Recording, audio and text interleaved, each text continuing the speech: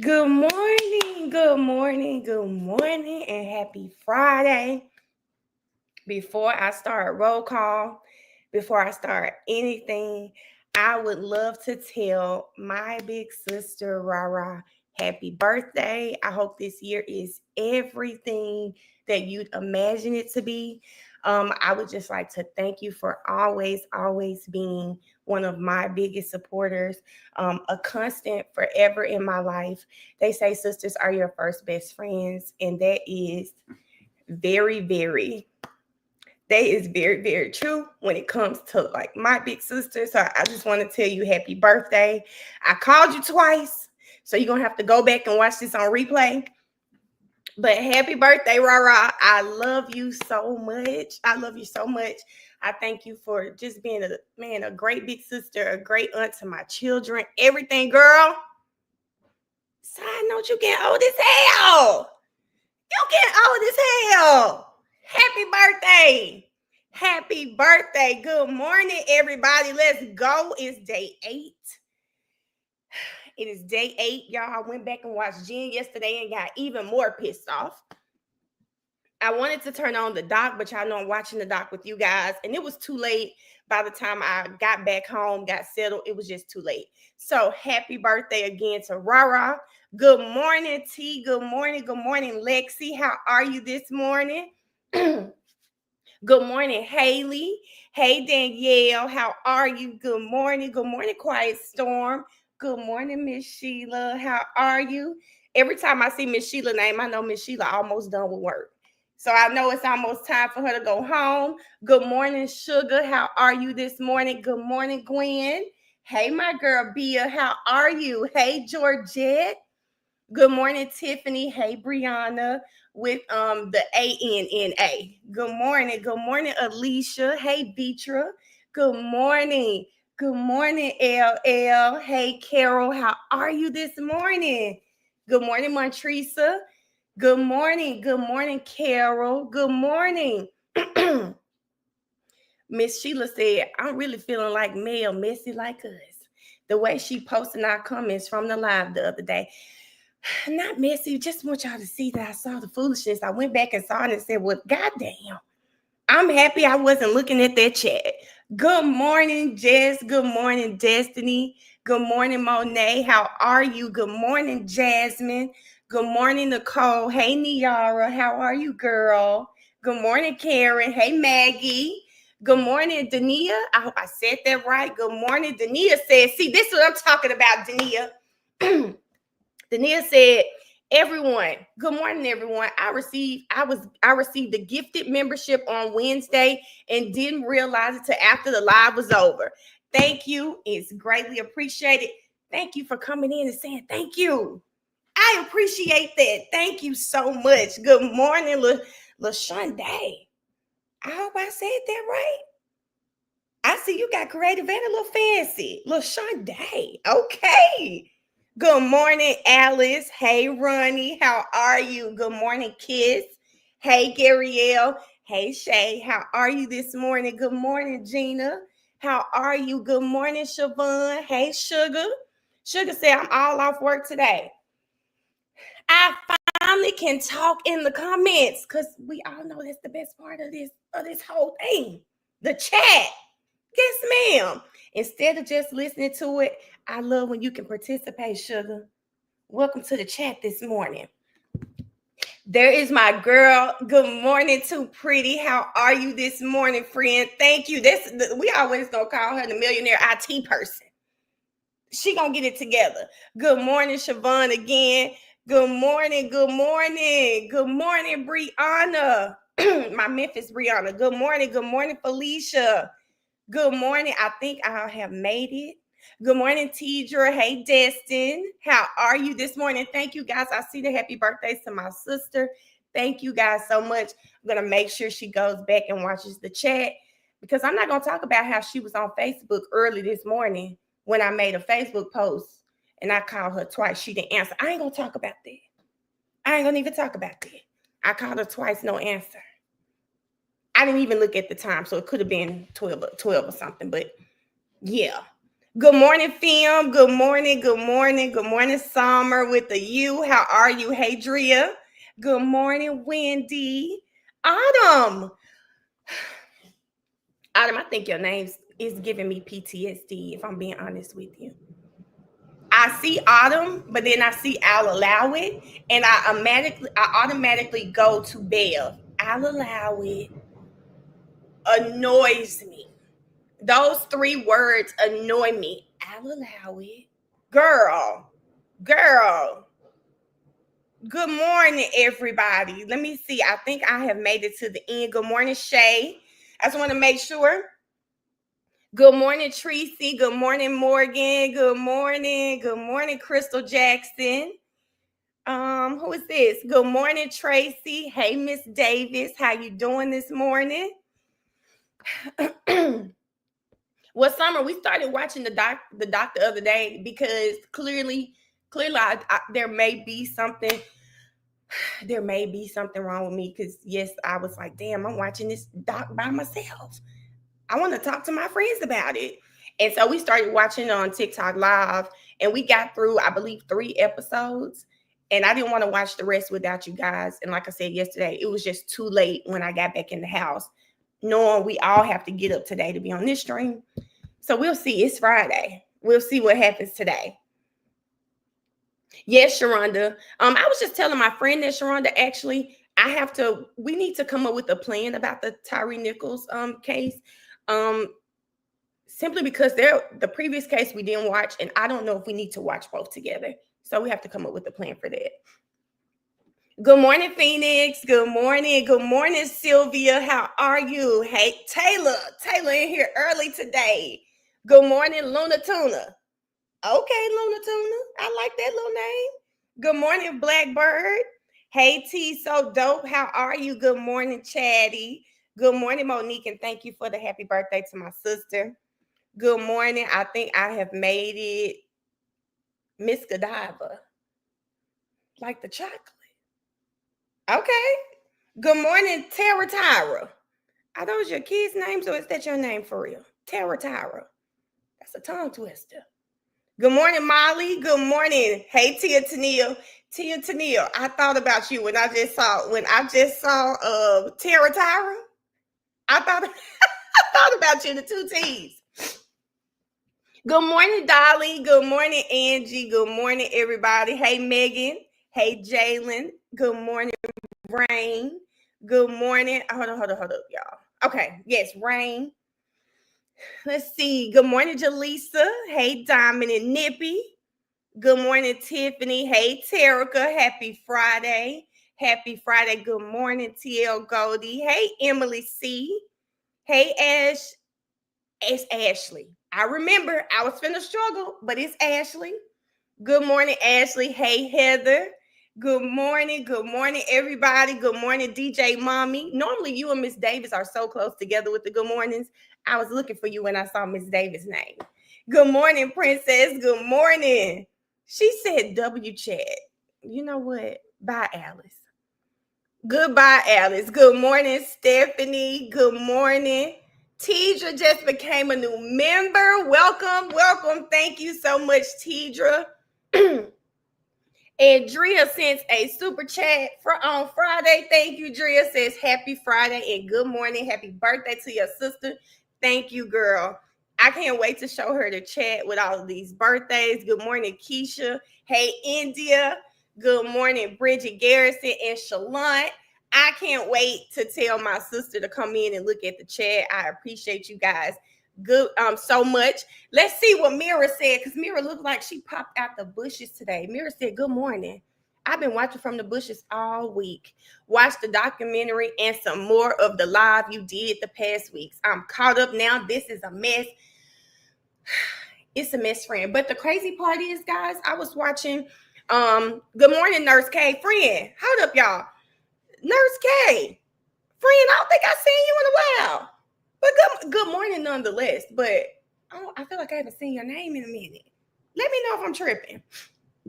Mira, I was watching The Lawyer You Know, and he had another lawyer on. And they are kind of feeling the same way we feel. right? About what's going on. But I love that they also feel like they don't understand the order the state is going in right now, because I don't understand the order. I don't understand what's going on, why we're taking people the way we are. They seem to think maybe it was strategy to take Ian Whiffen and then put Jen on because of that call. I don't know. I don't know. I don't know. Hey, Erica. Good morning, Erica. Good morning. Good morning, Jay. How are you? Good morning, Tracy. How are you? Megan said it was a long work day yesterday. Megan, I enjoyed the break yesterday. I did get some things done, ran a few errands, and I appreciate it because y'all know I do not leave this house. For real. I take the dogs outside. That is like my daily. I'm on the live stream. I take the dogs out. I order groceries. I damn near order everything. But yesterday, I ran some errands. I feel good about yesterday. There were some things that I needed to get done. I still have a few videos to do that I didn't do yesterday, but all in all, I enjoyed the day off. I enjoyed the day off. All in all, let's see. I'm trying to make sure. Good morning, honey. I know I didn't see you. Good morning. Good morning. Oh, hold up. I'm feeling like a teacher this morning. Shataka? Spell that out for me so I can get your name right. Spell that out for me, friend. Miss Hall. Spell that one out for me.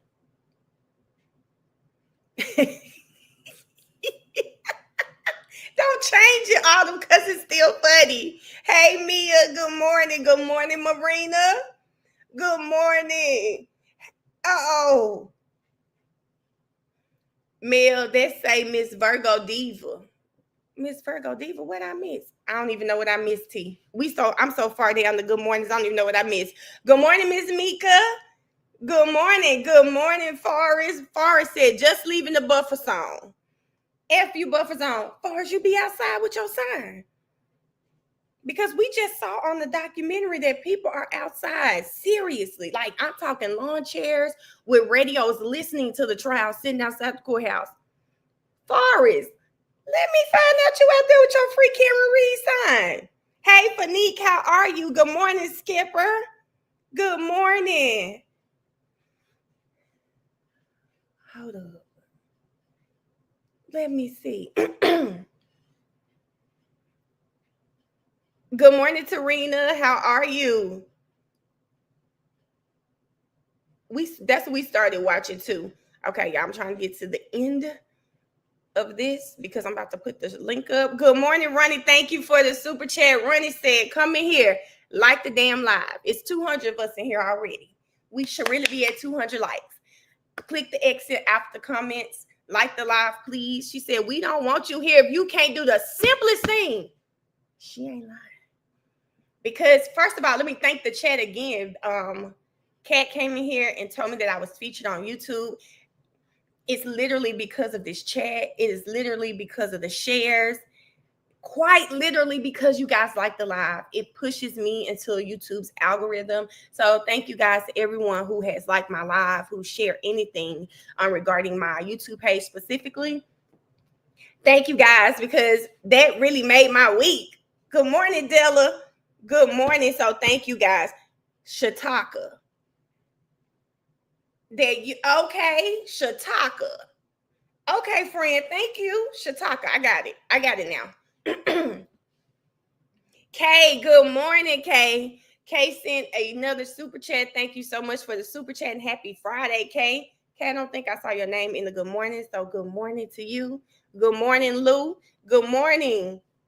Mel, were you able to show? Oh, no, I didn't even show it to them. I'll show it to them today.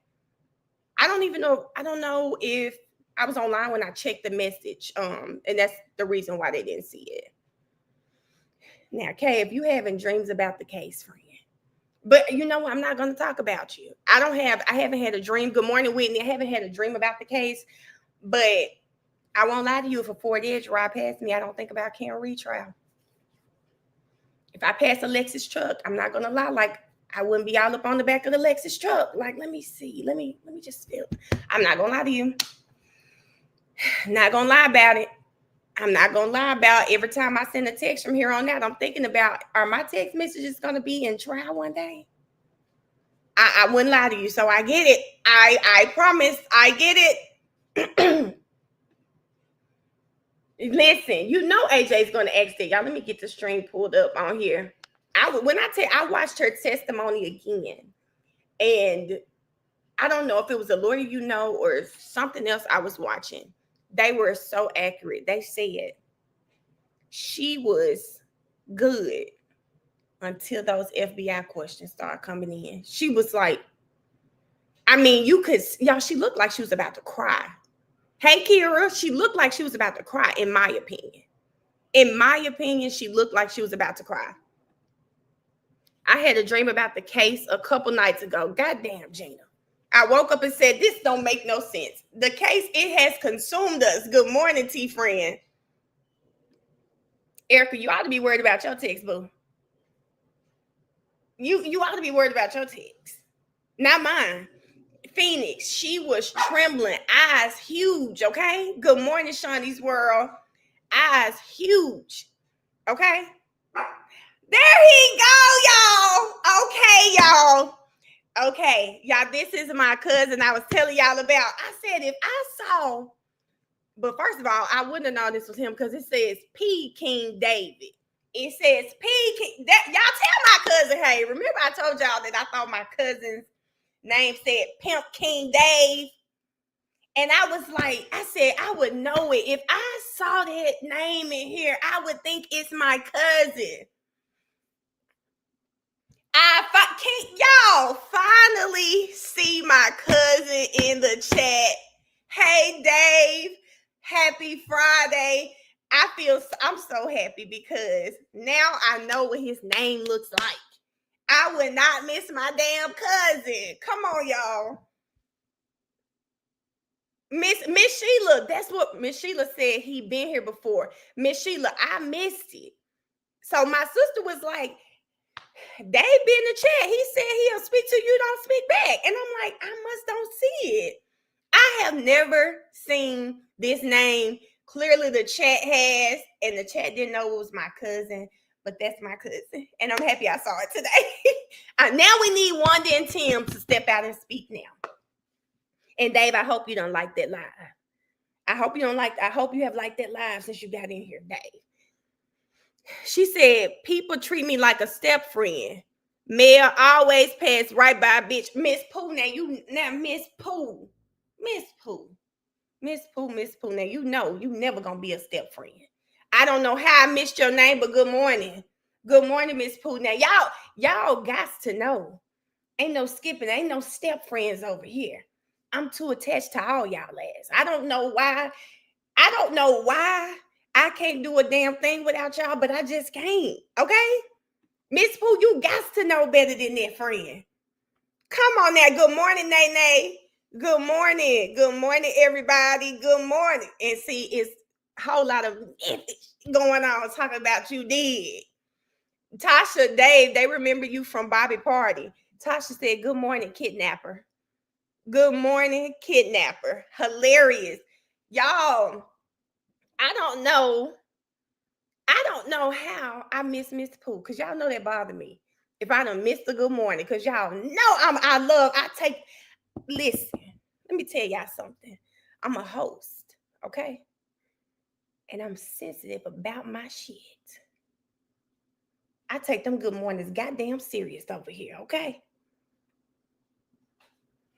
Now, I don't know what we gonna do when there's way more people in here. But I take them good mornings goddamn serious around these parts. Around these parts, them good mornings are serious. Okay?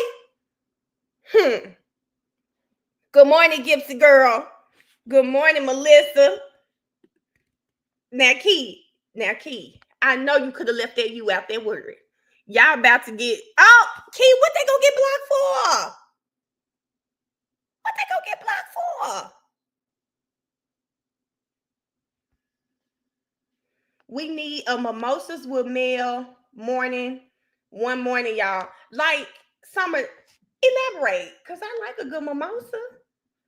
I was so sad you didn't even do a TikTok live last night, Emily. That was my plan, friend. That was my plan. Good morning, Jenny. My plan was to do a TikTok live. Y'all, let me get your string pulled up. Hold up, because I'm tripping. Was to do TikTok live. I was going to come on at about 7. But I ended up having to run some errands. On top of running errands, I ended up, I was out. I didn't get back until late. And it was like 10:50. No, wait. When I got back, I also went and took a little nap. I woke up late, sorry. And I got back late. Got back about 7, 8. And I said, well, I'm going to take a nap real quick. Baby, by the time I looked up, it was 10:55. And I said, it's too late. It's too late. It is too late. It is too late. Dave, you make sure you told Rara I saw you on here today. I know you're going to talk to her today because it's her birthday. You make sure you tell Rara I actually saw it today. Baby, my sister called me and said, I know you ain't acting funny in no chat. I said, what? She said, Dave been in your live and you ain't say nothing back. I said, I ain't seen Dave. Baby, I have to fix that now. I have to fix that. I really don't want to skip my chat. Okay, Miss Pooh, long as you know now, you already know I wipe my feet at the door and hit that, period. Okay, Dave. Okay.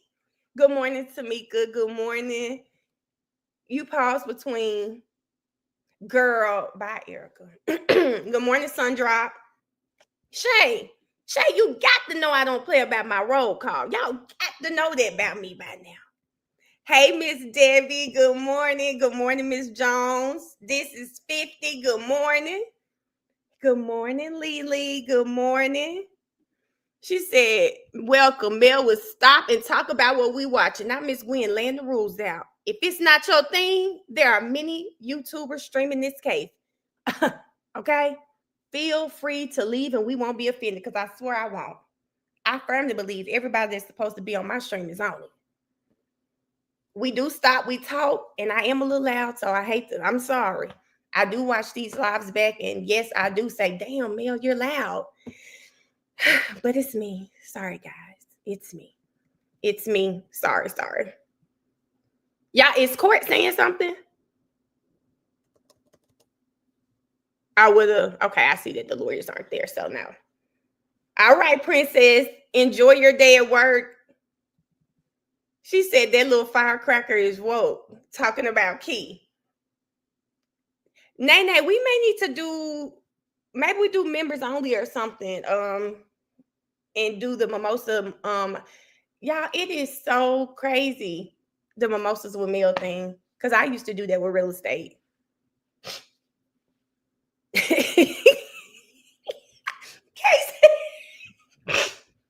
Not y'all got the people scared, mods.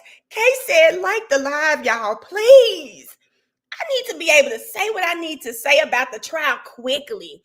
Please like the live. What she's saying is, like the live before these mods do something with the chat. And unfortunately, Melanie, as the host, does not know how to correct whatever it is the hell they're doing. Like the live, y'all. When the chat go off, I don't know. I mean, I'm ashamed to say it. I'm going to figure it out one day. I don't know how to fix it. Like the live. Hey, Bree, how are you this morning? Good morning, Angel Baby. Good morning. Listen, like the live, OLM. Thank you so much for becoming a member. I appreciate it, OLM. Y'all's rolling on Friday. I appreciate it. Let's see. Did you see on X why they had that long break? Destiny, allegedly, the family, the judge had to talk to the family for the faces they were making at Karen and things they were saying and doing. Well, Paul's still on that back row, so I'm going to say some truth to it. Good morning, Ash. Good morning.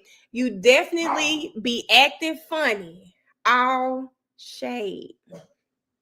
You know what, Key?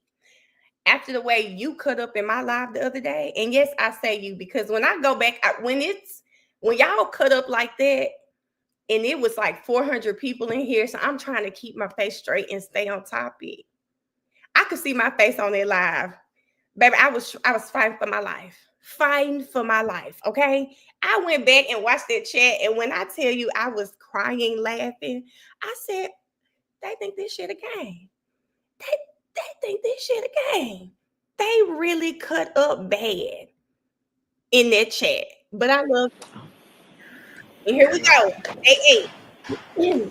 All right, let's bring the jurors in. Thank you, Julia. Thank you. And actually, I'll see you about scheduling while we're here. I forgot something. And I hope you guys know super chats, memberships. If we're like in the middle and I don't really want to stop the stream, please know that I'm putting it on the screen to let you know I see it. And then I'll go back during breaks to actually acknowledge them. I don't want anyone to think that anything is not important to me. It's just sometimes I'm listening and don't feel like, oh, this is a good place to stop. So I just want to make sure I say that. Thank you, Drea, for becoming a member. Good morning, Latigra. Lily said, I like roll call. Lily, I love the roll call. I really do. I really do. I think it's an important part of this live stream. And that's it. Damn, you need to stroll to the bottom. We're on a whole different topic. I do. Thank you, Chrissy. I do need to scroll to the bottom, too, because I don't like being this. Did you see this? Good morning, BG. And then I'll take it back whenever. Hey, Jay. No chat jail, but I do need to scroll to the bottom. We have to scroll to the bottom, y'all. I hate it. There's so many comments coming. You say I be feeling like I'm in prison when the chat switch over, just sitting here singing. Tori. Period to the 245 likes. That's why I mess with y'all. What's tea bullshit? You tell me what's tea. You was the one being messy. Miss Sheila, he does that every time he enters my chat. So it's expected at this point, but he really cut up in that. Thank you, at Existence for becoming a new member. Miss Sheila, I'm gonna have to talk to him because ain't no way he was in this chat playing like that the other day. Ain't no way.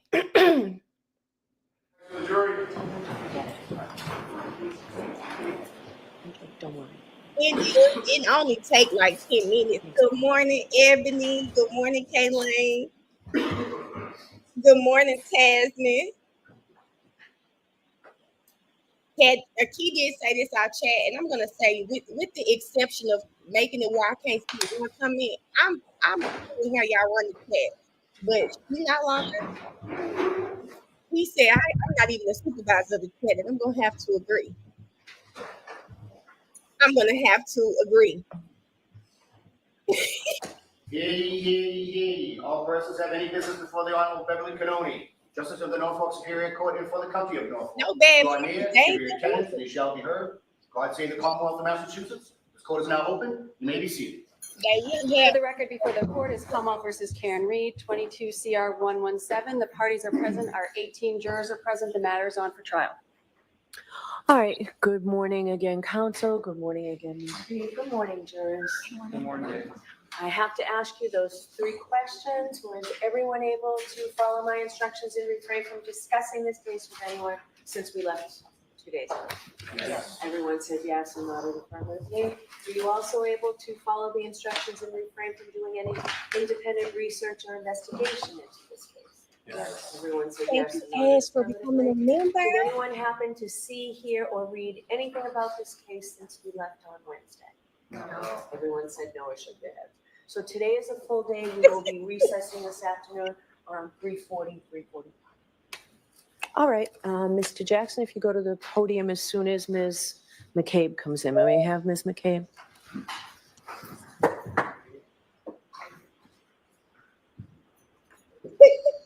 Not you two acting like Apple.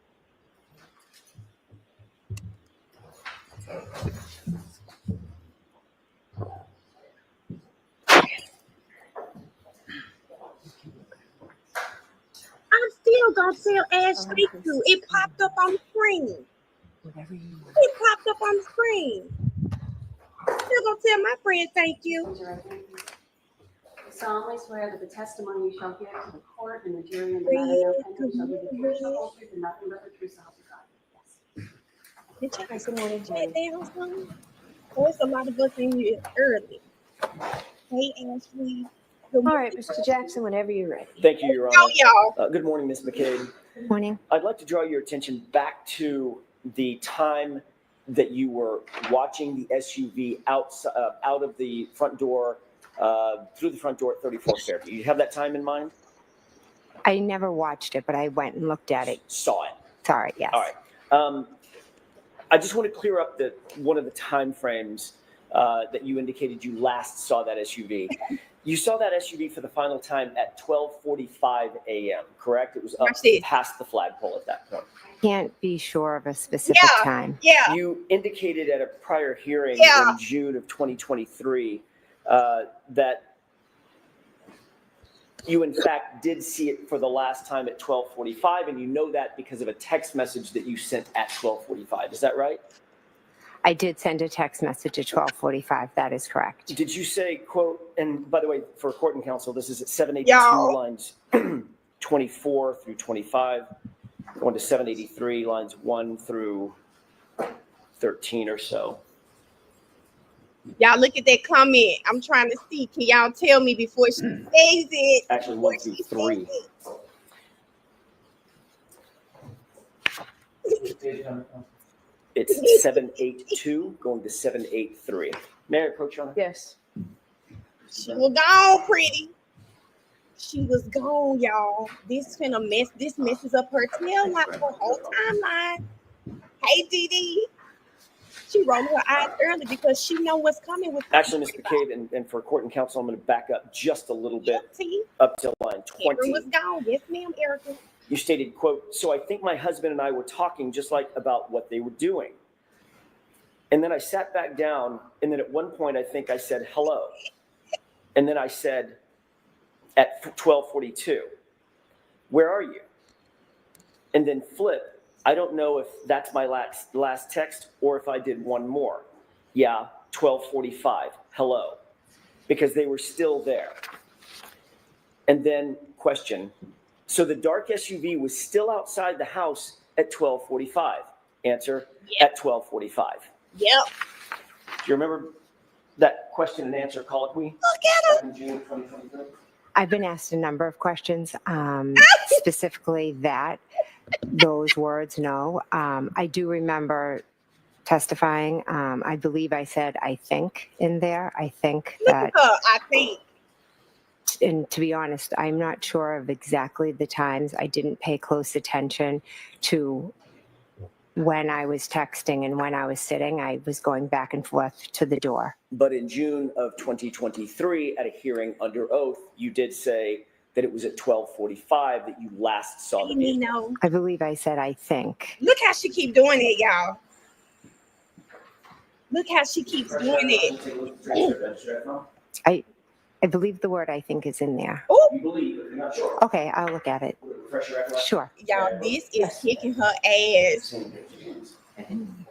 Thank you. Honey, just accept your fate. I know that prosecutor was like, listen, the 12:45 messes us up. Because if she was still there at 12:45, it's no way he died at 12:31. It's no way you saw anything, right? Because Karen was gone. Okay, this is bad. She's struggling. She's a liar. May I approach, Your Honor? Yes. Thank you.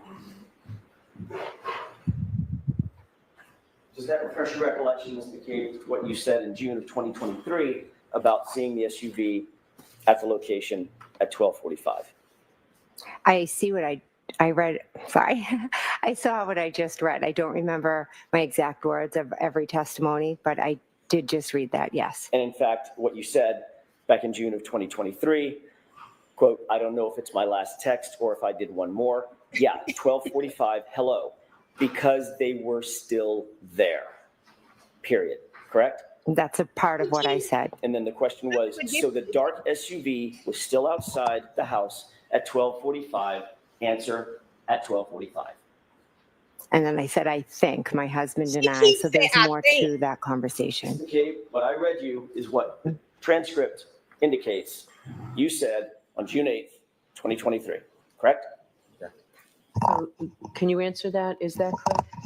That I saw it at that time? Ask the question again. Sure. That what you testified to in June of 2023 was you saw the SUV for the last time at 12:45. That's what you said, at least back then. That's part of what I said.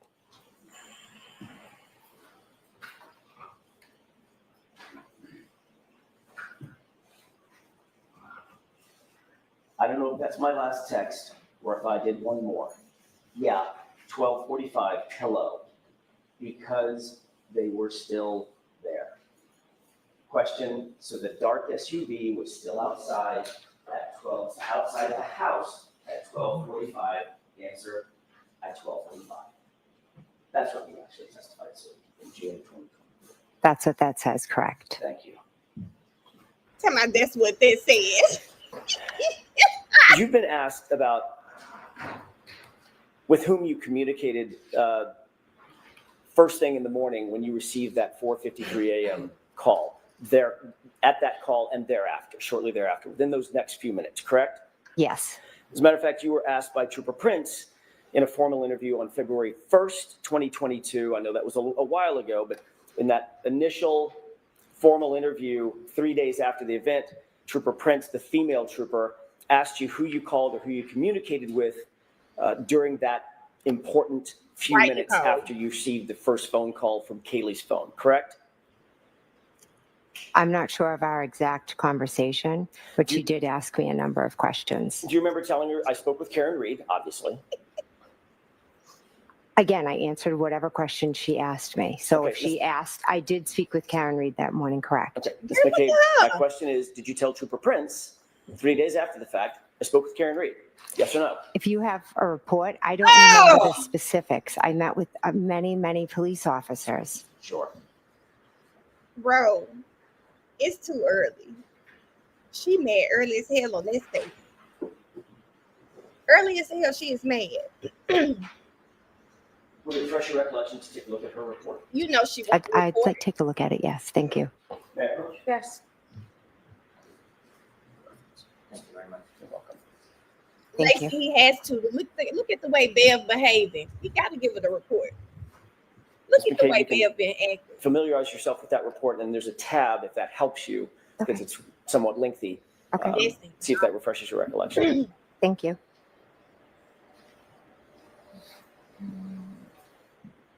She mad, or she does look stressed today, Jasmine. She's been seeing what we've been saying online about her. She's stressed today. One of my the TikTok video that really is doing numbers for me is a video of me saying the feds watching and Jennifer McCabe, you better watch out. Baby, that lady, if she's been online, the discourse has not been good surrounding her. This trial either. Nobody's buying the soccer mom act. Alexandria, good morning. Alexandria said this is the Gen I know.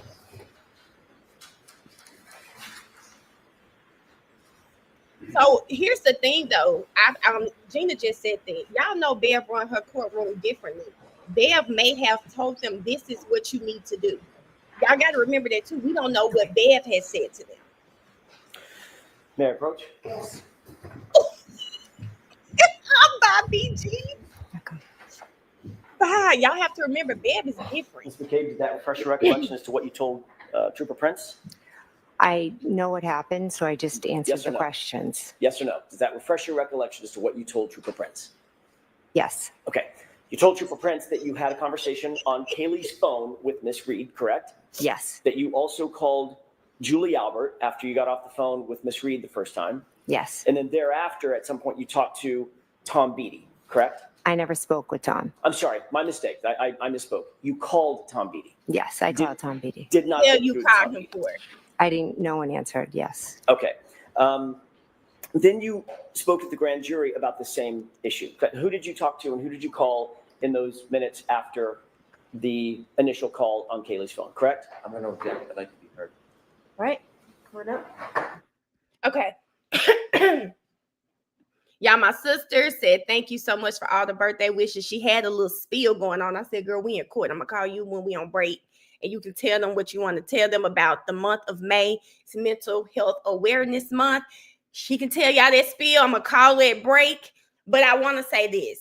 Miss McKinney, who's a content creator I found, she covers the YSL. She covers the Karen Reed trial. She said something that I didn't even think about this, y'all. I was constantly saying, well, why we just don't go to 34 Fairview? Miss McKinney said, hold up, Mel, you going too far. When she was making all them damn calls, why didn't she call her sister or Brian Albert? Why didn't she call her? I said, damn, I'm talking about go over there. Why wasn't that the first call? Hey, Karen is looking for John. She said she left him at the house. Is John there? Even if you want to play the role that you didn't see him come in the house, is John there? I said, damn, you're right. You are right. She said this trial isn't good for my mental health. Exactly. She was thank you, Debbie. She was aware. I said, damn, I'm talking about go over there. But Miss McKinney said, slow down, Mel. Why the hell didn't she call? I said, God damn it. Why didn't she call her sister? Key. That's got to be the only reason. That has to be the only reason. Not only that, we were talking again, y'all. I was looking at Miss J. Y'all, Miss J's hilarious. I was driving yesterday listening to Miss J's video. Miss J said, I know the hell you didn't think them FBI agents was car salesmen. I said, car salesmen. I know you didn't think that. Lynn, I want Alan to ask her that. Did you guys notice too how now Jen is trying to make like the visibility was so bad when they were driving that there's no way Karen could have seen that man? When her first testimony, as soon as she got out of the car, she saw him. Do y'all remember that? Like that, I love that I've watched her and we went back and watched some stuff because it's really crazy how she's switching the story up. Good morning, Jink. It's really crazy. The defense is going to call Tom, but what can Tom add to the story, Autumn? That's the thing. And Miss Sheila, right. Why not call the cops and let the cops look for a cop? Come on, Miss Sheila. Why not call the cops and let the cops look for a cop? Ooh. Ooh. Come on now.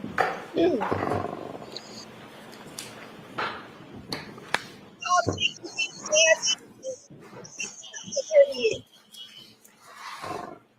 justice for Officer. May I, Your Honor? Thank you. Thank you.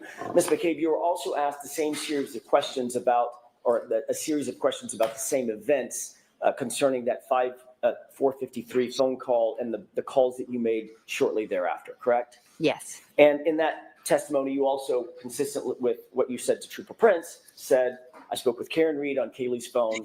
I then spoke with Julie Albert, or I called Julie Albert, and then I called Tom Beatty, correct? I object. That objection sustained. What did you tell the grand jurors about who you called or who you attempted to communicate with in those first few minutes after that 4:53 a.m. call? I don't know exactly what I said on that day, but I know who I spoke to. You said on that day, you spoke to Karen Reed, correct? Look at it, y'all. On which day? What are we talking The day of the grand jury. Okay. That would be April 26, 2022.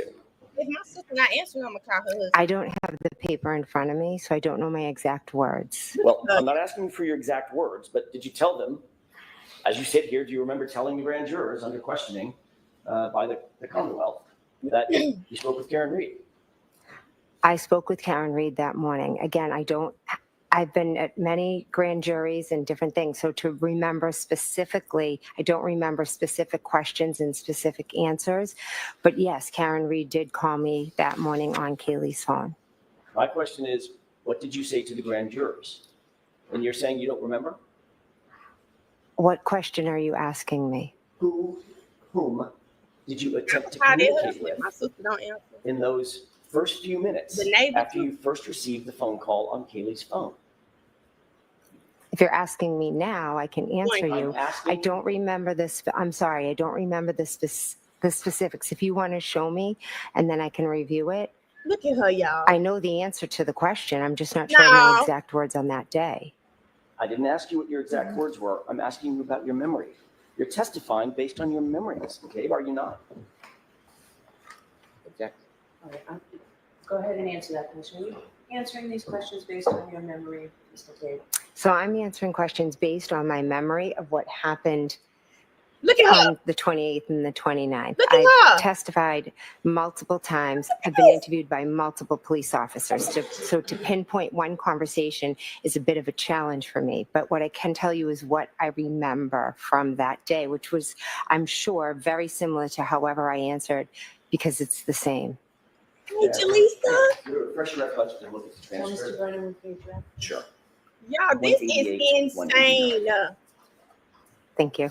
Do you guys see that this is a thing I didn't for get an her? answer to that question, Mr. McCabe. Refresh. I just have to do this for the record. Refresh your recollection. Look at the transcript. I'll look at it, yes. Jaleesa, you late, but not that late. But I will tell you, it's been a mess already. It's been a mess. The truth does not require a good memory, period.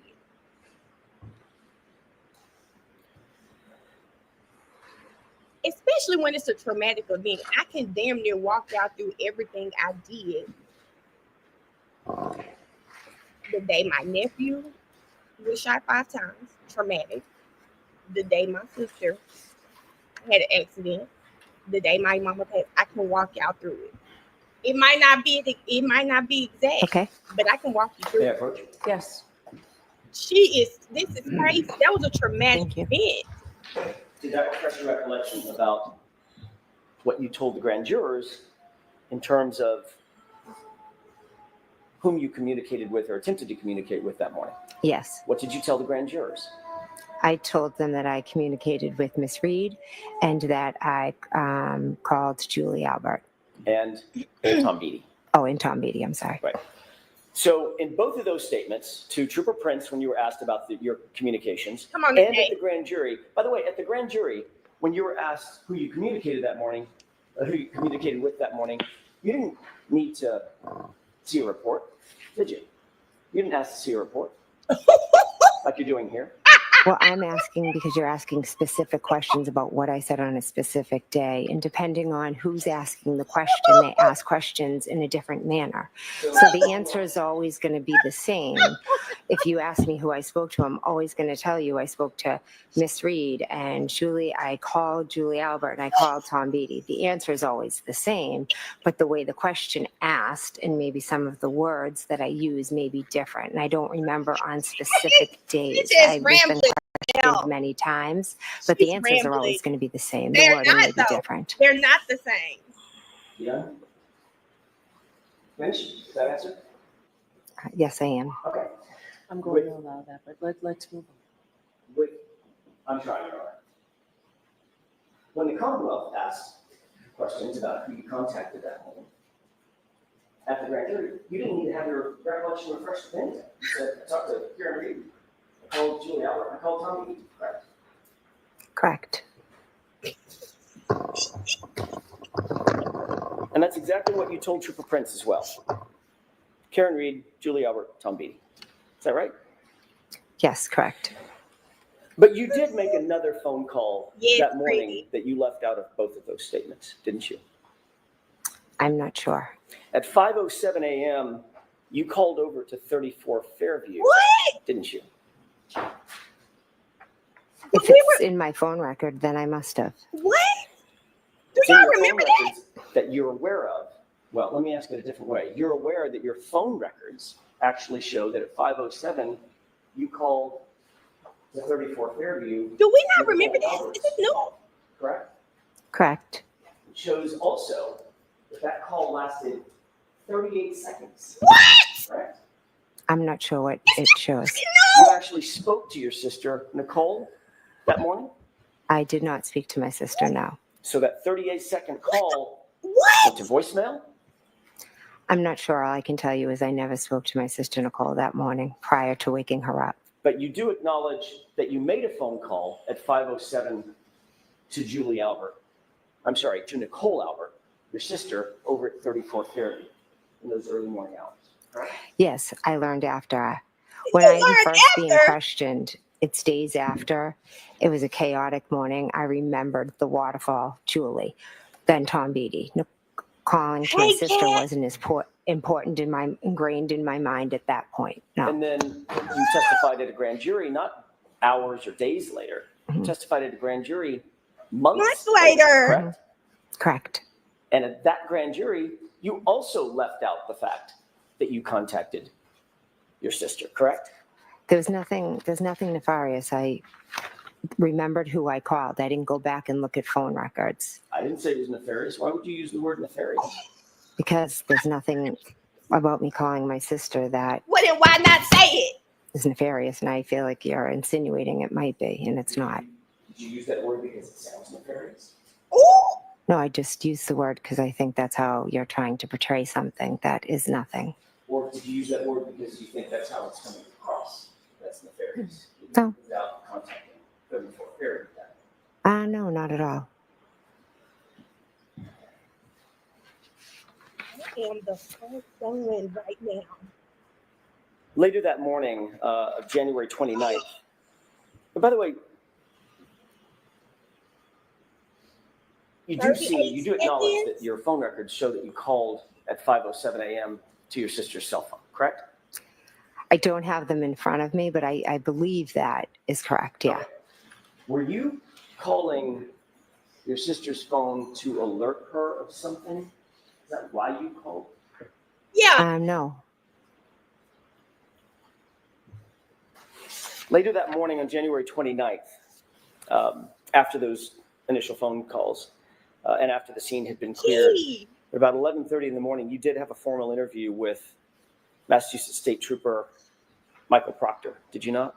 I did, yes. Day before yesterday, you testified that Karen Reed, actually I think it may have been Tuesday, you testified on direct examination that Karen Reed just showed up at your house screaming, correct? Correct. In point of fact, you told Michael Proctor in that 11:30 a.m. or thereabouts, that interview that morning, that on January 29th, when Karen was on the phone with you, you told her to come to your house. Isn't that true? Yeah. No, I never told her to come to my house. She told you she wanted to go search for John, and instead of saying, I'll come meet you or I'll go wherever you want to go, you told her, no, come to my house and pick me up and we'll go together. Yep. Correct? No, that's incorrect.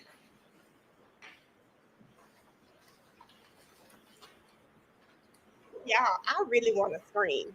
For the sake of Do you remember talking to Trooper Proctor on that day?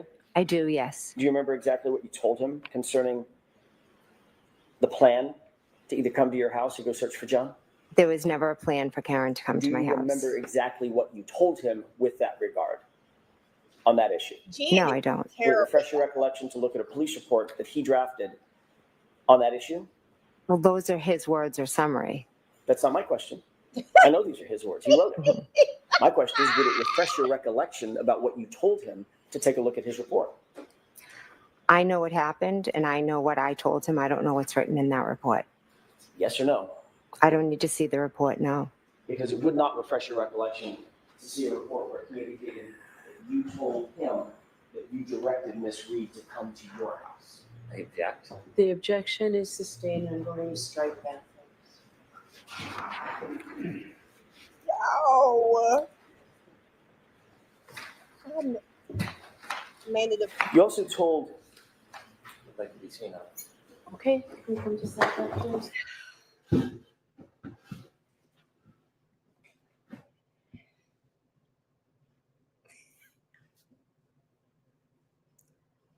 Y'all, what was I just saying in this live? I said, shout out to Miss McKinney because Miss McKinney said, Mel, you moving too fast. Why would you go over there? Why wouldn't you call your sister? I got to go find Miss McKinney because Miss McKinney, she called her sister. She called her sister. Why the hell, through 3 trials, have we never heard she called her sister? And I just want to know, why we just now seeing it? Why the defense just now saying that she called her sister at 507 for 38 seconds?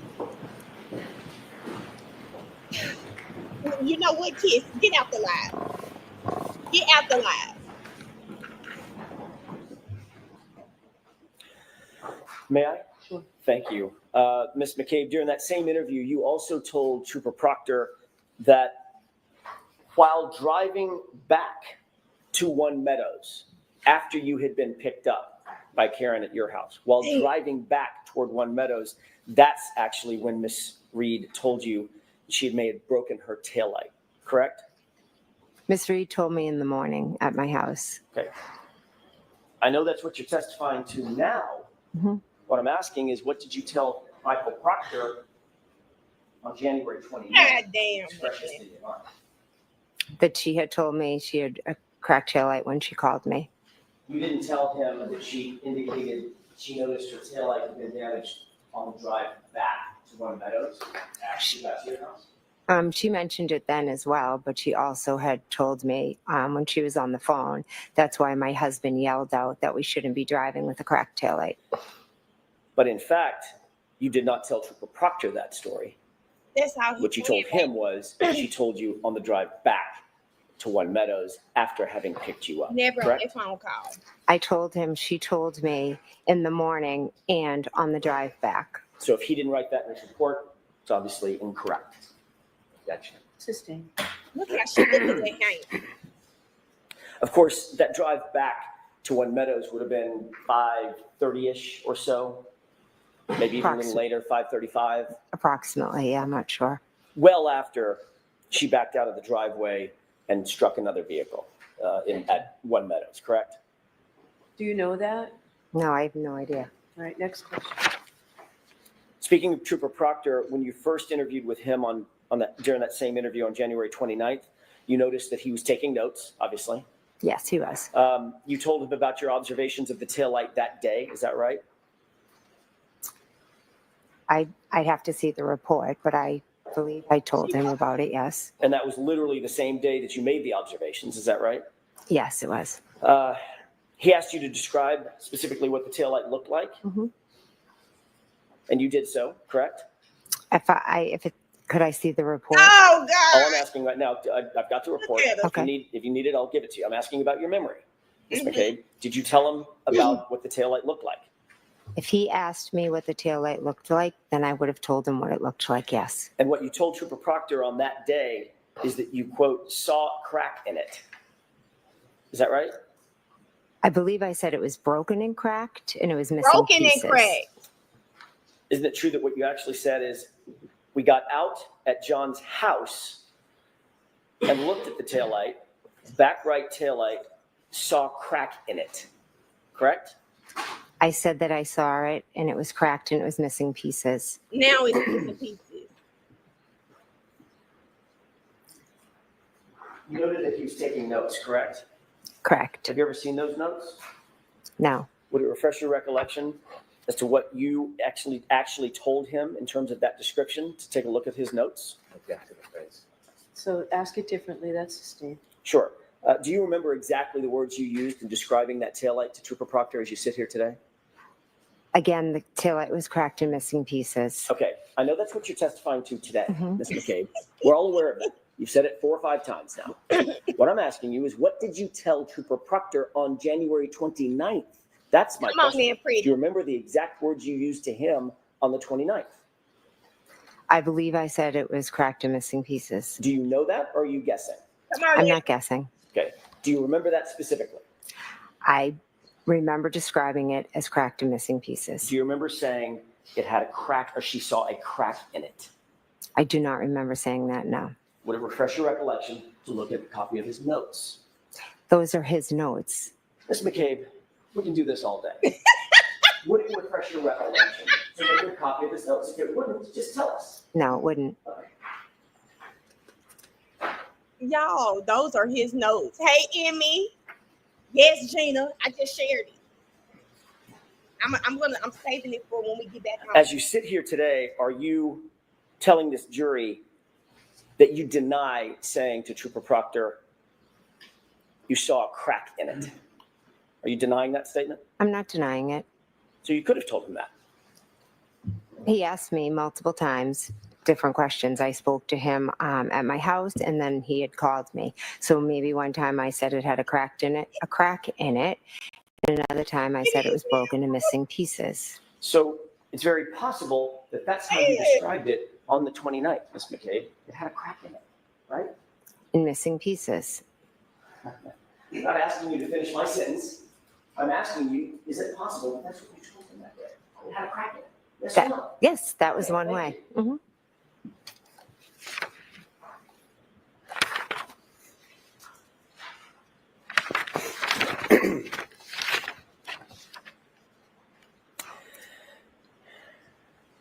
In the days following January 29th, in the events of January 29th, 2022, were you and your family coordinating your versions of the events that occurred on that morning? No.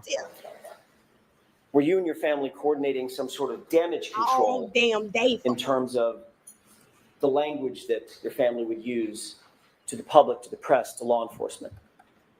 No. Did you and your family use a group chat? You and part of your family use a group chat to text each other to coordinate your communications with either the press or the public or law enforcement or family or friends? I have multiple group chats with family and friends. You had a very specific group chat that included yourself, Nicole, your sister, Mhm. Brian Albert, and Matt McCabe, correct? Yes, I did. Y'all think they Your Honor, if I boy? may. Y'all, this does not look good. I'm sorry. And I don't know how Peggy O'Keefe can sit by Jen ass after seeing all of this. Come on now. Look how she looking over there. I have a 2-page document that I'd like to have marked. Right now. He had 2 hours to Ask to go. approach. She's not getting down anytime soon. Thank you. Did you show Mr. Brennan what it was? Mr. Brennan, I failed to show you. It's okay. Thank you. Not a group. No, Peg full of shit. You're welcome. Thank you.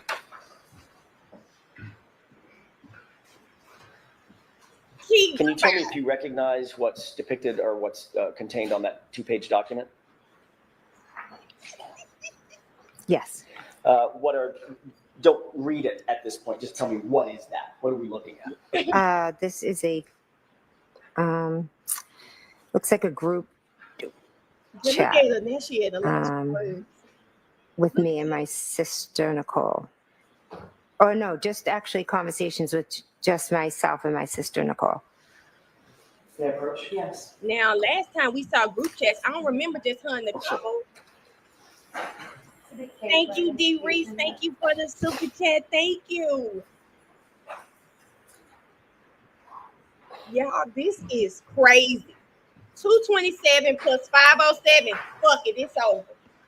It's over.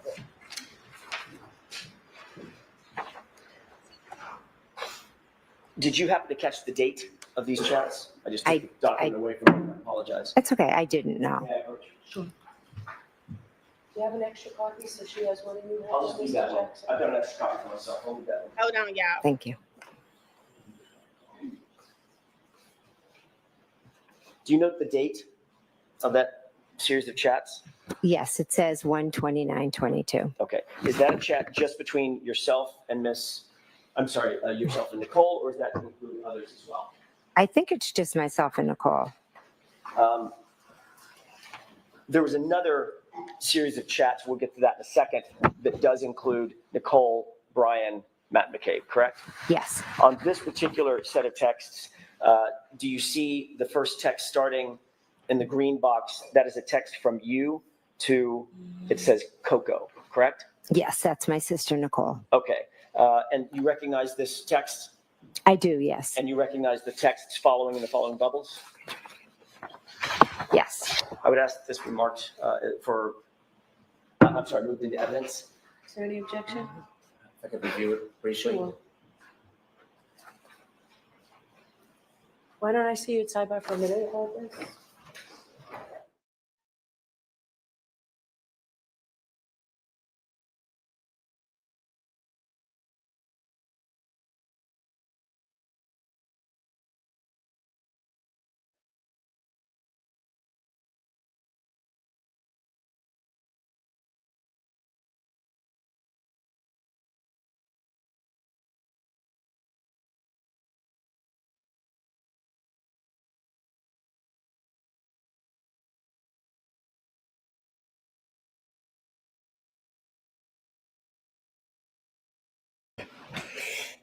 Sorry, y'all.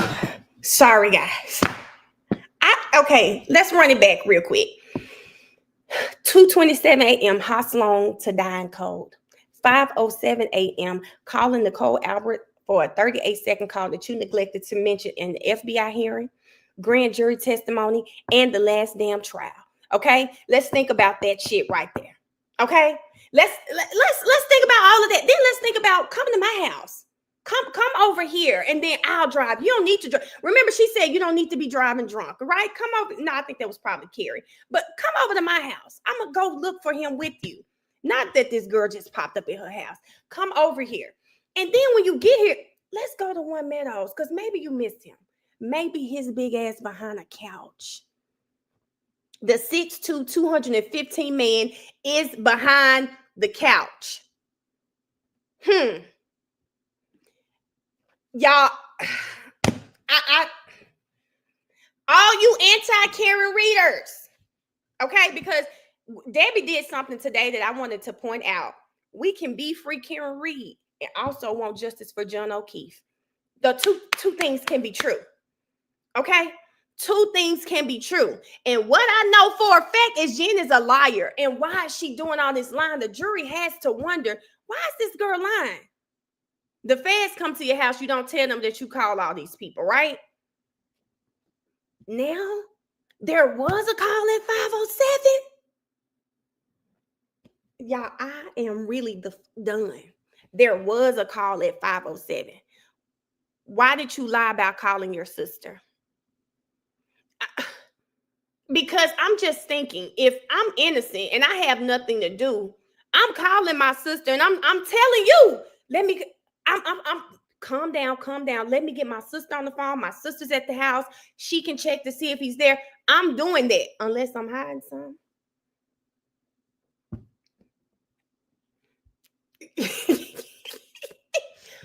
Kid, I really want to know what Hallie thinking today. And I saw somebody, I ain't gonna say the name, but I thought it was messy. I saw somebody on X say, I didn't even know this person's in the live because they ain't even speak. But I saw them say, who else could have done it? I said, oh, damn. I wanted to comment, but that person liked to go back and forth. I wasn't about to do that. I said, oh, she was in that live. Who else could have done it? Come on now. You don't do shit like this if you are innocent, guys. You don't do shit like this, y'all. I'm sorry. That means her sister was awake. You didn't need to wake her up. Tiffany, clock it. So all of this BS about she woke them up. They were sound asleep. No, she wasn't. You had just called her about 30 minutes prior, letting her know y'all on the way. I'm getting ready to move, and the new leasing agent called me. She said, you're on the TV, and you said, look at this shit. Why the leasing agent say, who? And busted out laughing. I said, that's my friend Mel. Oh, I get it now. It's like, what? T, tell her I'm sorry. And tell her I'm loud. How y'all feeling? Well, Pretty, I still need to know if that was she messing with us? She could have been messing with us. I don't know. The sister was wide awake. The sister was wide awake, guys. How do we fix this? Mel, did you write down what time they said Karen started calling? I don't have to write it down, friend. It was 4:53. 4:53 when Karen got on that phone. It was 4:53. Are we getting to the butt dials? Those are next LL. That we key. But Key, isn't it always great when something confirms what we're already thinking? Because I think all of us knew they were in the house awake. We knew they couldn't sleep through it, not with Karen screaming. And not only that, somebody in the chat, and don't be mad at me because I can't remember who sent it to me, but sent me a picture of a neighbor. If that neighbor was woke and they down the street, why would you think Brian Apple wouldn't be awake when it's right outside of his door? A 38-second phone call, guys. If I sit here and be quiet for 38 seconds, y'all gonna be like, what the hell is wrong? 38 seconds is a long time. That's enough for you to say, listen, Karen just freaking called me screaming. She is looking for John. She knows. Do y'all already have the body out? Because she wants to come over there. I stalled her. I made her come over here to John's house, but this is not going to be, I can't hold her here much longer. I cannot hold her here much longer. That man has got to be outside on that lawn by the time we get there, because she wants to come over there, y'all. Is it already done? Is it already? She'd already Googled how long the dying cold. So it's like literally they're asking the jury to look away from a 2:27 a.m. search. Just say that's an accident, right? They're asking the jury to disregard her lying to the feds, right? They're asking the jury to not only like forget that, they want for us to forget all of her previous testimony, and now she's telling the truth. They're asking the jury to just disregard how her and Carrie were never friends. Now they're buddy. How she insisted, hey, you come over to my house and do your interviews. Let's write these timelines together. They want the jury to disregard all of this shit. Because this accurate. Listen, 38 seconds is a long time. You can't tell me she didn't tell her everything that was going on. Yes, ma'am. Ken, not only everything that was going on, what do you want me to do? I've already stalled her as long as I can. And she did tell me her tail light missing. Tell Brian that maybe that's what we could go with. She told me the tail light missing. They're asking the jury to disregard too much when it comes to Jen. And why the hell the feds ain't got it? Because why are you calling Nicole at 5:07? Good morning, Cass. I'm pissed right now. Is this in the cell report? LL, I just want to know why we just not here. I didn't even hear the text messages because I was doing a TikTok, but I'm gonna have to go back. I need to hear their text messages. All right, so the objection is noted and overruled. So, Mr. Jackson, you can put that K for identification is now an exhibit. May I approach? Yes.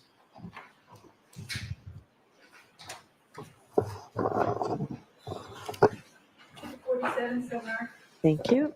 Thank you, Your Honor. Before All I right, proceed. so, jurors, before you consider any electronic communications in your deliberations, and you heard Trooper Garino read a lot of text messages the other day. I didn't interrupt him. I probably should have. But before you consider any electronic communications in your deliberations, you must first find that it is more likely true than not that the person who either authored or created or transmitted the communication was in fact the person alleged. So here we have communications allegedly between Ms. McCabe and her sister.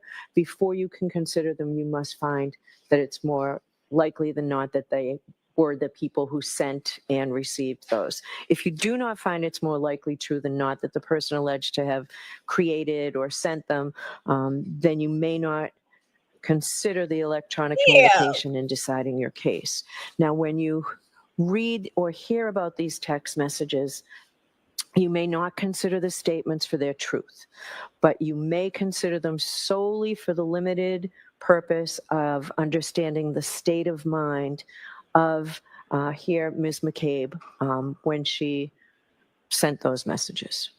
All right, so now that's what I needed to do. Mr. Jackson, your turn. Thank you, Your Honor. With the court's permission, I would ask the No, did she January do that 29th with them text be other published. statements? Yes. They said she did this last trial. Mr. Wolf, is there a way to, there we go. Margaret, the witness might need that exhibit. You know, Your Honor, may right? I She approach needs just to retrieve the exhibit? Yes.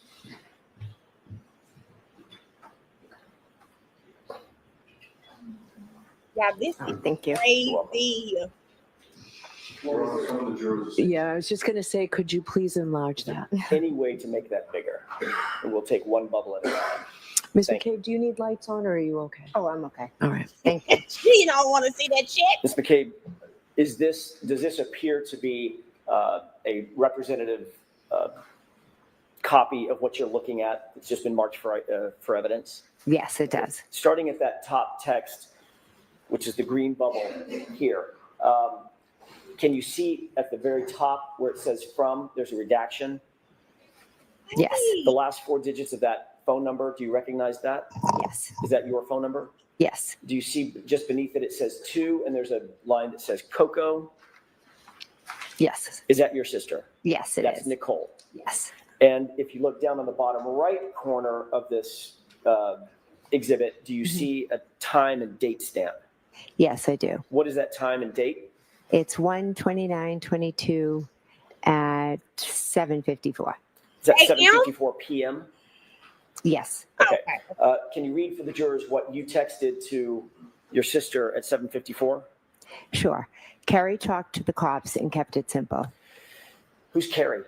Carrie Roberts. And this is a text that you sent about Miss Roberts's interview with the police. Here we talk. Yes, it is. If Mr. Woke, can we pull up the next text, please? Here he talked to the cops and kept it simple. It's crazy. Do you see the response in the blue bubble? Yes, I do. Who's responding to whom? I'm responding to my sister, Nicole. Can you please tell us the time? And we know it's the same date. What time is that? That would be 7:56. Or 58, sorry. I'm not sure if that's an 8 or a 6. How do you see this and think these people innocent? Come on, Peggy. You can't be this dumb. I may have misheard you. The blue bubble is from whom? It's from my sister, Nicole, To whom? to me. Okay, I may have misheard you. I thought you said the reverse. I want to make sure we're very clear. The blue sorry. bubble is from Nicole. The green bubbles are from you. Yes, correct. Got it. And this text says, I'm sorry, read that for me one more time. Sure. Okay. Try and get some sleep. Talk tomorrow. Next text, please. I don't know if I remember this one. I remember the family group chat. What's the time of this text? 7:57. This is from you to Coco, to Nicole. Yes. Now he calling her. What does that text say? Any update? What did you mean by any update? I meant had she heard anything or learned anything new? Next text, please.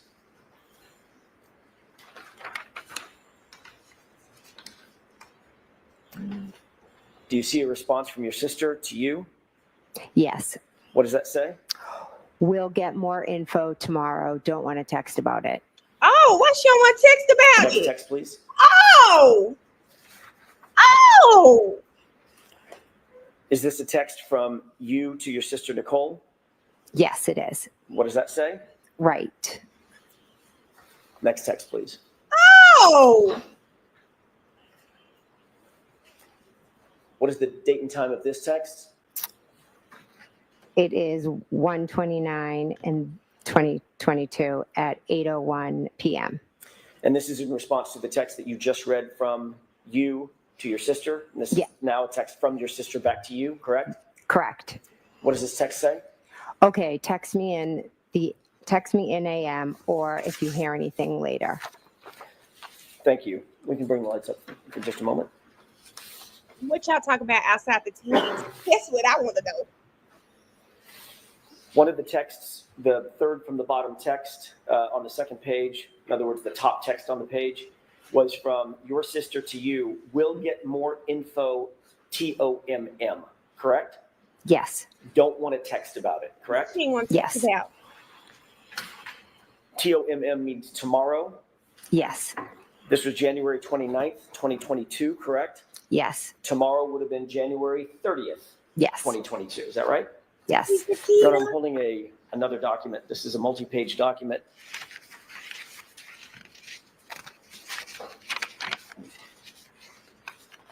Eight pages in total length. There's a base page on the bottom, 021. Oh, what are they hiding? Thank you. May I What approach are they this? hiding? Thank you. Can you please take a look at that document, flip through it, and let me know when you're finished? Baby, look at Kim. This is the document we discussed at Sidebar. It is, Your Honor. What document they don't have to discuss that side? Girl, look at them long blue boxes.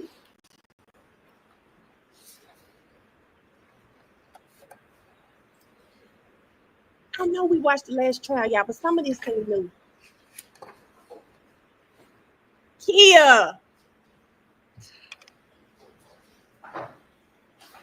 Brashana, I'ma scream it every damn time. Innocent people don't act like this.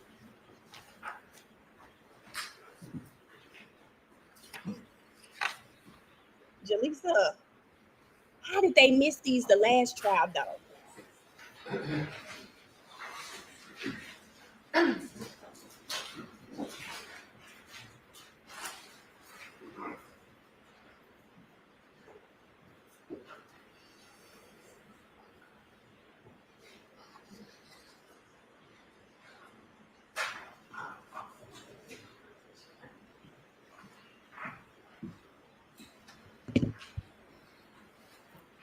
Girl, look at her taking her time, y'all. Y'all know it's some shit because she did this when they brought out that Fed report.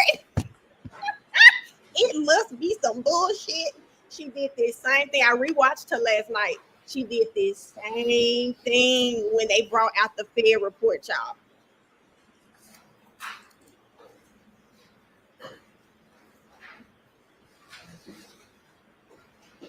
You know the jury like, you see that shit. She trying to come up with a lie, not read. Y'all, when they brought their Fed report, I swear it felt like she was up there 5 minutes. Y'all know the feds watch. The feds are watching Jennifer McCabe. They coming to get them. Kay, I did not, friend. Let me go up and find the child. I'm stuck. I'm stuck. They're not the same clothes. Key. Yesterday she had on like a shirt that kind of went like this. Today she got on a little a button down. Yes. Thank you. Maddie read these. May I stand at the Oh, okay. Thank You don't you. have a separate copy for. She said Maddie I read do. these. I'm going to hand you this one and ask that this be marked. Okay. A couple of foundational questions. Ms. McCabe, do you recognize what was depicted in No, these honey. documents? Yes. Does this appear to be a group chat between and among yourself, Nicole Albert, Chris Oh, okay. Albert, This is and that group Matt McCabe? chat. I don't believe Chris Albert's on that. I'm sorry, my mistake. Brian Albert. Yeah, Brian, Okay. sorry. So the four of you? Yes. Okay. And does this appear to One be moment, a group Erica. chat that was engaged between and among y'all on February 1st, starting, I'm going to try to bookend it, starting Okay. at about noon, ending at about 5 or 5:30 that evening? I didn't look, but I'll take your word for it. I know you are gonna take it. You're just looking at the first one or two? Oh, yeah. If you want February the top 1st, one, yeah. the top one has nothing to do with this. Okay. Yeah. And then the last one, same date, around 5:30. Yes. May I approach? Yes. I'd ask that this be marked Say Look at her mouth. for identification or in evidence. in the evidence. Same objection, Mr. Byrne? Please. Yes, that concludes. 48.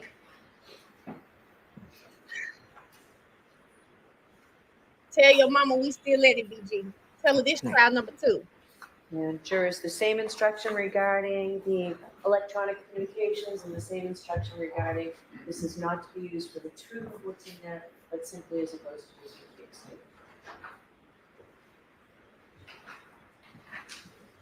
Test the lion is With the crazy. court's permission to publish, please? Yes. If we could start at the second text down. Ms. Wool, can you make that a little bigger? I apologize. Thank you. Do you recognize what's depicted both on the screen and in your hand? Yes. Does it appear to be the same thing? Yes. Okay. Taking a look at that first text, who is that from and who is it to? Okay. All right. It's from Brian Albert, and it's to myself, my sister Nicole, and Matt McCabe, my husband. And if you can orient us, please, and I won't do this with every single text, but orient us for the first text. What date and time is this text? This is February 1st at 12:50. So this is about 3 days after the event in question. Yes. 12:50 noon. Noon, yes. Just before 1 p.m. Yes. What does that text say? Julie said Channel 4 is in D&E. And that's from whom? Brian. So Brian Albert explain what that text means. So Brian Albert is telling us that Julie told him Channel 4 is in D&E. Who's Julie? I'm sorry, Julie Albert. Thank you. Let's go to the next text. I think uncle because she met him so young. She met him when she was Is in this in kindergarten. response to the text that you just read? Yes. The prior text mentioned Channel 4 and D&E. What is Mhm. D&E? D&E is a sub shop that is owned by Chris Albert. Is that in Canton? Oh, sorry. Yes, it's in Canton. On the main street of Canton? Yes. Directly next door to what? Waterfall. Across the street from Oh, Waterfall. sorry. CF McCarthy's. Yeah. Thank you. Across the street from Waterfall, directly adjoining, they have an adjoining wall to CF McCarthy's, correct? Yes. And D, is it D and E or D in Yep, that's E? these six. D and E. D and E. Okay, Yeah. that's just the name of the pizza sub shop. Yeah. All right. Thank you for that context. Mhm. Ms. McCabe, can you read what this text says, who it's from and who it's to? This is from Matt McCabe to myself, my sister Nicole, and Brian. Can you read it for us, please? Sure. Eating, I assume. Ask Chris to ask some questions. Tell them the guy never went into the house. Who is the guy? What does tell them the guy never went into the house mean to you? How did you take that? I took that as John never came in the house. Who's the guy? John. John O'Keefe. Yes. And the beginning of that sentence is tell them that the guy never came in the house, correct? Yes. And the sentence before that is ask Chris to ask some questions, Who is correct? Chris? Yes. So this is Matt McCabe directing that Chris ask questions of Channel 4, correct? I wouldn't say directing. Whatever word you want to use. He was No, I'm saying that, Matt. suggesting. I think we're all looking to find out what happened. So Matt was like, ask some questions. What do they know? And also indicating that Chris should tell them the guy never came in the house, correct? John never came in the house, correct? Okay. Next text, please.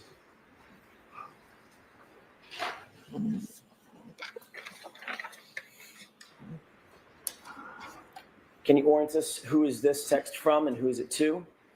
Okay. This text is from Brian to myself, to Nicole, and to Matt. Brian who? Sorry, Brian Albert. And this is in response to the text above that you just read, correct? Yes. Where Matt McCabe said, tell Chris to find out, get an update or something, and tell him that the guy never came in the The house. guy is crazy. This is in Yes. response to that text. Yes. And what does Brian Albert respond?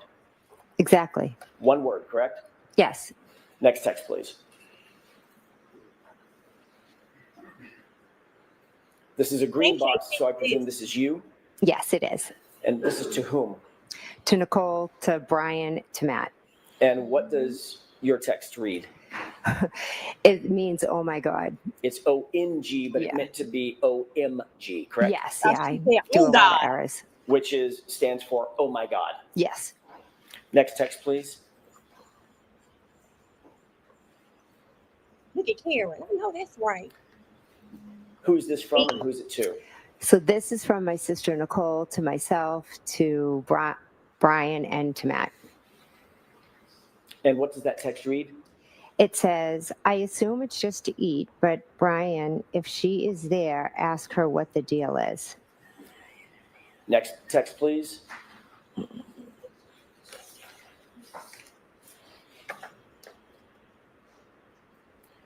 Before I ask you about this text, the last text, that was from whom? One more time. My sister Nicole. It was from your sister Nicole, Yes. and she mentions a she, pronoun she. Yes. Is that referring to Julie Albert? To be honest, I don't know who she's referring to. Well, remember the first text started, or did the first text start with someone reporting that Julie said that Channel 4 was in D&E? Yes, it did. So would that prior text mean get Julie Albert to get some updates on what's going on? Let's go back to that last text one more time. Yeah, That's okay, baby. We got it for you. We got it for you. You see where He it got it reads? for you. Me, I ain't If gonna she's say she there- can't spell because my text be. Does that mean if Julie is at D&E, hence she just reported that Channel 4 is there? I'm truly not sure if who she's referring to as the she. Okay, fair enough. Let's go to the next text, please. Julie, the one look like she's aged 20 years. Hate to see what she look like when she get up there this time. Mr. Wilk, I think you missed one. The one above it. T-Friend lying. Who's this text from and who's it to? This text is from myself, and it is to my sister Nicole, to Brian, and to Matt. And what does this read? This says to ask if we heard if she is in a mental hospital. Next text, please. Who is this from and who's it to? I'm not kidding. This is from me to my sister Nicole, to Brian, and to Matt. What's the time on this text? Girl, not 2:55. And what does it read? Carrie is here going over timeline. Who's the Carrie referring to? Carrie Roberts. What is here? I would assume here would mean my house. Next text, please. Trying to see if she done went to the mental. Oh, Who's this from and who's it to? This is from Brian to me, to Nicole, to Matt. And what does this text read? I did hear that. Next text, please.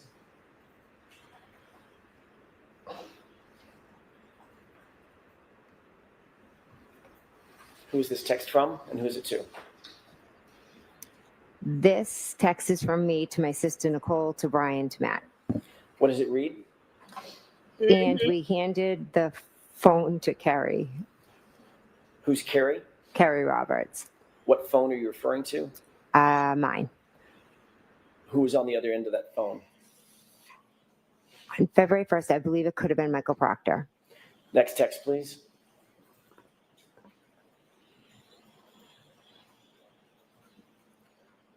Who is this from and who's it to? This is from me to Nicole, to Brian, to Matt. What does it read? She is telling him everything.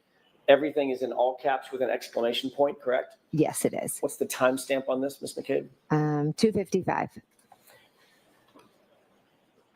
Who's the him that you're referring to in this text? I believe it was Michael Proctor. Next text, please.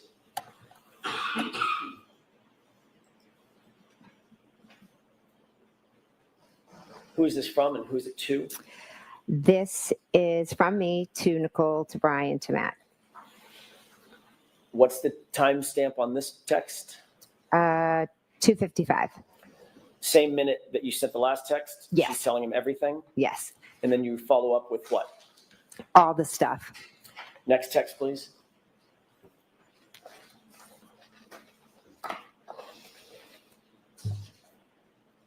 Who's this responsive text from? This is from Matt to myself, Nicole, and Brian. And what's the timestamp on this? 4:35. What does this read? Yep. If she pleads out, it will end. If she fights it, it will be an episode. Who's oh my she? God, they thought she was I'm going assuming that would be Miss Reed. Next text, please. They thought she would plead out, Who's this y'all. from and who's it to? This is from Nicole to me, to Matt, and to Brian. And what does this read? She liked the text about the previous text, Yes. meaning like a thumbs up or a like. Yeah, it just says liked. So The one that reads, yeah, if she pleads, it will end. Mhm. If she fights, it will be an episode. yes. Next text, please.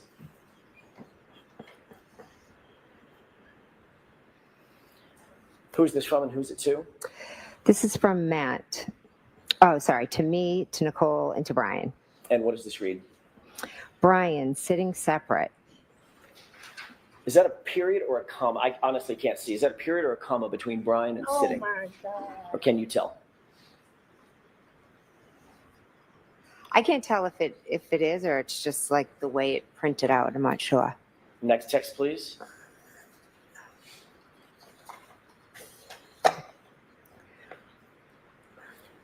Who's this from and who's it to? Brian to me, Nicole, and Matt. What's the timestamp on this? That is 4:55. And what does that text read? Okay. And the next text. Yeah, this crazy. This is another green bubble. Who's this from and who's it to? This is me, Matt, me, Nicole, Matt, and Brian. And what did you say? What did you write in this text? I wrote you listening.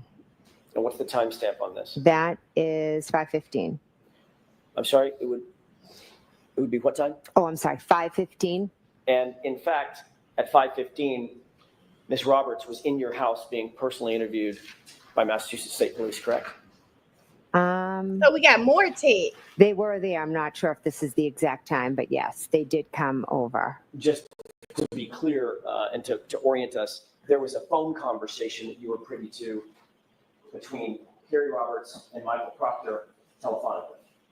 Right? She was Earlier in the day. Yeah. Earlier in the day, he had called me, and then Carrie had asked to speak with him. And that's the handing of the phone. Yes. And later, a couple of hours later, 5-ish or so, she was still at your house. Michael Proctor came over and interviewed her at your home. I'm No, sorry, not Michael sorry. Proctor, Massachusetts State Police. came over and spoke to myself, her, and Matt. And you wrote you listening to the group, correct? Yes. Who was that specifically directed to? I honestly don't know. Was there anybody else in the house during her interview other than you and the troopers? My husband, Matt, my daughter, her friend, my other daughter. So of the people on this text chain, the only person that would have been in the house that could have conceivably, quote unquote, listened would be Matt. Okay. Yes. Okay. Next text, please.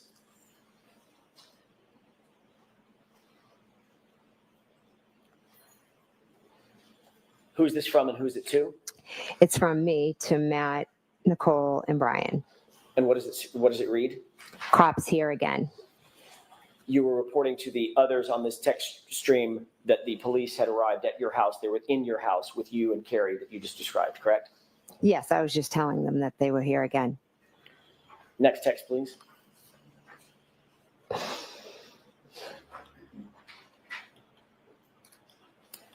Who's this from and who's it to? This is from my sister, Nicole, to myself, Brian, and Matt. And Nicole says, call us after. And what time was this? This was 5:23.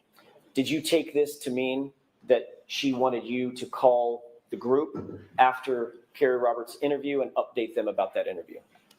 I took it as that she just wanted, to call and see what the cops said and if there was any update, any information. Next text, please.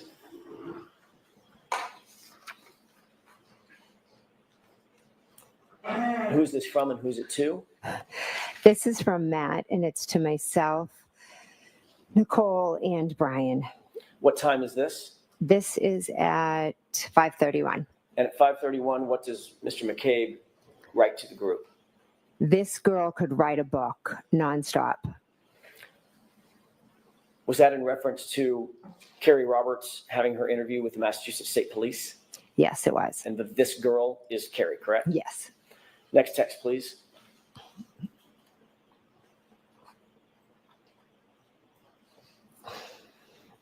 Who's this from and who's it to? This is from me to Nicole, Brian, and Matt. What time is this text? 5:32. And what do you write to the group? I love it. And this is in direct response to Matt McCabe's, your husband's text about Carrie Roberts could write a book, correct? Yes. Suggesting that both you and Mr. McCabe were listening to her interview, correct? We could hear different parts of it, correct? Next text, please.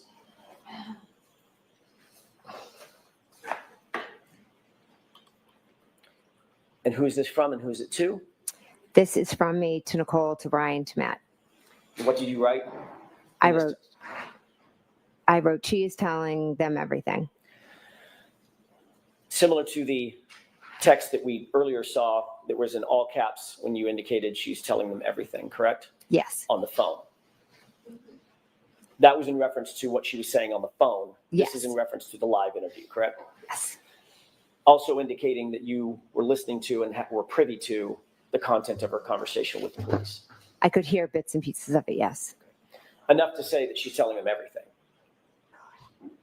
When I used the word everything, I meant it not only was she telling them what had happened, but she was also telling them opinions and different things. Okay, so you could hear it that much. I could hear her saying some opinions. Okay. Next text, please.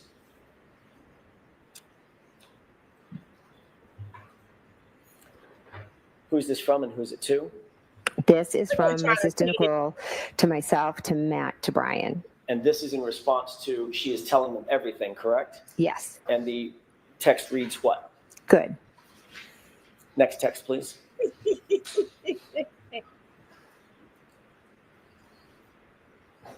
Who's this from and who's it to? This is from Matt to myself, to Nicole, and to Brian. And what does it read? He says, going to miss the basketball game at this rate. You mean Matt says? Oh, sorry. Matt says, going to miss the basketball game at this rate. Indicating that he was still in the house and still privy to the conversation between Carrie Roberts and the Massachusetts State Police. He was waiting for them to talk, but Carrie kept as he said, she could write a book. So he felt he was going to miss the game because she just kept talking. Next And text, we please. talking about a murder. He worried about a basketball game. These people didn't give a damn. That may be the end of it. Yeah, it is. Is that the last text on the page? Yes, it is. Mayor Pro Tem. Yes. Do you want both of them? Okay. There you go.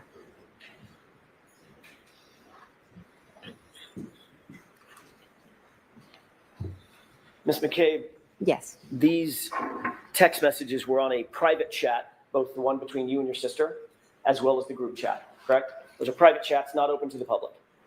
Correct. You never intended, obviously, for any of those texts to become public, correct? I handed my phone over, so I knew all my texts would be seen. When you were writing the text, when the group was chatting back and forth or texting back and forth, those were intended to be private texts between and among just the people on the text string, correct? I just was texting my family. I wasn't thinking anymore of who was going to see it. You certainly did not expect when you were writing those texts that the defense, Ms. Karen Reed's representatives, would ever get a hold of those texts. Come on That now. was not in your mind, Come on. correct? Would never have been in my mind, no. That is a textbook example, what we've just seen, of witnesses colluding with one another about a subject matter that's under investigation, correct? And move for instruction. All right, jurors, disregard that comment completely. Disregard that question. Your Honor, may we approach? Yes. Alan said, let's talk about this. Let's talk about it because it definitely looks like collusion. It looks like collusion. Baby, okay, y'all, how does can Hank come back from what we just seen with Jen? Barty, stop. I don't think Hank can come back. No, he said instruction. He said an instruction. Why are we doing this? It's the word collusion, colluding. And here's my thing, y'all. And I'm gonna stand on this. You don't do this type of shit if you're innocent, right? You don't do this. I handed my phone over. Yeah, you handed your phone over. You were probably scared. You see what Brian Apple did when it was time for him to hand his phone over? She said Jen done show her ass. And these messages, child, we done found out about 5:07 a.m. That 5:07 a.m. call Jen made to Nicole. And I think I'm done. What more do we need to see? 2:27 a.m. hustle on to Don Cole.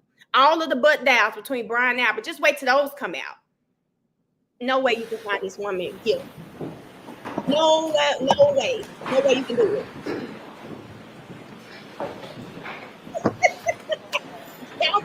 Y'all be trying to stay right. May I, Your Honor? Yes. Thank you. In the text that we just saw, you were colluding with other witnesses, percipient witnesses in this case through those text messages, were you not? I was not. You were organizing your statements to the police based on what you overheard and what you heard during Carrie Roberts' interview with the Massachusetts State Police, weren't you? No, I was not. You were reporting back to other recipient witnesses what you heard and saw during other witnesses' statements to the police. No remorse. To wit, Carrie Roberts, correct? I was telling them Carrie was speaking with the police. And you told them she's telling them, quote, everything, correct? Yes, I told them some of the opinions that she stated. And when Mr. McCabe said she could write a book, she's going on, in other words, she's going on and on, your statement was, I love it, correct? Yes, And you reported that back to other witnesses who were not privy to Ms. Roberts's statements to the police, correct? to my sister and to my brother-in-law, yes. Are they And then witnesses? your sister asked for updates when Carrie Roberts was done, correct? I don't know if it was in regard to updates when she was done or updates like, did they tell us anything?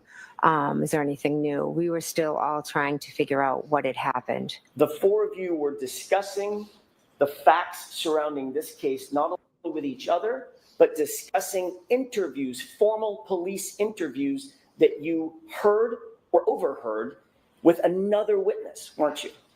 I told them some of the things that Carrie Roberts said, yes. And you were happy about what she said after you had created this timeline with her, correct? The timeline had nothing to do with it. But it was certainly chronologically. Her interview with the police was after this timeline had already been created between you and Carrie Roberts. Yes, we both put down what had happened so we would remember. And then once she was interviewed, you were responding to the rest of the group. She's telling them everything. Meaning everything we just crafted in this timeline. Right? No, I meant she was telling them everything. She was telling her personal opinions about Miss Reed. Like what? That's my next question. Like what?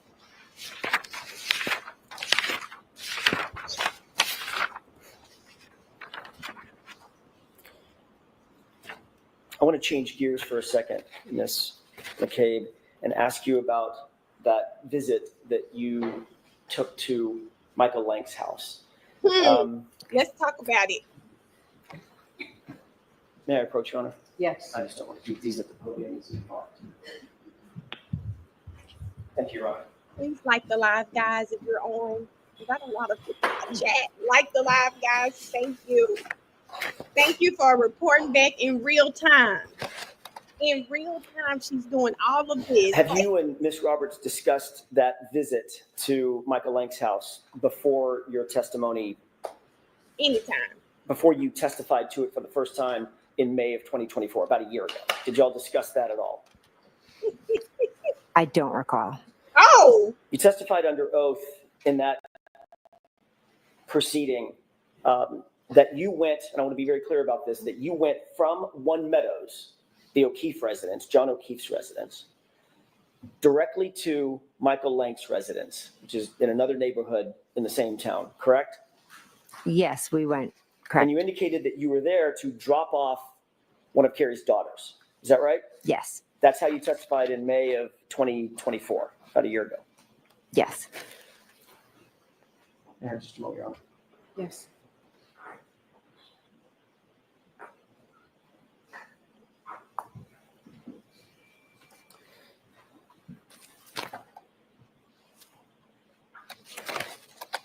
You spoke to Lieutenant Tully about this very same visit on May 10th, 2024, before your actual testimony in that other proceeding a year ago, correct?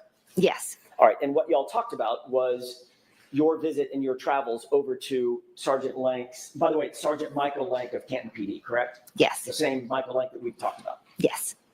You talked to Lieutenant Tully about that trip over to Michael Lank's house, correct? Yes. You indicated that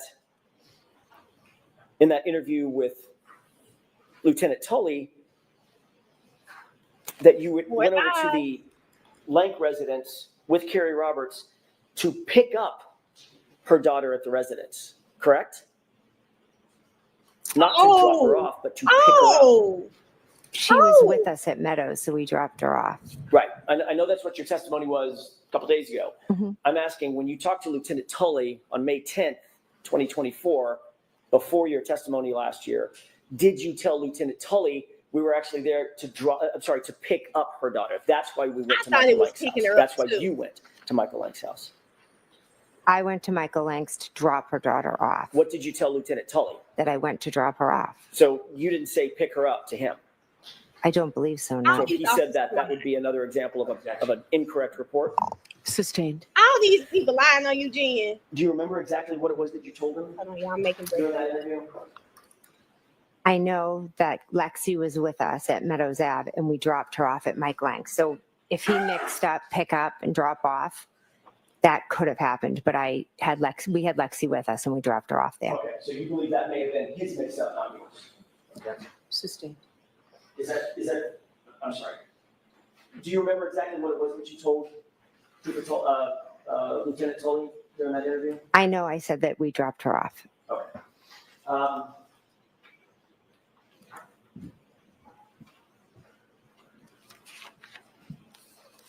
It was 11 days later that you actually testified, correct?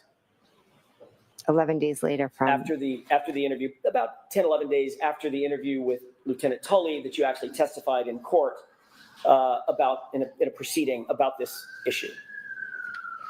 Ben, I don't know the exact dates of when I testified. If you testified, say, May 21st versus May 10th, it's about 11 days. Yeah. All right. Mhm. When you testified in that other proceeding, you did testify that you had dropped off Carrie Roberts' daughter, not picked her daughter up. Is that right? I know I dropped her off, yes. Did you also talk to Carrie Roberts about her testimony and what she was going to say about dropping off or picking up her daughter? No. Okay. You never talked to her about it before you testified or before she testified last year? We both know what happened, so I I'm don't, just asking if you had a discussion. That's all I'm asking. I have no idea if we discussed that. So you might have. I have no idea. And in the last year, let's clock it around all the way to now, Mhm. you've probably discussed it additionally with her, correct? Probably not that detailed, no. Now, you also indicated, by the way, the reason that this subject matter came up with Lieutenant Tully is you were confronted with certain location data records indicating that you were at Michael Lang's house for a period of time, correct? Sustained. Ask it differently. Were you provided any records and asked about records that showed that you were at Michael Lang's house on January 30th, 2022?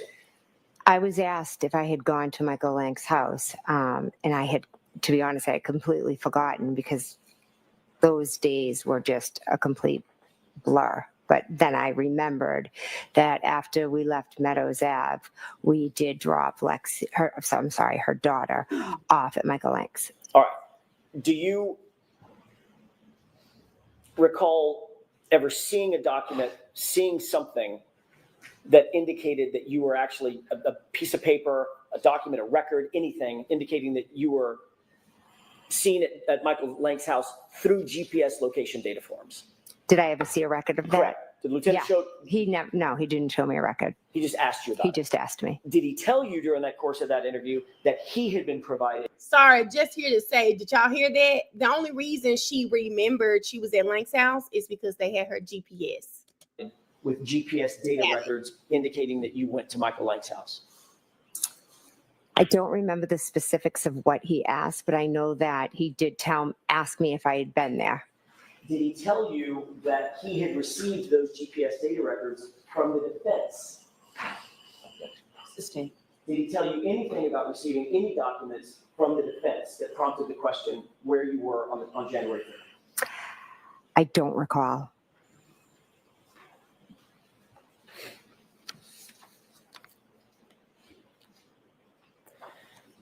Before that interview on May 10th with Lieutenant Tully, Mhm. this is preceding your testimony last year. Okay. Had you ever reported that you went to Michael Lang's house, Sergeant Lang's house on January 30th to anybody? No, to be honest, I completely forgot about it.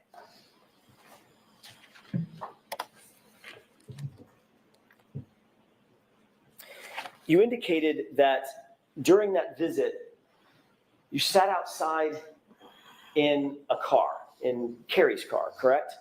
Yes. Basically for the entire visit. Is that right? Yes. You indicated that you did not go in the house except to use the restroom possibly, correct? I have a faint memory that I ran in to use the bathroom. You indicated that you did not see Sergeant Lank at his home, correct? I don't believe I did, no. What time of night was this? I don't know. We had been at Meadows for a while, and then we left, dropped Lexi off, and then I went home. I don't know a time, maybe afternoon. I'm not sure. I'm sorry.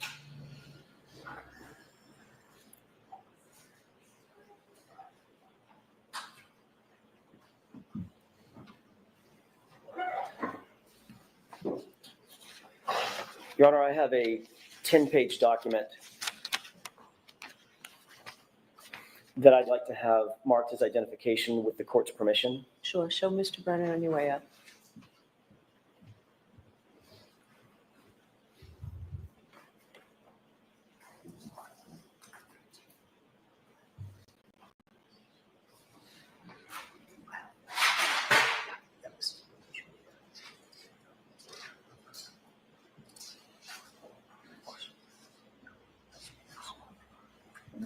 Take your time. Mr. Brennan is just going to review that document. I have no problem with that. Thank you. Good? Okay. May I approach? Yes. Thank you.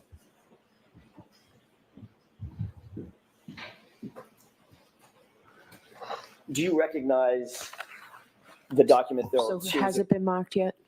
I'm sorry, I asked that it be marked for identification at this point, just only for identification. Sorry. So Madam Court Reporter will mark it and give it back. Okay. Thank you. Should be held for identification. Thank you. Go ahead, Mr. Jackson. Thank you, Your Honor. Once you get the document back, I'll ask you a couple of quick questions about it. Okay.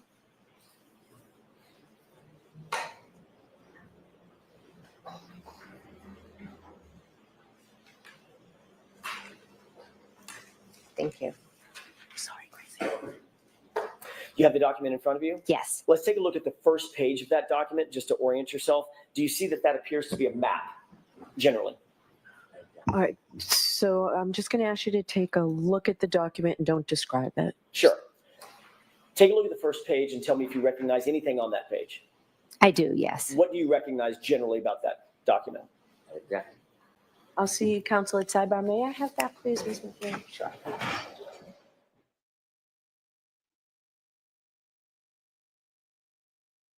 Okay, sorry, y'all. I'm making breakfast over here. But anyway, I feel like, what do y'all think this is? Is this GPS coordinates? I don't know what's going on with the chat. I don't know what's going on with the chat, but I was able yesterday to see. You can see when it's changing all the time. I don't know. Maybe we need a group chat or something. I don't know what y'all doing to the chat, but clearly, y'all confusing the chat. We got to be on one accord, y'all. The chat is one of the best parts of the streaming. And it's because we got to get on one accord with this chat. Because I could see when I went through the thing yesterday, I could see it slow down, speed up. So I don't know what was going on. It's like 6 different people was doing something at one time. I don't know. But yes, I come for the chat. Thank you, Nicole. Nicole says I come for the chat. I watch on I'm not sure if it affects the views, but I watch on my TV phone and sometimes CPU. Thank you for all of those views. Thank you. And I'm only able to like the live once. It's okay, long as you like it. We appreciate it. We gonna get the mods together because I do feel the chat is the best part. Hey, Stephanie, and the chat needs to be together. The chat needs to be together. Doing too much with the chat, Lynn said. Fix the chat. We got to fix the chat. That's the best part of being a millionaire. Best part of being on this live stream is being in this chat. So we need to be on one accord with the chat. I don't see what's going on, but I can see the comments talking about the chat, the way it's moving, and whatever's going on with the chat. We need to be on one accord with this chat. I love it here and there. Miss Jefferson says, Montresa, shout out to my girl, Miss Jefferson says. She's also streaming the trial. That's my girl. She said, fuck the chat. The chat fuck my husband. Ash, you know what? Get off the live. get off the live, okay? Get off the live. Please get off the live, Ash. She said, fuck the chat. The chat, fuck my husband. Y'all got to know what movie that comes from.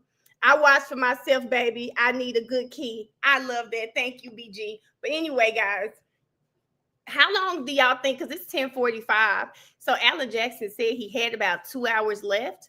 And it sounds like we're now getting to Officer Lank's house. Is there anything else Jen's involved in? I think, is there anything else Jen's involved in? I need to see. She said I was handing out more riches than Home Depot. I'll be glad when you get your. I need to do it. I just need to sit down and do it today. The Google's. Oh, Haslong. Okay. We need to do Haslong. Y'all are right. Okay. Thank you. We've got to do Haslong. You're not going to lunch. You might take a break here. May I continue, Your Honor? Yes. Thank you. Okay. Taking a look at that first page, do you recognize a location that's pinpointed on that page? I do. Okay, without telling me the address, what do you recognize that as being? My house. Okay, and do you see in the call-out box in the middle of the page, Yes. do you see a date and time? Yes. What is the date and time? It is January 30th at 12:13. Take a look at page 2 on what's been marked for identification. Okay. Do you see a location pinpointed on that page? I do, yes. What do you recognize that location as being? John O'Keefe's home. Is that what we've talked about on Meadows? Yes, Meadows. Do you see a time and date for that location? Yes, 1/30/2022 at 12:19. At 12:19 p.m. Yes. Okay, thank you. If you could turn to page, 4, skip over page 3 and just go straight to page 4. Mhm. Do you recognize something that's been pinpointed on that map as well? Yes. What is that? Again, don't give me the full address. What is that location that's pinpointed? That is my house. Okay, and do you see a date and time for that location? Yes, that's 1:30 at 5:21. When you say 1:30, January 30th? Sorry, January 30th, 2022 at 5:21. Okay. Looking at page 5, do you see a location Yes. pinpointed on that map as well? Yes, I do. And what's the date and time of that location? That is also 1/30/2022, and that is at 5:28. Got it. Taking a look at page 6, do you see a location pinpointed on that map? Yes. What is that, again, what is that location? That is 1/30/2022. The location, the address? Oh, I'm sorry. That is Fairview. Appear to be 34 Fairview? Yes. And what's the date and time? 5:36. Taking a look at page 7, do you see anything located on that, a pinpoint location on that page? Yes. What's the date? I'm sorry, what is that location? That's Fairview again. And what's the date and time? That is 1/30/22 at 5:40. So just to be clear, the page before was 5:36 and this page is 5:40. Yes. Okay, take a look at page 8.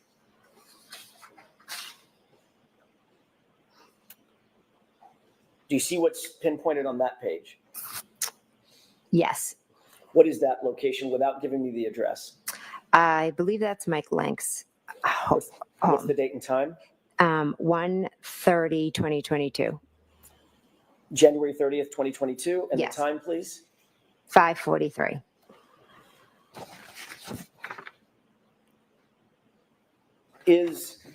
You're familiar with Canton, obviously, Yes. much more than we are. Is Yes. driving time from 34 Fairview to Michael Lank's house consistent with about 3-4 minutes? It could be with they have multiple stop signs Okay, and due to the weather. right. Taking a look at page 9, Yes. do you see another pinpointed address? Yes, I believe it's the same one Okay, the same address on, as Mike Oakdale? Lang. As Mike Lang. okay. And what's the time, what's the date of that? 1/30/2022, and that is 6:28. And 6:28 is about 45 minutes after 5:43, give or take, correct? Yeah. Finally, the last page, page 10, do you see yet another pinpointed address? I do, yes. Is that your address? Yes, it is. Okay. And what's the date and time of that pinpoint?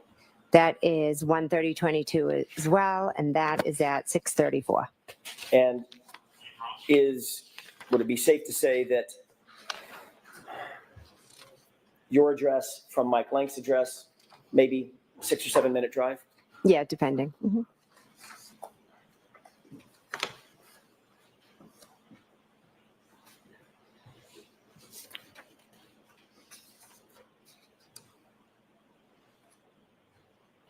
We were talking about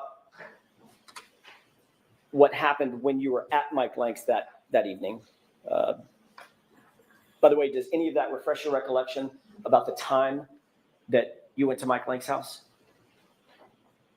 Yes, I knew it was after Meadows and later in the day. Yes. So closer to 5:45, 6:30, correct? Yes. This is in January in Boston, is that right? The greater Boston area. Yes. Gets dark really early. Yes. It was a blizzard. The night before. Yes. Safe to say that it was dark out.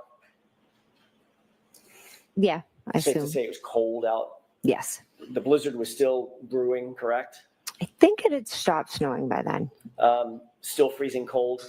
Believe so. And your testimony is that you sat outside in a car with Carrie Roberts and Michael Lang's wife for 45 minutes. Yes. You actually, and I'm assuming the car was running. Yes. He had to be on full blast. Yes. You're dressed in winter gear Yes. because it's freezing out, correct? Correct. You actually got out of the car and went into the house to go to the restroom at one point. I have a faint memory. I think I did. Yes. And the three of you didn't just decide, let's just go in the house. No, we didn't. You actually came out of the restroom, came out of the nice warm house, and fought the cold and got back in the car, according to you, correct? Yes, I went back in the car because Carrie was going to bring me home.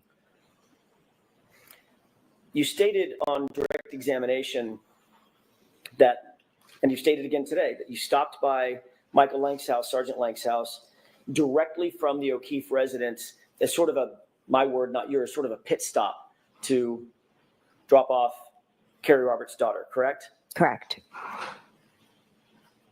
In point of fact, you actually drove from your personal residence to Michael Lang's house as a destination, didn't you? I don't remember that. This is what this piece of paper says. I remember just leaving Meadows and dropping off Lexi. In point of fact, it wasn't an errand. It wasn't to drop anybody off. It was a destination that you went to from your house to Sergeant Lang's house on January 30th, 2022, wasn't it? No, we went to drop off Lexi. Was Lexi at your house? She was with us at Meadows, and then we went to drop her off. Right. She was never with you at your house, was she? I don't remember going to my house. So if she wasn't with you at your house, there would be no reason to drop the child off from your house to Michael Lang's house, correct? Lexi was in the car with us, and we dropped her off at Michael Lang's. That's why we went to Officer Lang's house. Yes. And in point of fact, you actually went from your house and did make a pit stop to 34th Area before you went to Michael Lang's house, didn't you? We drove by and stopped. Yes. Slowly stopped. Yes. You went in the house and spoke with someone. No, I never went in the house. Why did you go by and just stop? I think Carrie and I just went by to take a look at it. We were still trying to figure everything out. Stay there for 4 to 6 minutes. I have to look at the report, but yeah, we were sitting in the car, kind of just like, oh my God, looking. Didn't go in the house. We didn't go in the house, no. Nobody came outside to talk to you. No, You didn't speak to Nicole. I don't believe so. Possible. Like I said, Carrie and I just kind of drove by and were looking at the area. And that's before you went to Michael Lang's house, correct? That was on the way to Michael Lang's. So in point of fact, I'm sorry, but now she talking about they rode by their house like y'all know in Hollywood how they do the star maps and you ride past the star's house. Now she acting like she done rode past 34 Fairview like that. Oh my God, that's where John was. And then this girl got to get off this stand line. you didn't go directly from One Meadows to Michael Lang's house. I truly thought I had. Girl. My memory is not, this isn't refreshing my memory. I do not remember going by my house before Michael Lang's. Do you remember testifying a year ago that, well, let me ask it this way. Do you remember denying a year ago that you ever even stopped by 34 Fairview? I don't remember that now. Would it refresh your recollection to take a look at your prior testimony? Sure. Well, I remember she was like, I did not go by my sister's house. We may have rolled by, but I didn't go over there. Now she's talking about they did go over there slowly to look at the body. Look where the body was. Take a look at that page, the top highlighted. Okay, but her memory needs a lot of refreshing. Y'all remember, she was like, I didn't go over there. Maybe we rolled past the house. But we didn't go over there. Now she like, oh yeah, we went, but we rolled by slowly. We kind of look at the scene and like, damn, he died. Maybe my sister came out. May I? Yes. Thank you. Monet, great catch, AJ. Thank you. She said slowly. Ooh. On May 21st of last year, you were asked about this very thing in a prior proceeding, correct? Correct. At that time, you denied altogether ever going by 34 Fairview, correct? No, I believe the paper says I never stopped by, but we drove by. And now you're saying that you did stop. Yeah. Stopping by and driving by meant something different to me. Stopping by, I look at as like, then you pop in the house. Driving by is you just drive by. So we just drove by slowly and kind of looked at the scene. And Ms. McCabe, I think you just said The house ain't that big. you maybe even spoken with Nicole. I didn't speak with Nicole, no. We were in the car, Carrie and I, and Lexi. You were denying that you ever spoke with Nicole or any other member of the Albert family or anybody at 34 Fairview as you sit here today. As I sit here today, I'm telling you that we slowly drove by. What? So again, last question on this point. You did not, you now admit, drive from One Meadows over to Michael Lang's house directly to drop off Carrie's daughter.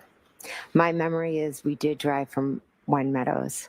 I know what this piece of paper says. I'm telling you that just my memory is we left Meadows and went down Fairview and then went to Michael Lang's. But this paper is saying we stopped at my house first. I don't remember that. But What would again, I GPS was in say? shock. Sorry. So a lot of things from that day She said she are was in foggy. shock. Certain things, certain details I may have forgotten. And all of your testimony over the last several days is based on that memory that you just described to these jurors, correct? There are certain things I'll never forget, correct? Girl, this is crazy. I'm going to ask you a couple of questions. You may, depending upon your answer, depending upon what you just answered, you may or may not remember. Let's see. Okay. Isn't it true that at 12:13 p.m. you left 12 Country Lane on January 30th, 2022? Yes, according to this, yes. Look at that GPS. Isn't it true that at 12:19 you arrived at One Meadows, the O'Keefe residence?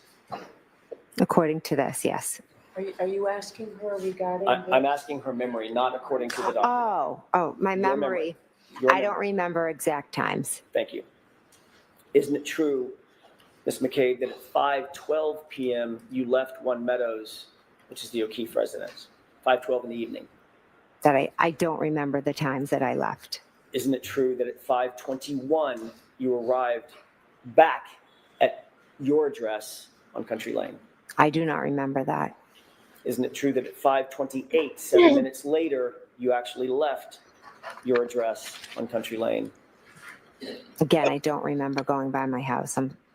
Isn't it true that at 5:36, you arrived at 34 Fairview and stayed for at least 4 minutes? I know we drove by. Isn't it true that at 5:40, or there just thereafter, you left 34 Fairview? I'm gonna go I rent know we Land Cow. left and went to Mike Lank's. And isn't it true at 5:43, you arrived on that Oakdale Road address at Sergeant Lang's house? Not sure of the exact time, but yes, we did go to Sergeant Lank's house. And isn't it true that at 6:28, almost 45 minutes later, actually a little better than 45 minutes later, you left that address at Michael Lang's house and drove back to your house directly? After leaving Mike Lank's, I went home, correct? And you arrived at your house at 6:34, correct? According to the paper. What about according to your memory? I don't remember exact times. Mr. Jackson, is this a good place to take a break? is. Do I'm you about have a to shift while gears. more? Okay. Yes. All right, I'm about to we'll shift take gears. our morning recess. 15, 20 minutes, we'll see you back. And this will be again at 20 minutes.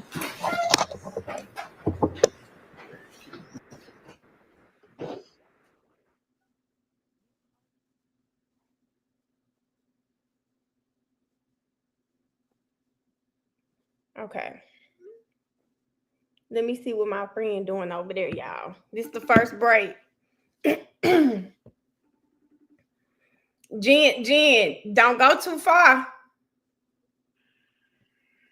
Campbell, Campbell, we can. We about to catch you up right now. Don't look at me like that now. Damn. I'm not the enemy. I am not the enemy. This is a new way to lie. I ain't never in my life. We got mail on the FaceTime. Y'all know we get together on the first break of the day. And yeah, Mel got to look for me today because I ain't never heard nobody lie. I ain't even heard a nigga lie like this before. I ain't never heard a man lie to his baby mama this good where he say, listen, I see what the papers say, but my memory is not that. It's still, you can show me the pictures. You can show me the text messages between me and the bitch.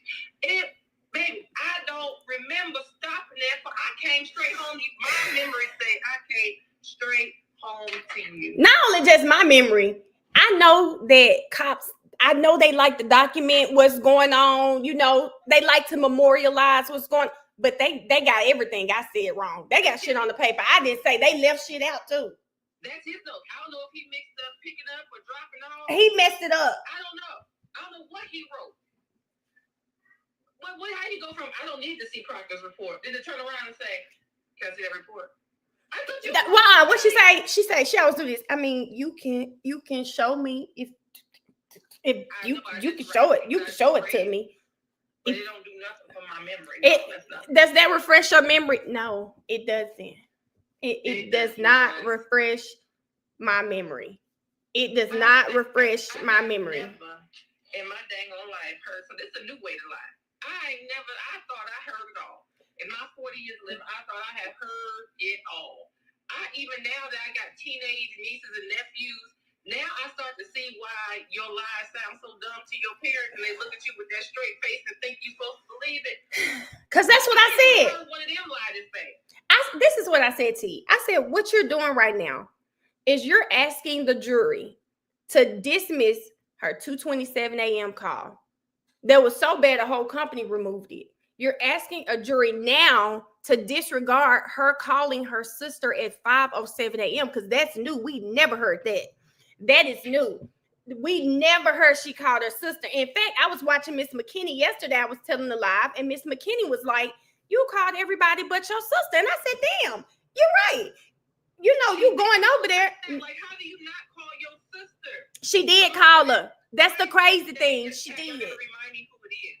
Somebody said today, if a police officer is missing,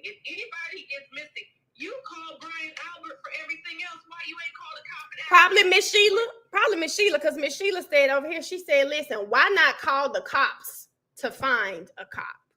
To find a cop. She said, you called Brian Albert for everything else. Why did you not call him about this here? And I'm like, why?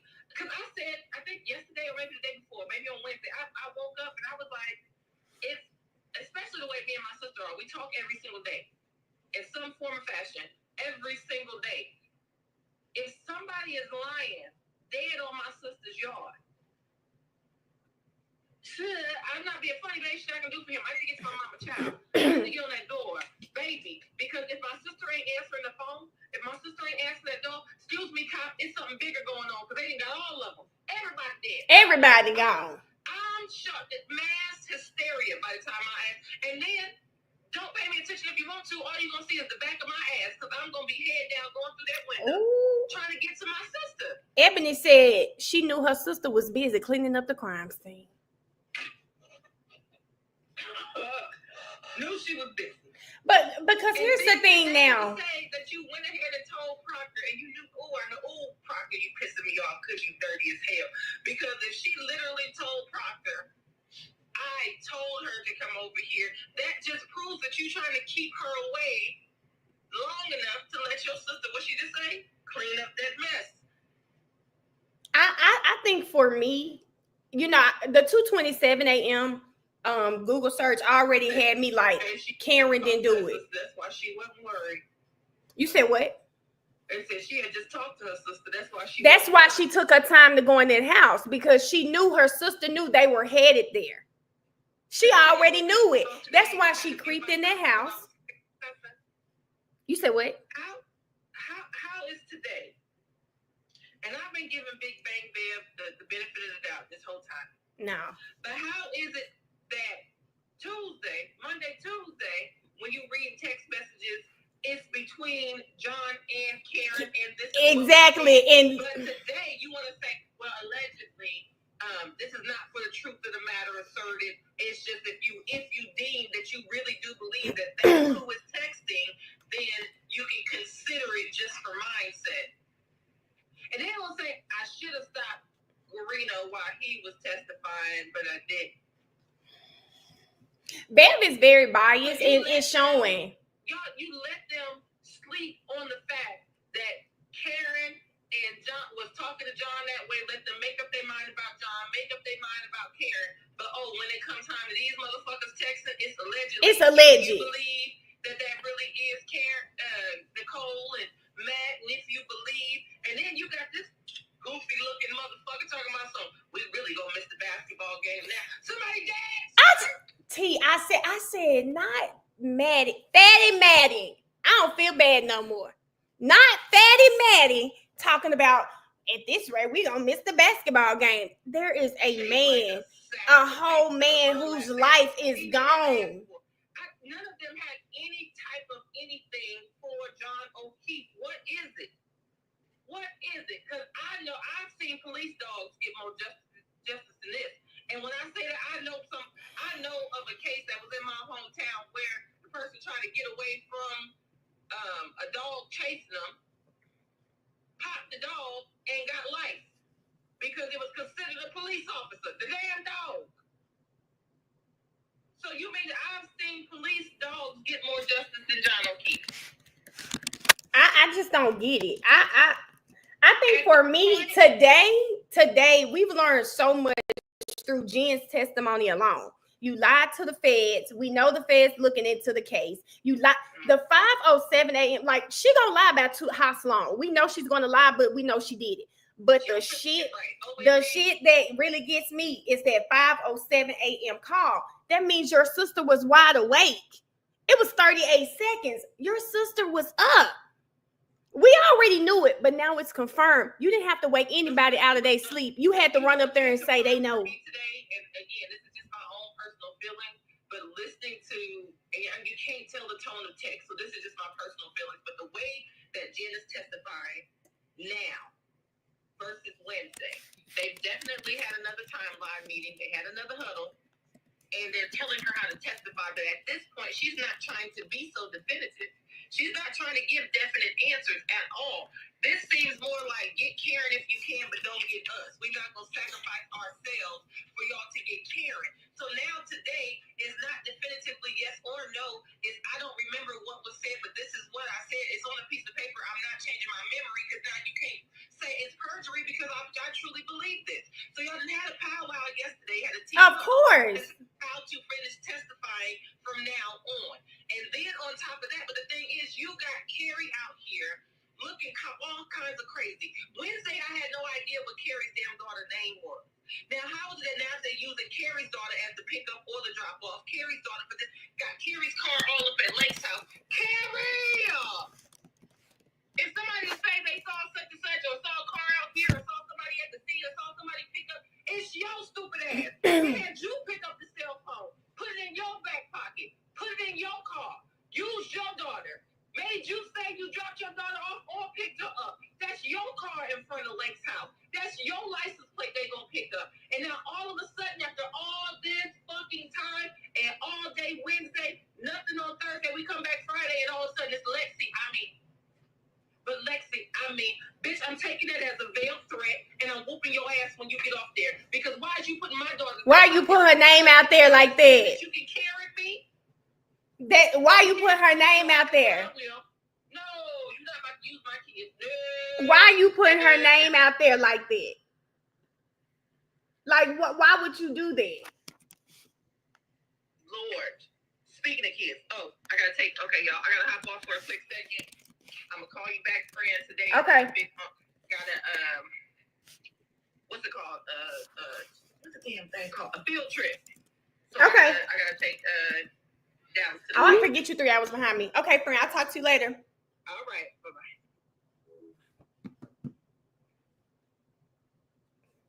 She said, Miss J make you want to fight. Hold on, y'all. I wanted to. Y'all know we're about to talk about Hot Salon. We're about to go into Hot Salon to die in code. You know he's about to roll into that. That is going to be something that's really big. And here's the thing. Hearing the jury say this, right? We've got so many things that have come out with Jen. Something else, 12:45. And y'all be paying attention because we know the issue with 12:45. If she says she saw that car out there at 12:45, we know that was a lie because Karen's phone connected to John's Wi-Fi at 12:36. There is no way she saw Karen's car out there at 12:45. Now her timeline is fucked, right? So her timeline is fucked. We've got to deal with the 2:27. The 5:07 a.m. call you conveniently left out of grand jury testimony, an FBI hearing, the actual case, and multiple police statements. Okay? How can we trust you? Your credibility is shot. Now, it does look like you're trying to protect your family. Remember, she said it on the stand. Karen is not, there's not a familial relationship with Karen, right? So you're going to protect your family over Karen. She said, yeah. She probably not even thinking about that. But you said exactly what Alan Jackson wanted you to say. Karen is, look how they're talking about John. And John was allegedly their friend. John was their friend. The guy. He was their friend. You know they don't give a damn about Karen. What did they say? What did they say in there? What did these people say? They said, oh, she'll plead out. Now, if she doesn't plead out, it's going to be an episode. Why y'all worried about if she pleads out or not? You liked Karen so much, Jen. But now you hadn't contacted her. You haven't called her. Nothing. Carrie is at home just dumb, probably thinking that the defense is twisting Jen's words. She's not pissed because remember those text messages regarding her interview have already come out. And if you remember, she'd spoken to Jen that the day before she testified. So she doesn't care. But Mira, do you think the defense is doing a good job of showing that Karen was an outsider? How do you guys feel about that? I went back and rewatched the testimony last night. One of the things I loved that Alan Jackson did, and then I also watched The Lawyer You Know, and he felt like this too. Well, they felt like this, is that family tree. Do you guys remember Alan Jackson really taking his time to show how everyone's connected? Do y'all remember that? And then keep in mind, somebody said, why does she have Uncle Brian in her phone? Remember, she met Brian when she was in kindergarten. Most people do that. Instead of calling the person by their first name, they put uncle in front of it. I do it now, and I'm 38 years old.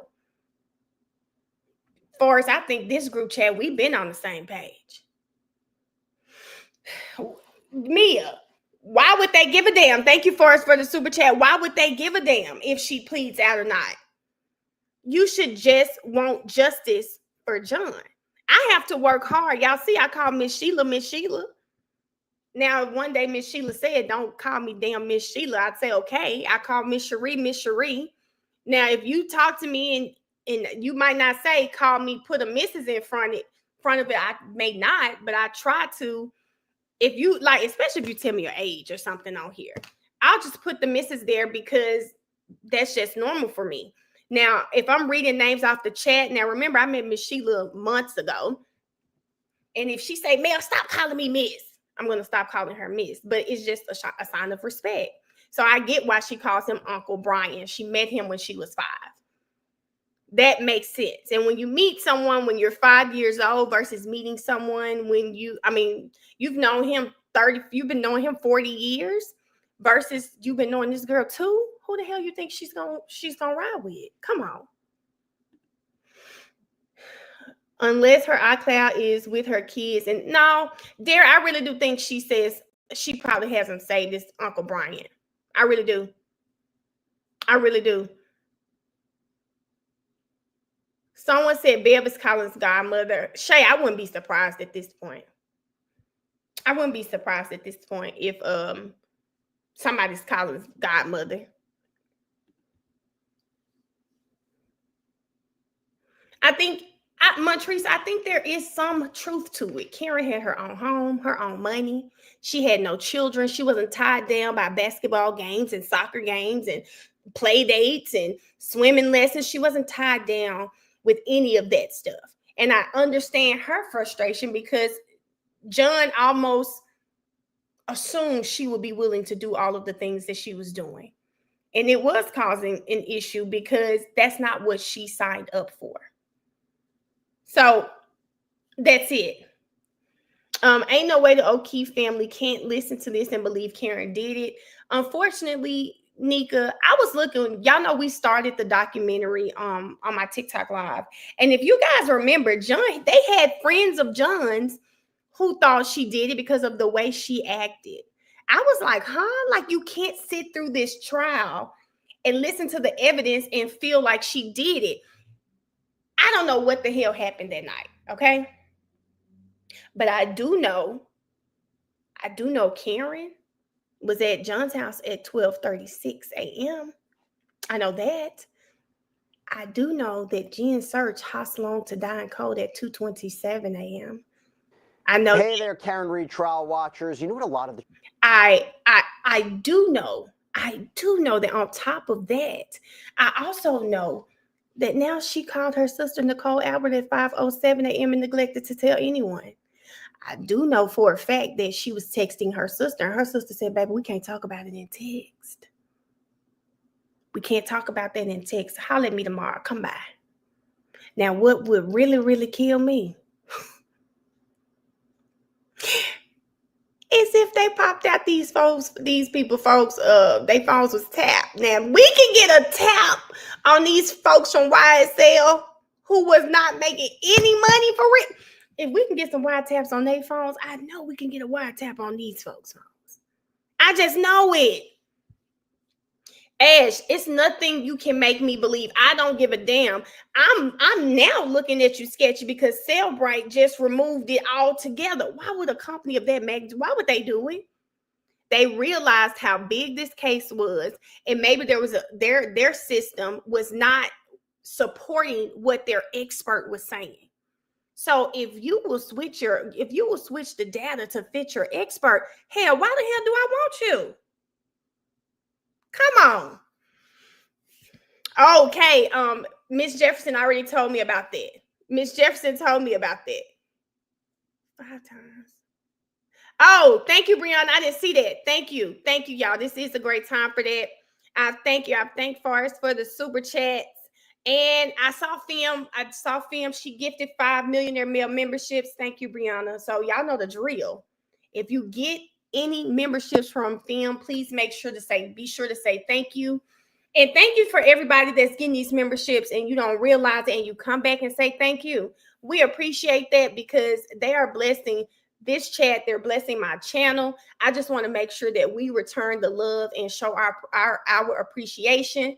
Thank you again for Ash for becoming a member. Existence, Drea, OLM, thank you so much for becoming members today. Miss Pooh, again, thank you for the super chat.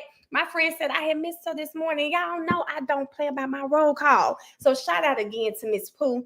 Shout out to Kay for the super chat earlier. Kay, I appreciate it. My girl, Ronnie, thank you again. Ronnie gonna do a super chat and tell y'all to like the damn live. Okay? Like the live. Thank you so much, Ronnie, for reminding the chat to like the live. Andrea, thank you so much and happy Friday to you again. Teaser, thank you again for becoming a new member. And listen, thank you guys for all of the likes, the super chats, the shares. Thank you to my mods. I see y'all done had a meeting of some sort. I hope y'all get it together. I hope y'all done got it together over there. So I appreciate it. I appreciate it. Real player roll call. Krona. Shout out to my girl Krona all the way in Germany. Shout out to my girl Krona. Thank you. Thank you. Thank you. Thank you to everybody. Yes, I appreciate it. I love and appreciate my mods. You guys really listen. I hate to, I'm going to say this every time when I talk about my mods. I love the fact that most of the mods, we've been here since, oh my God, last year. So they know how this chat should be run. They know what we want to see in this chat. And I appreciate y'all so much for taking the time to be here and keep this chat going. Thank you so much. Thank you to everybody, anybody that's new on the stream today. Thank y'all. I hope y'all having a good time. I do believe that we have the best chat on YouTube. Gets a little messy in this chat sometimes, but not bad messy, y'all. Not bad. What we like to say, ha messy over here. Not bad messy. Kaylin, shout out to my girl Kaylin, y'all. Y'all so crazy. I've been knowing Kaylin brother, oh my God, forever. And then she ended up finding me on TikTok, YouTube. Now that's my other sister. I got a shout out too. And I was watching her live. She has some really pretty hair, gorgeous hair. Watching Kaylin's TikTok, and I was like, she needs to do more hair content. And I didn't tell her, but I said she needs to do more hair content. Love the texture of her hair. It just looks so pretty. She does it so well. And yesterday I saw her do some hair content. So, listen, it's aligning and I hope we get more hair content. I really enjoyed it. Shout out to everybody out here doing content. If I'm not following you, you know the drill. Just let me know. I typically follow back and I'm always going to share whatever content you guys are putting out there. Because, I don't care if it's a repost, somebody's going to see it. And I love to see it. So shout out to Kaylin. Kaylin, so proud of you, girl. Your content been so amazing, girl. I love it. Shout out to her. Let me see if I'm missing something in the chat. Forrest said, thank you to whomever found that 5:07 a.m. call. I know that's right. From Jen to Coco. That's a complete nuclear bomb. I think it's over. And thanks, Mel, for being all warm and welcoming. Forrest, thank you, because since you found my chat, you definitely support me. And I appreciate it. You are hilarious. You keep the tea coming in the chat. So thank you too, friend. Thank you for everything. I appreciate it. Stephanie said, I'm finally caught back up at work. Steph, as long as you're getting that money on, okay? The chat gonna be here. Thank you, Sarah, for becoming a member. I appreciate it. Tiffany said, I think John's family knows something. I don't think so. I think they're blinded. There's no way your son passes and you just want anybody to go down for it. I don't like that. I don't like that at all. Mayor, how do you think the jury is perceiving Karen? She seems more involved than most defendants. Baby, if they're like me, they'll appreciate it. Because if my life is on the line and there's a possibility I could face life in prison. Oh, I'm like that too. Hell, you ought to see me if I get a write-up at work. I look just like Karen. The way Karen is, it makes me feel like when I was going through my stuff, my issues with those 3-letter people, and I was going through a lawsuit, baby, I was Karen. First, baby, co-counsel. I don't have a problem with it. I don't know what the jury is thinking, but she should be involved. She should be involved. It's her life on the line. It's her life on the line. So she should absolutely be involved. Hey, Dee Dee, how are you? Hey, Dee Dee, Mel. Can't wait to wear my shirt. Day, I'm happy you got your shirt. My homegirl and I, we were just discussing new colors, new designs that'll be coming out soon. So thank you to everybody who purchased shirts. I bought extra and I think I only have 2 shirts left and they may be like a large and extra large, but I really sold out all my shirts and I appreciate it. I appreciate it. Erica, if you text me the link, I can send it to Ash if she keeps missing it. I just saw you. I could send it to Ash. Ash can send it to Key. Key really needs to send me her phone number. She could send it to her. So I could send it to y'all. I think John's family knows. We saw that. I think John's family knows something. Give me just a second. I'm going back up in the chat. Okay, I think I finished it. Angel said, oh yeah, I'm all in the mix. I would be like, sidebar, tag me in, AJ, with some questions. That would be me. That would be me. I don't see anything wrong with that, guys. Like, just think about it. If your life was on the line, baby, you'd want to be involved too. Hell, if I was in jail, when all my spare time, give me some shit to look over. Hell, give me some documents. I'll go. Give me the cell phone report. Tell me what numbers I'm supposed to be looking at. Do y'all remember on Clueless when the daddy had that big case and he was having her going, he had Cher going there, help them, and she was messing up? Now, that wouldn't be me, but I'm saying, just picture that. I'm going to be like Cher. I want in. I want to help. That's going to be me. That is going to be me. It's 17 months. You know what? I didn't know it was 17 months, but I do feel like at some point throughout this trial, we're going to be thankful that we have 17 mods. We might have 17 mods because quite literally, ASAP Rocky's verdict day traumatized me. Okay.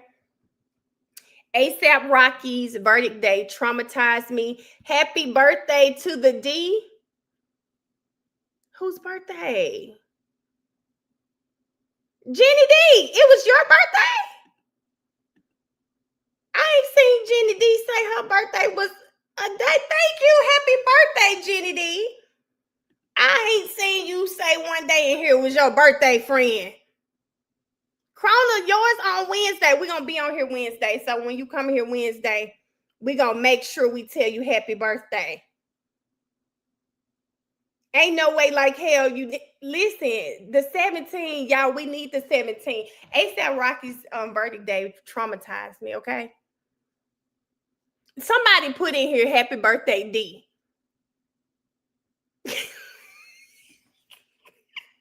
Key, it's always you. It's always you. Yes, happy birthday, Jenny. She said Mel got them goons for Mars. Anybody can catch a straight. Jink, yes. Yes. Mel, you can be Mel from Sweet Home, Alabama. Have you seen that movie? Yes, I have seen that movie. It's a movie. It's one of my comfort movies. Comfort movies that's in a movie I can watch all the time. Oh, your birthday's tomorrow, Jenny. Okay, happy early birthday to my friend. I see them telling you happy birthday in the chat.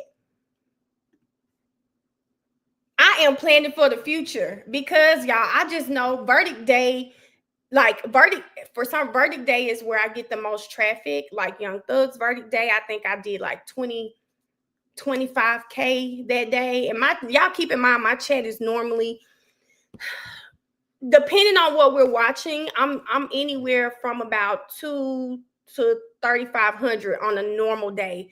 Those are the views my YouTube videos get. But on verdict day for Rocky, it was like 20,000. Young Thug, 25,000 views. So the views do go up during verdict days. I just want to be prepared, baby. If they ain't here talking crazy, get them gone. Get them gone, okay? We just want to watch trial. We're going to laugh in here. We're going to learn. We're going to catch some discrepancies. Like, that's what we want to do. I don't want anybody in my chat arguing. This is not the place for all of that. I don't need anyone in here arguing. I don't need any of that, baby. What happened? I don't need any of that happening. I'm sorry. I don't have the mental capacity for it. Get them gone. Before I argue with you, I would much rather the mods block you.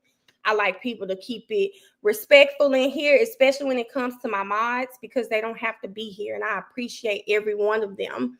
Oh, good morning, Sharita. She said I'm a Bush member, but I be hitting these keys and listening. Thank you, Claudia, for being here. And happy birthday right now. Okay, it's Taurus season and the Taurus are out.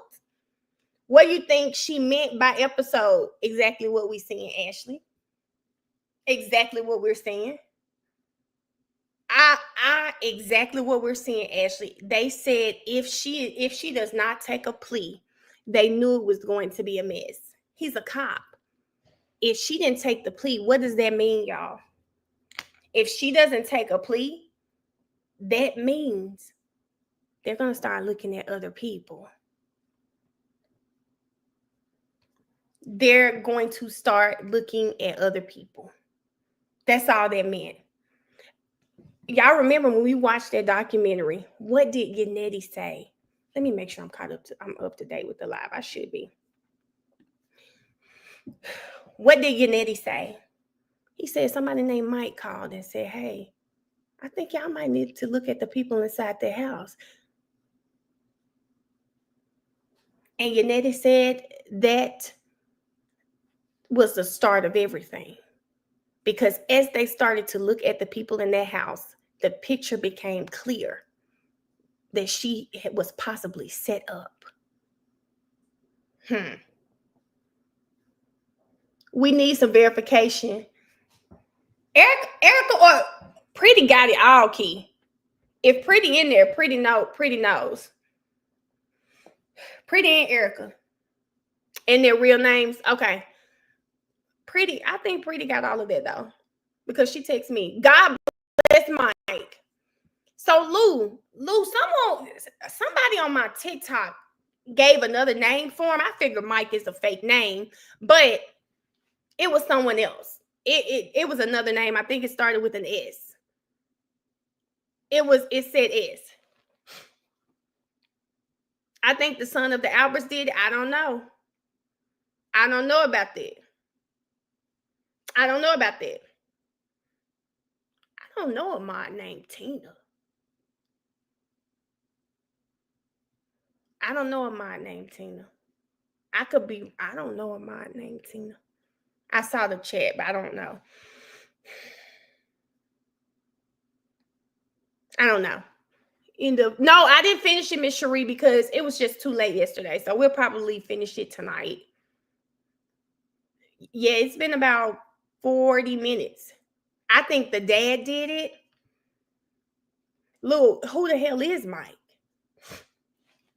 But shout out to Mike. Okay? Shout out to Mike.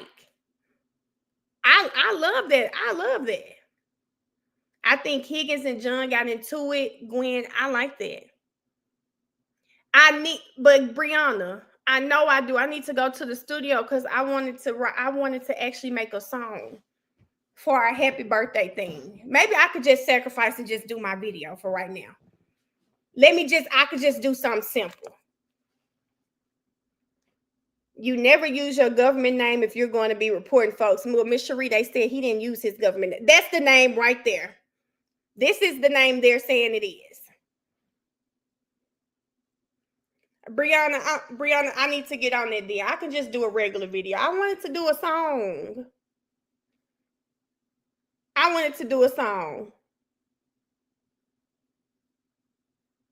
So pretty, when we get off today, maybe we can do like a group FaceTime. Pretty, and we can figure it out.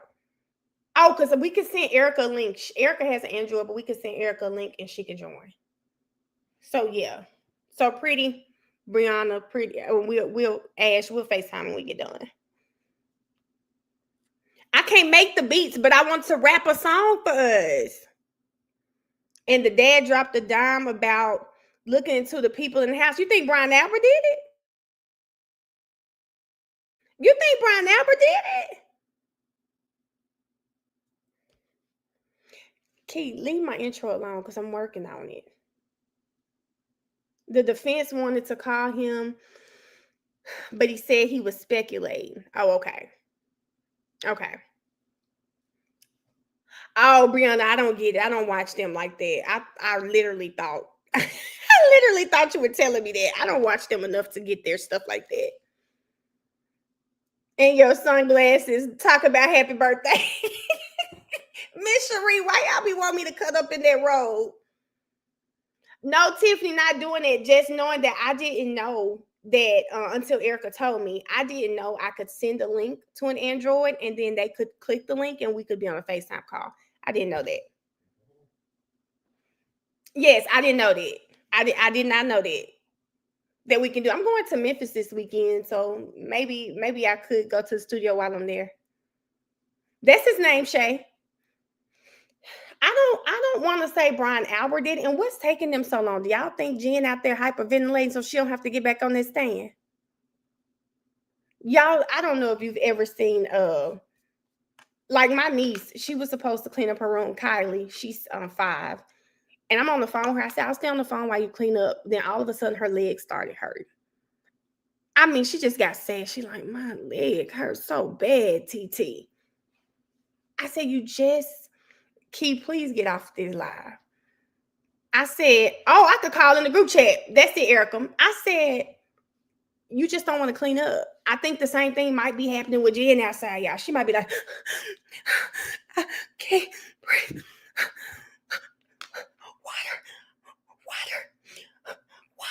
Like she might be doing something like that. And that's why it's taking her so long. I mean, I'm speculating, but that could be what's going on right now. Yeah, that could be what's going on right now. Taylor, she know. Do y'all remember when? Y'all remember on Tyler Perry when the lady busted in the church? My soul says yes. Y'all remember that? Baby Jen done bust out that courtroom on them people. Child, listen, Forrest, Jen out there, sick. Baby, Jen is out there sick. Probably.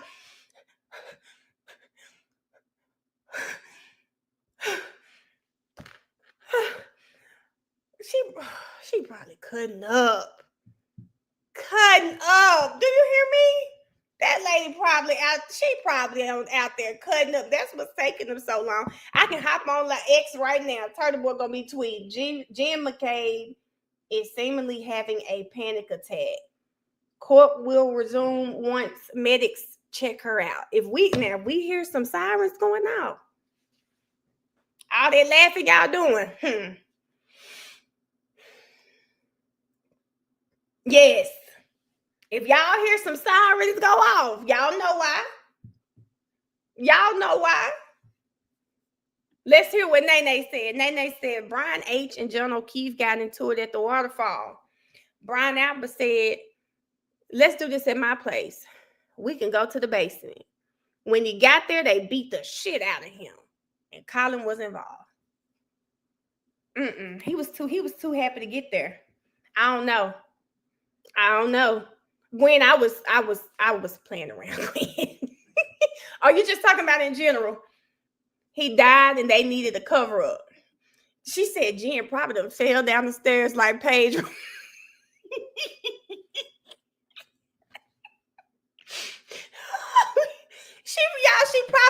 She probably told Fatty Matty, just punch me in the chest. I can take it. Standing in front of that man like this. Just punch me. Just punch me. Send me straight. What's the name of the hospital, y'all? Is it the Guardian? What's the name of the damn hospital, y'all? John O'Keefe went to. It's a Greater Good, Greater General.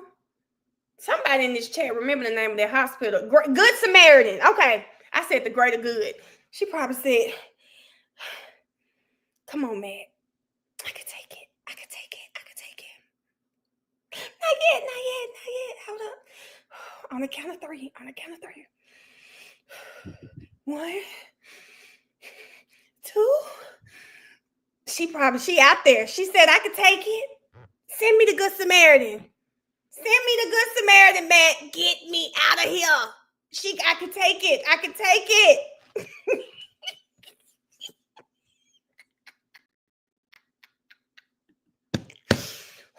That man, she said, I can take it.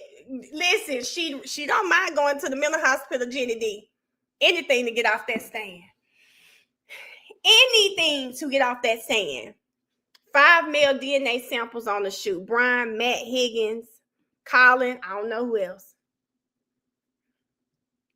Crime Junkie. What the hell? Come on. Baby, I would have been out of there when he read me them damn text messages. Nay. Baby, she was reading them text messages so long. I said, Lord, she done glitched up there. Matrice said, man, I came with you. I'ma need all the pamper. Matrice, not a pamper.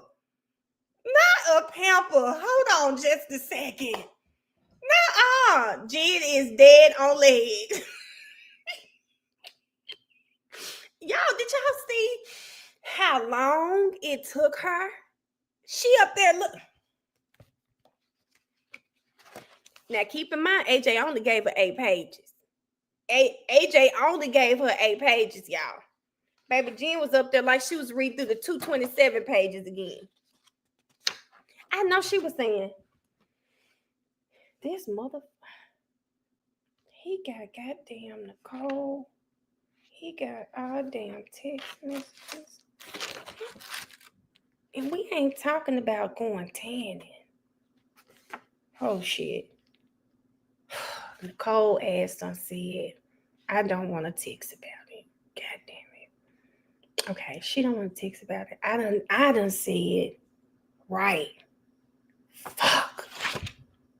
Then Matt's dumb ass talking about telling the guy didn't come in. Why the hell would Matt say some shit like that? That's what she was doing. That's what she was doing, talking to herself. Because why did it take her so long to go through 8 pages, y'all? 8 pages. She trying to figure out how the hell I'm going to explain me and these text messages. It's just not looking good for Jen. But we don't know juries, guys. Is the jury going to get it right? Well, she said, Nicole said, call me on video and talk about BS for 6 minutes. Hold on, Key. Let me go see it. Hold on. Let me go see it, Key.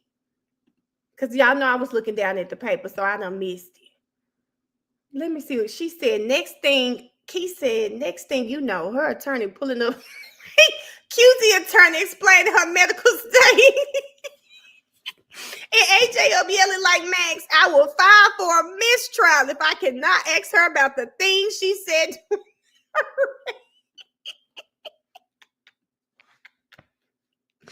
Key, if we start court, because at this point, y'all, it's been damn near an hour.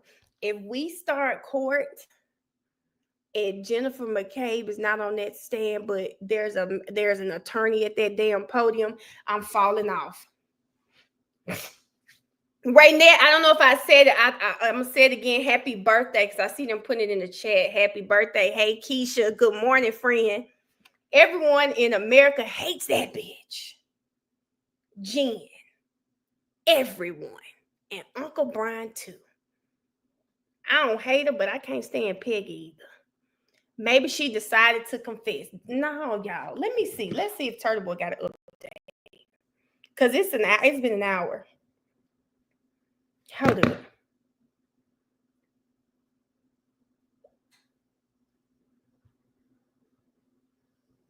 Hold up.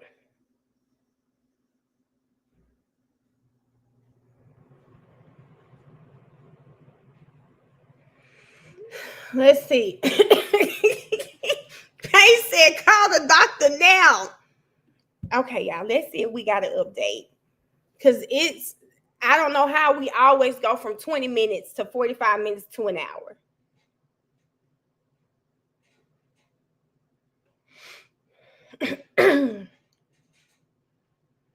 Okay, let's see. I don't see anyone telling us why there's a hold.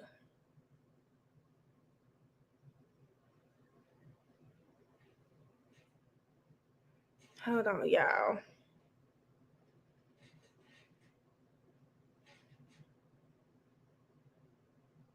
Yeah, I don't see anyone.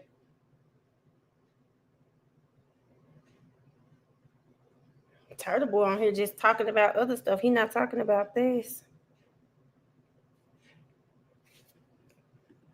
Jenny D says, thank you, everyone, and thank you, Mel. Much love to y'all. Thank you for the super chat. Happy early birthday again. Thank you. Thank you. Okay. I don't see any updates telling us why court is delayed right now, y'all. I don't see anything telling us why court is delayed. He's not in court today, Liz. Oh, because of Jen. Okay.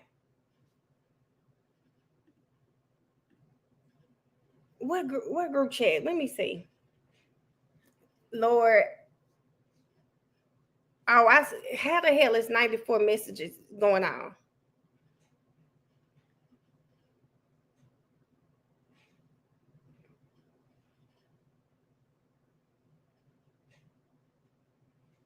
Hold on, y'all. Let me see what's going on here.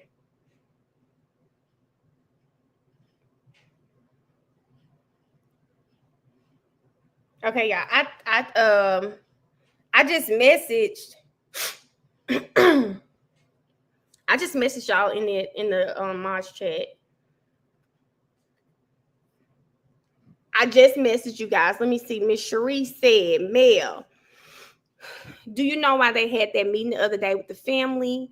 And then when the family came back to the courtroom, they ended up moving Paul. Miss Cherie, apparently, they have been making marks and faces they've been making comments and making faces to the defense and Karen, and they had Paul moved. And he had been saying stuff. I'd been seeing it on X. So they had it moved. Carter, it's not my birthday, Carter's mom, but we do have some people whose birthday it is.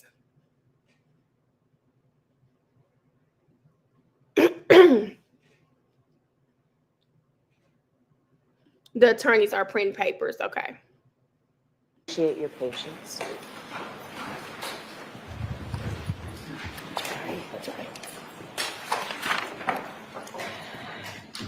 All right, Mr. Jackson, go right ahead. Thank you, Your Honor. Ms. McCabe, I want to shift gears to some phone calls that you had with Trooper Michael Proctor back in January of 2022, moving forward to February and March. Your Honor, may I approach? Yes.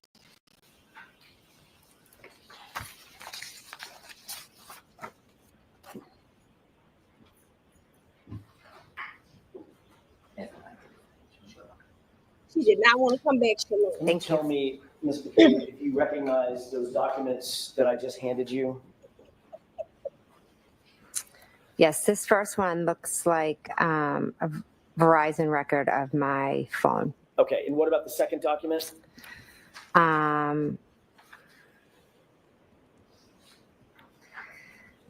phone bill. And yes, more records from my phone. Okay. I want to ask you a couple of questions. Before I do, I'd like to have both of those documents respectively marked just for identification. I don't anticipate. Not her phone records again.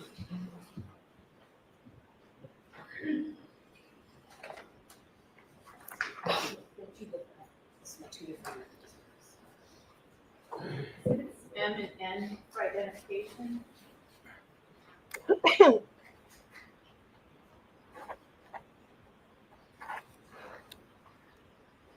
Thank you. I'll send Lexi the link on X. May I continue? Thank you.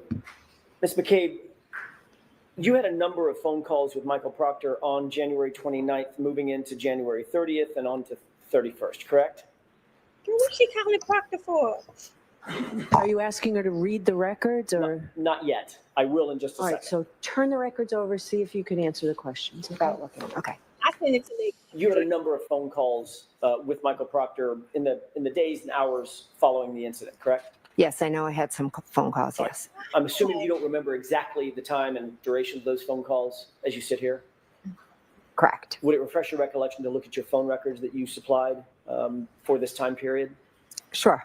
There's two different documents, Ms. McCabe. One of them starts with January 29th. Can you grab that document, please? Sure.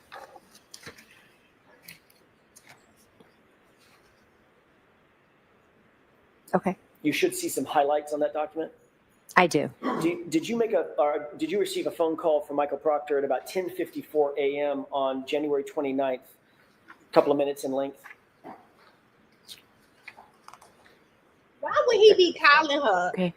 So you asked her if this would refresh her recollection. You need to ask her if this refreshes her recollection. Sure. Do you remember, as you sit here, a phone call at 10:54 a.m.? I remember getting a call. I don't remember the exact time. Would it refresh your recollection to look at the document that you're holding as to the time of that phone call, time and date? I see what the document says, but I just, in my head, if you ask me what time did he call you, I don't remember. Do you have any quarrel with the accuracy of that document? No, it looks pretty accurate. Okay. It looks right. It looks possible, yeah. All right. Did you receive, as you sit here, do you recall, does that refresh your recollection that you received a phone call from Michael Proctor about 10:54 in the morning? Does that refresh your memory now? I know I did receive a phone call from him, yes. At that time? I don't know the exact time. All right, so the answer is no. Was it mid-morning? Yes. Did you receive another phone call on the 29th around? Without looking, so this is again, right. you're being asked questions. I'm going to go through this with each one of these I'll take a calls. There's not bit. that many, but a few. Okay. Okay. On the 29th, did you receive a phone call at around 12:49? I know I received a phone call. I, again, don't remember the time. Would it refresh your recollection to look at that document, the next line down or the next phone call with that number? Yes, I see that there's a call on this record. Okay. Is your sick of being recollection Jazz. refreshed that you did receive another phone call on the 29th from Michael Proctor? Is your recollection reflect, do you now remember independently that? Not the I don't remember the Yeah, being specific times, no, independent. but I do remember that he did call me, yes. Okay. So there's two phone calls. Excuse me? I only object in form, I don't object to the record. All right.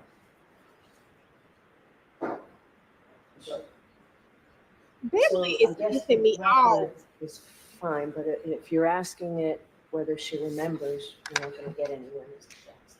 Well, then I'll just, I'm being told that there's no objection fine. to the record, just the question where you're incorporating several things from the record. Fine. Then that'll speed things along. I Is that the appreciate nature of that. the He just want objection? Bev to let it go. Yes, I have no objection to the data coming in. Thank you. I'm just going to speed things along, and I appreciate Mr. Brennan's assistance with that. January 29th, you see the record indicates a phone call from Michael Proctor at 10:54 a.m. Yes, You also see on that same record a phone call on January 29th coming in from Michael Proctor at 12:49 p.m., correct? yes, Moving on down to January 30th, you see a record of a call at 9:51 a.m. from you to Michael Proctor, correct? Hey, Brittany. yes, January 30th, about a minute later, you see a phone call from you to Michael Proctor lasting about 22 minutes, correct? yes, January 30th at approximately 4:45 p.m., you see a call from Michael Proctor to you, call lasting about 10 minutes. Correct. Going on to the next day, January 31st, you see a phone call from you to Michael Proctor at 11:51 a.m., just before noon, lasting about 4 minutes, correct? Yes. Take a look at the second document, if you will. That covers that document, or that time frame. Okay. The second document, you should see some highlights, and I'm going to ask you to start where there's a tab at February 14, 2022. Honestly.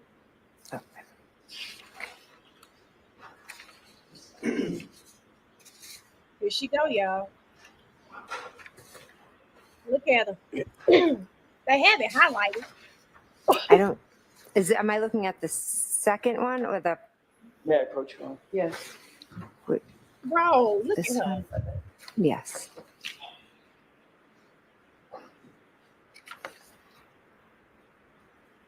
They said Bev is the worst part of this case. Let me see the other document. This one has the February 14th. There you go. Y'all not Thank you, Mr. trying Cade. nervously smile. Taking a look at that document. And by the way, for the record, which one is that, M or N? This is M. M as in Mary. Mary, yes. Thank you. Do you see a record of a phone call on February 14th at about 3:55 p.m., lasting about 17 minutes between you and Michael Proctor? Yes. February 17 minutes. 17th at about 5:19 p.m. Is there a record of a call between you and Michael Proctor at that time? Yes. February 28th What? at about 12:48 p.m. Is there a record of a call between you and Michael Proctor? Yes. What the On the hell? same date, February 28th, do you see a call at 4:34 p.m. with you and Michael Proctor? Same color. Yes. March 1st at 10:16 a.m. Do you see a record of a call between you and Michael Proctor lasting 10 minutes? Yes. March 1st, you should see two calls, one at 4:51 p.m. and one at 5:06 p.m. Do you see those two calls between you and Michael Proctor? Yes. One was 1 minute and the other was 2. Thank you. And staying on that same date, at 5:50 p.m., do you see a call on March 1st between you and Michael Proctor lasting about 12 minutes? Yes. And then finally on March 29th, 2022, do you see a call at about It's my 3:27 p.m. lasting about 4 minutes? I'm sorry, what was the remember date? March 29th? Oh, I don't okay, remember yes. this, Okay. y'all. And that's about a 4-minute call at 3:27 in the afternoon. Now, I don't remember this, y'all. Yes. Okay. And you had, in fact, and that's all I have on those records. Thank you for Okay. that, Ms. McCabe. You had, in fact, met Michael Proctor in person on January 29th, correct? Yes. He was actually in your home and personally interviewed you, correct? Yes. Not only did you have him in your home, it was for the purpose of a formal interview between the two of you in person. Is that right? Yes. That was the time that Brian Albert was there Yes. in your home as well. Yes. And you had at least, I think we went through about 14 phone calls with Michael Proctor in just the next days and weeks, going all the way up to February and March. We've just gone over those, correct? Yes, there are calls, but Yeah, we you're right asked about the about it. number of calls, but some of them, I don't even know if they were answered. And of course, that doesn't, and that may be true, but Mhm. you were communicating back and forth, certainly, Yes. in the weeks and months following. Yes. And that doesn't include those records, just for brevity's sake, those records stop in March. But there were more communications in April, May, June, July, August, correct? I'm not sure about that. I don't know. Victoria, I think initially we communicated, but I'm not sure how long it went. So, And then I know we started communicating again in the summer of 23, I believe, or April of 23. so you had spoken with Michael Proctor on the phone many times. We've just gone over those records, correct? Yes. You met him in person on the 29th. Yes, when he came to interview me at my house, correct? You just took the words out of my mouth. That was for a formal interview with you, correct? Yes. And it was in your house that you met him for that formal interview. Yes. And that was probably for some time. It wasn't a 2-minute conversation. No. Then in September or October of 2023, you were interviewed by Lieutenant Tully, correct? Yep. I have been interviewed by Lieutenant Tully. I don't recall the date. And you indicated just now that you began picking up conversations with Michael Proctor again in the summer of 2023, correct? Yes. So there were many more communications at that time, just before the September-October timeframe of 2023. Yes, but that was in regards to something different than this case. Not the subject matter, but you had met him and talked to him more times in the summer of 2023, correct? I never met with him. I just spoke with him. Okay. In that interview with Trooper Tully, you were specifically asked about your relationship with Michael Proctor when Trooper Tully sat down with you in that, I think it was a September or maybe it was an October interview, correct? I don't remember the specifics of the interview. He asked you specifically whether or not you had met Michael Proctor, whether or not you had any sort of relationship with Michael Proctor. Is that right? I'm not sure the specifics of the interview. Isn't it true that you told Lieutenant Tully that you had, quote, never met Trooper Proctor prior to September of 2023? No, because Michael Proctor was in my house in January Uh-oh. of She don't come to y'all. 2022. Exactly. The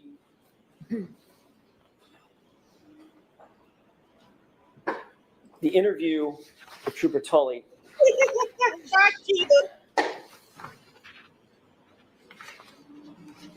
I may have just a moment, Your Honor. I think I'm gonna like it here.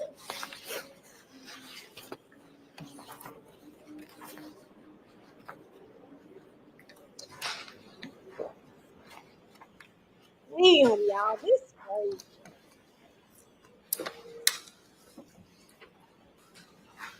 The interview with Trooper Tully in that fall of 2023, where did that take place? I don't recall. Do you recall telling Trooper Tully that you had never met Elizabeth Proctor or Michael Proctor prior to September 2023? Oh my No. God. Would it refresh your recollection if you saw a copy of Lieutenant Tully's report?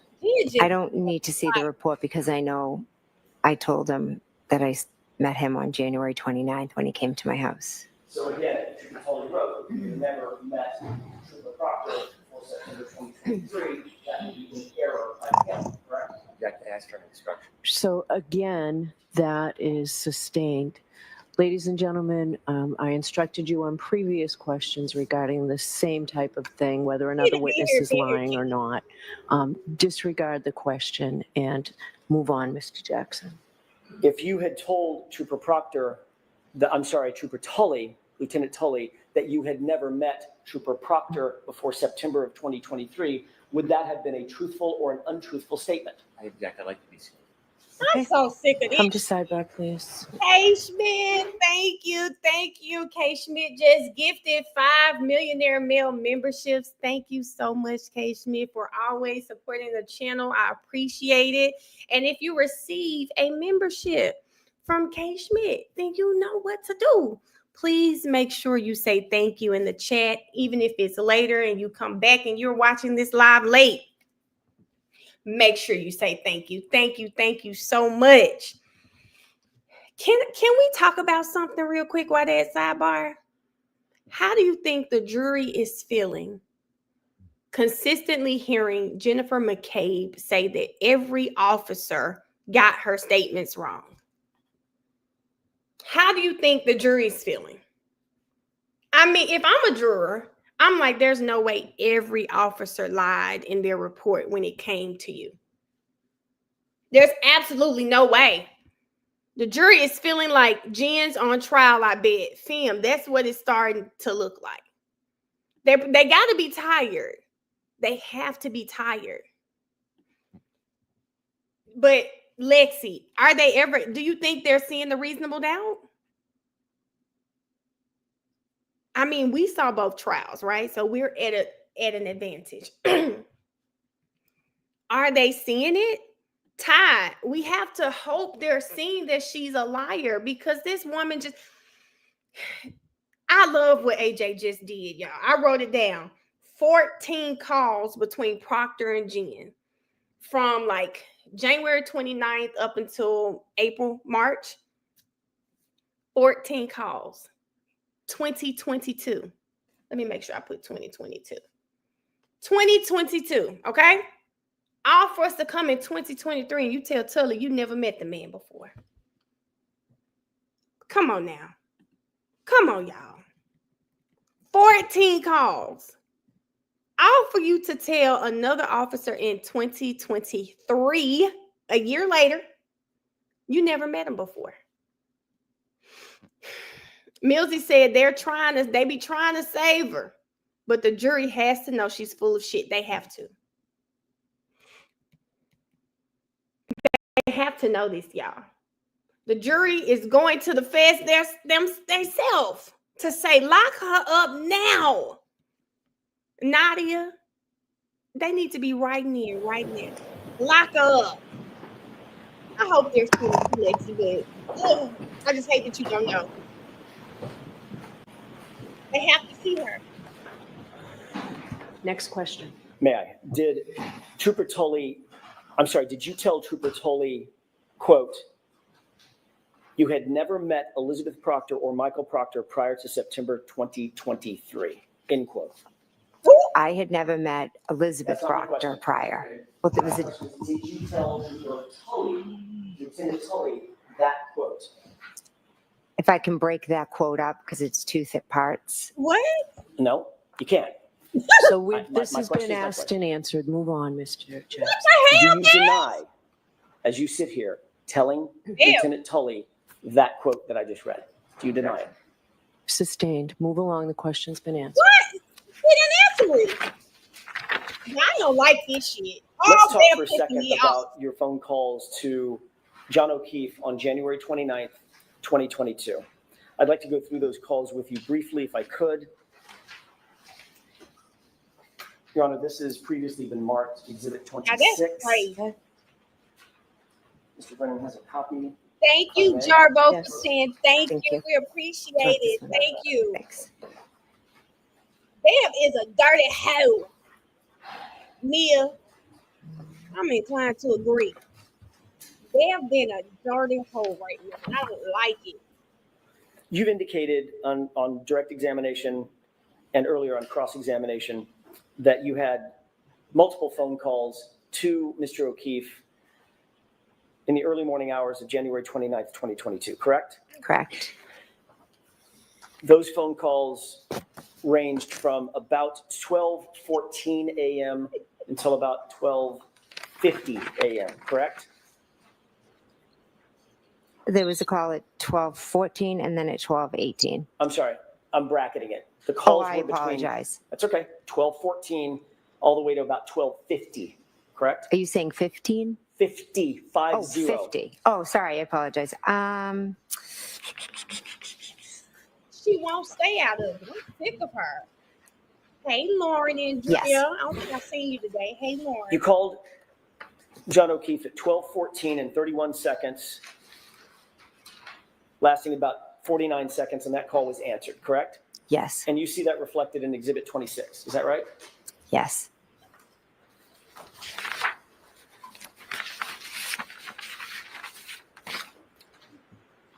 Going in reverse chronological order on this exhibit, you also see a call at 12:18 and 47 seconds, wherein John O'Keefe calls your phone lasting about 36 seconds. Is that right?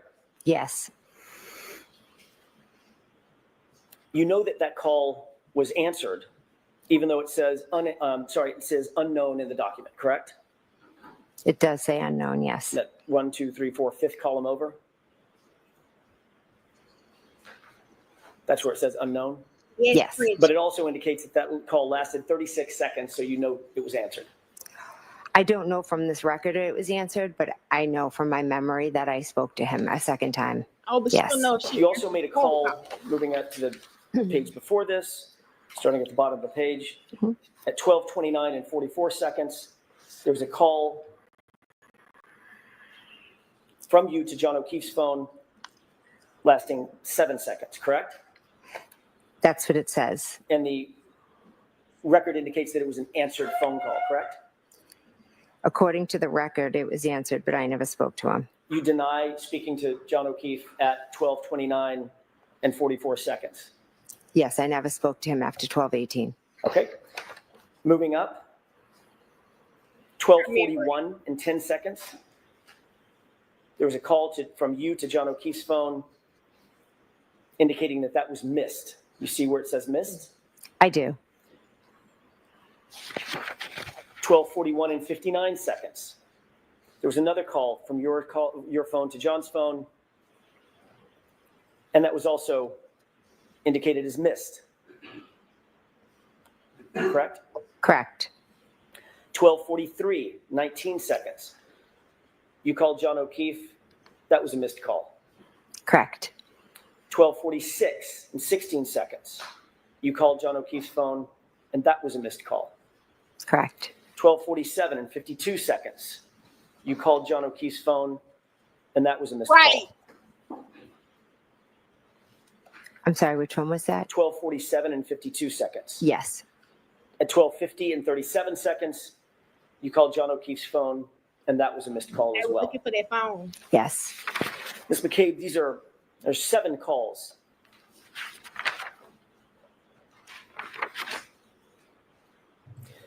That you indicate you made to John O'Keefe's phone and that were missed. Is that right?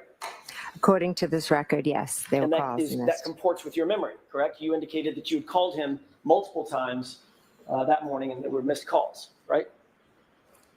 I called him, but I also think that some of the calls I might have done inadvertently. Well, we're going to get to that in a second. My question is that comports with your memory that there were several calls, according to the records, there were several calls made to John O'Keefe's phone, including 2 calls that you say you spoke to him, 12:14 and 12:18.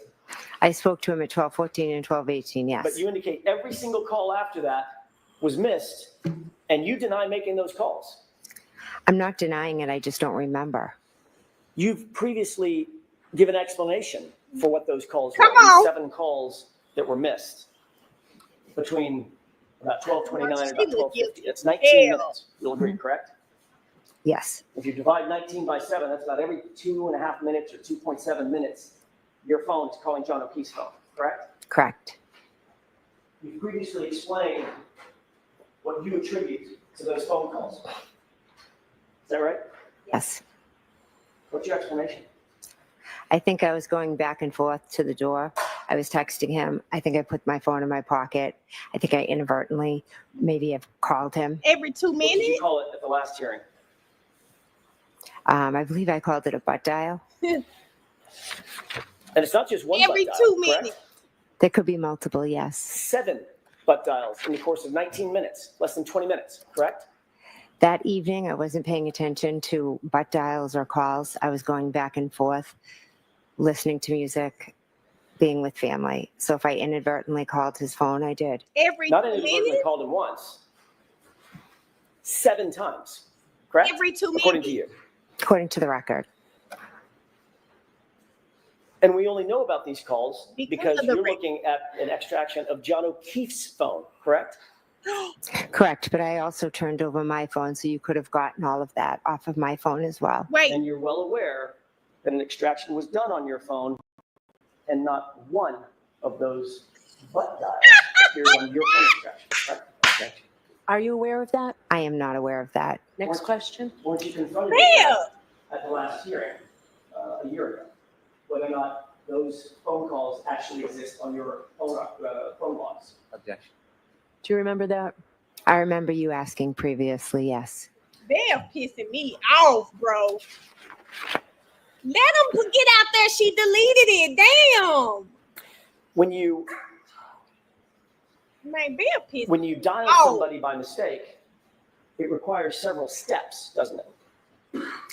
I'm not sure. A lot of times I just put my phone down, and the next thing I know, I think it's very common to do butt Not dials. anymore. So you have an iPhone, is that right? Or had an iPhone. I do, yes. And that iPhone required a biometric or a passcode to get into the Come on. open phone. Mine's not open right now, right? It's not open, correct? And it requires, your phone requires some sort of biometric interaction with the phone, otherwise known as Face ID, or you put in a code, correct?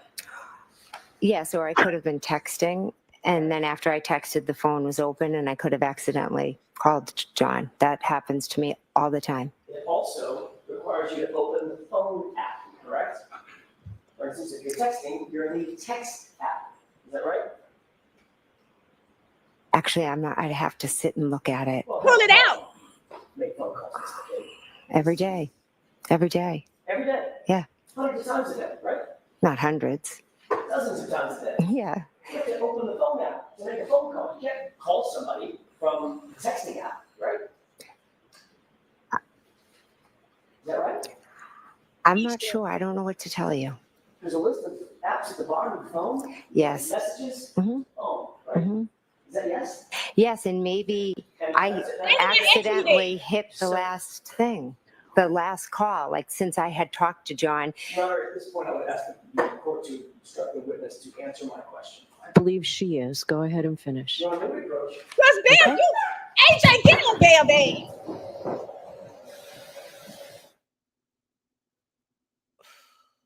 Simply Style, sorry again for the loss of your mom. I'm so sorry. I was intending for this break to happen, and I tell you that we are praying for you on the loss of your mom, and then that happened. AJ gonna have to say something to Bev. Bev, you are no longer being impartial.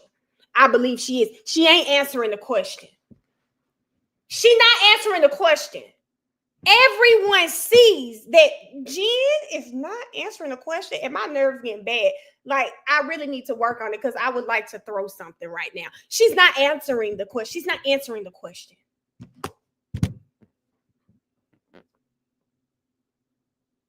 I really want to devote my time to tell Simply Style. She lost her mom. I saw another one of the millionaires. She lost her mom. I've been talking to her through our instant messages, and just to tell her that my condolences, because I know this is feeling all too well.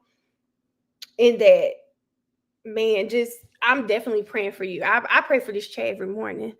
I definitely do. I always pray for everybody's well-being. I'm always praying that you keep people's children safe. If you're going through anything mentally, that God will protect you guys, because I love y'all that bad. So sending my condolences to you once again on the loss of your mother. And I pray that, I don't know. I just pray that you find some understanding, because I know how hard that can be. So I do pray that God just holds you a little tighter as you go through this transition. I'm going to stop before I start crying. Okay. Okay. And back to Jennifer McCabe. Why is it that Bev won't let them get out that she deleted those phone calls? She won't let her get out that she deleted those phone calls. Why? Hold on, y'all. Give me a second. Hold on just a second.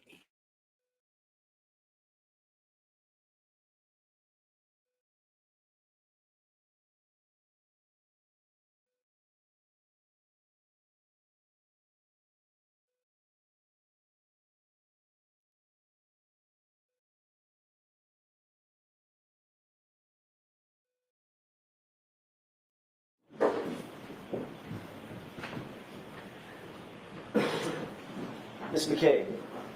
I'm Yes. sorry. Jumping the gun.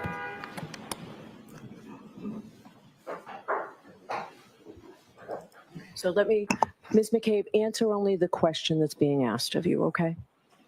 Ms. McCabe, you're aware that when you're in the messaging app, you have to do something else volitionally to open the phone app, correct? correct? You have to touch the phone, is that right? Yes, That would open a separate app, correct? correct.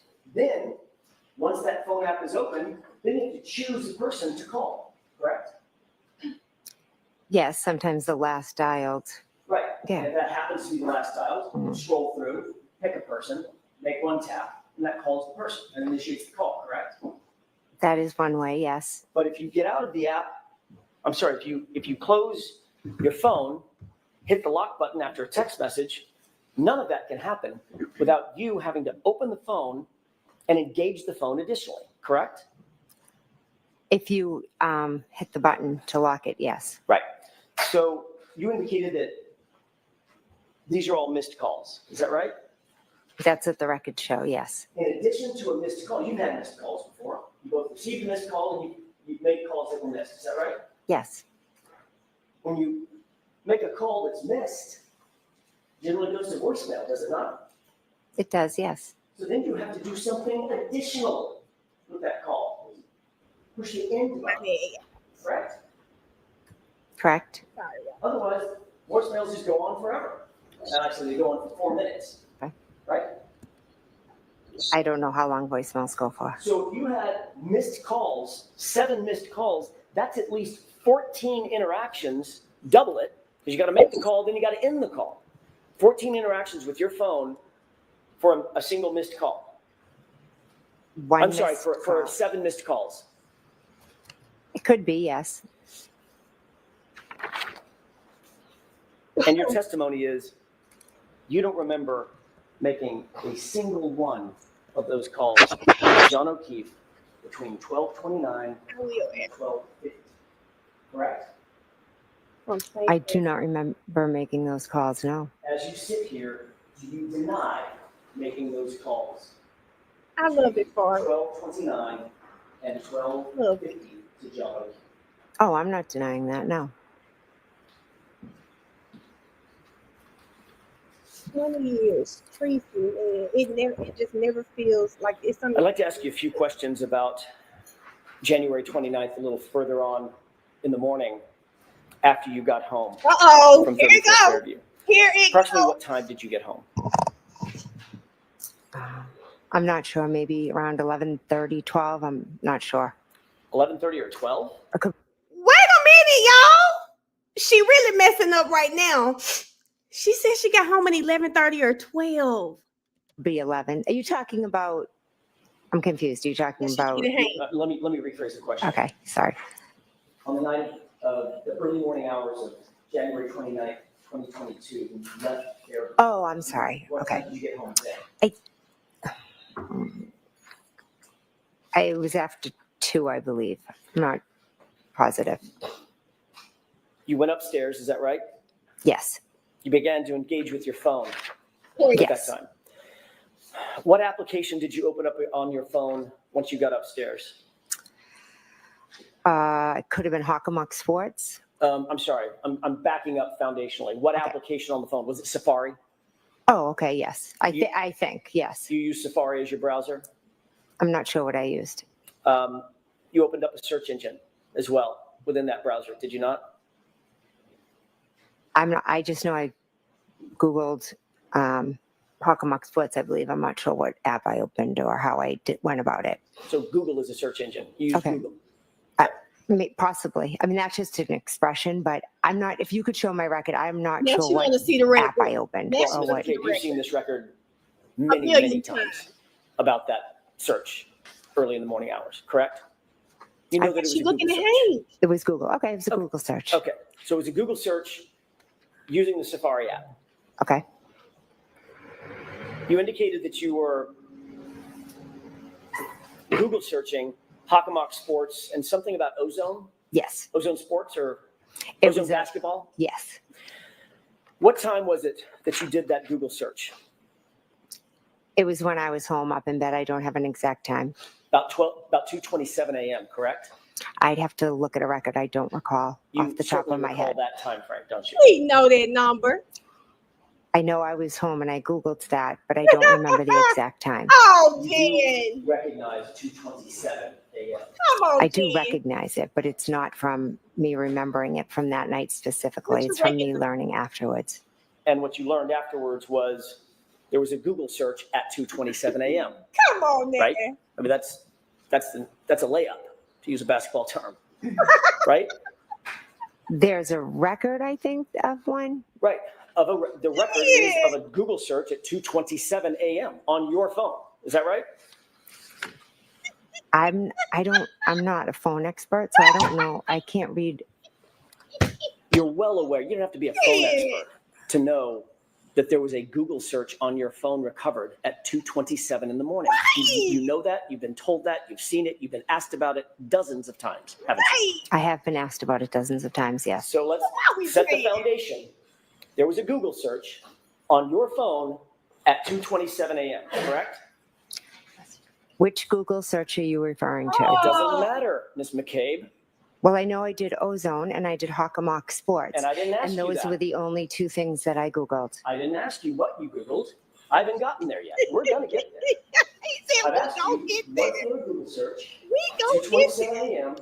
on your phone. If you want to show me a report, Sure. okay.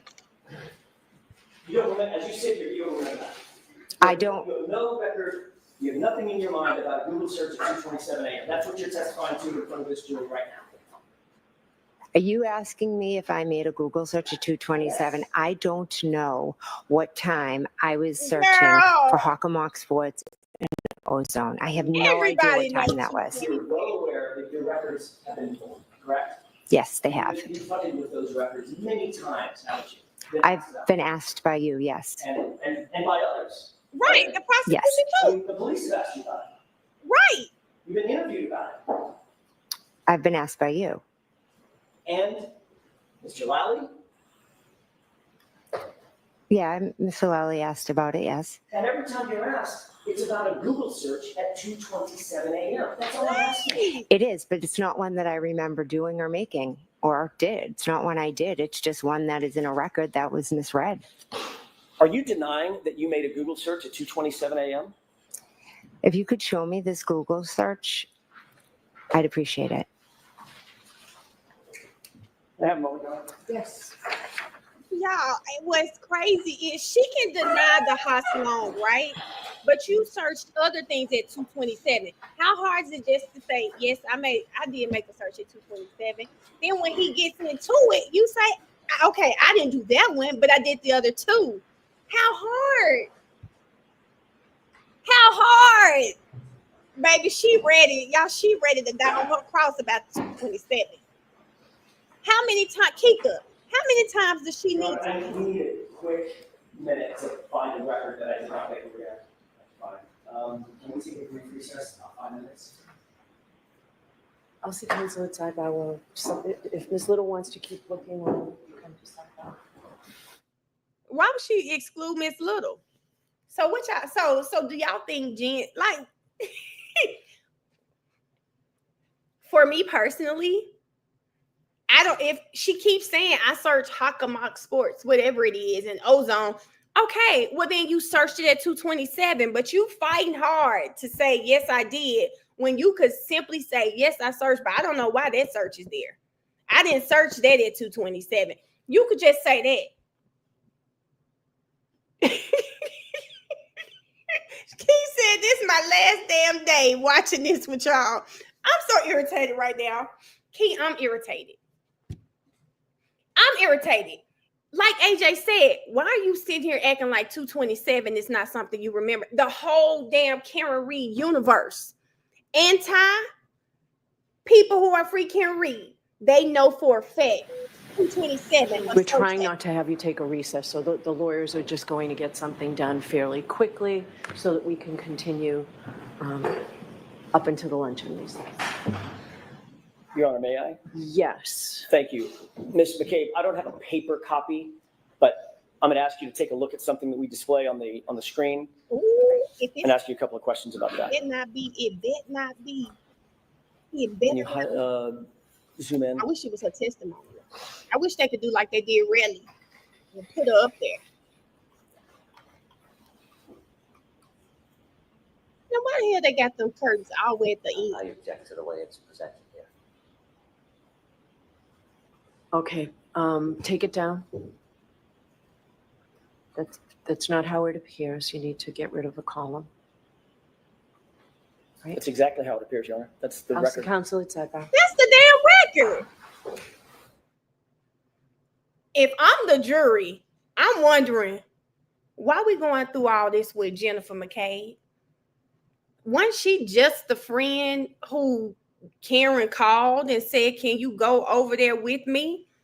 Why do we have to go through all of this with Jennifer McCabe? I'm wondering, like, what the hell? Why? Like, I'm wondering why am I going through all of this with this woman? This woman shouldn't. What's going on here? And who is this lady connected to? because she doesn't talk to Karen anymore. She called John O'Keefe that guy. Oh, she related to Brian Albert, whose lawn John was found on. So clearly, she covering up for him is what I would be thinking. I would be thinking that. I think Bev done showed her ass today. I'm sorry. I think Bev done showed her ass today, and I wouldn't be surprised if we see a motion for her to be recused after today. The way she's doing the defense. Did y'all hear her yesterday? She said you asked an argumentative question and she answered in kind. Bev, what the hell? You're supposed to be neutral. She's trying to answer the question. The fact that during my little spell, I did see that when AJ came back, she told her, answer what's asked of you. AJ went back there and said, God damn it, Bev, it's showing. It's showing, Bev. You can't keep letting her do this. Like, we can't keep doing this. AJ's closing is going to be so good, baby. I can't wait. I don't remember the 15 calls of Proctor. I mean, maybe they were in the last round. I just don't remember it, but I think that's pretty good. And then for him to go right next to her saying she didn't know Proctor.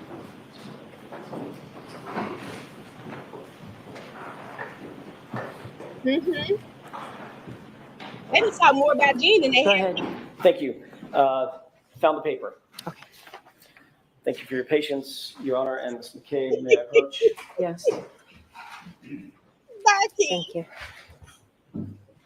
We ain't even got to Proctor yet. Look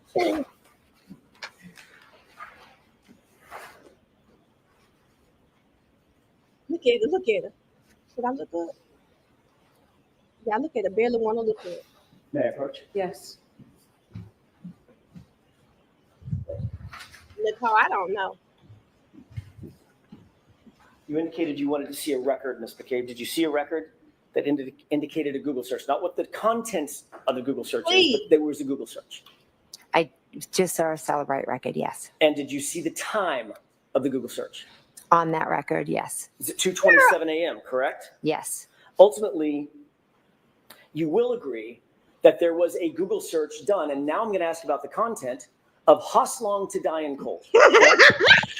That was done in the morning at the request of Ms. Reed. Ms. McCabe, I didn't ask you that. I asked you a yes or no question. Did you understand my question? Could you repeat it, please? Sure, I'd be happy to. Thank you. Did that record indicate that there was a search at some point done, at some point, for Hoslong to Diane Cole? I object to her reading the record. I'll So was there a search on that at some point? On that paper, was there a search that said that? Is that the question? Let's start with that. Yes. Yeah, there was. Okay, now let me ask you a different question. You Google searched the phrase Hoslong to Diane Cole.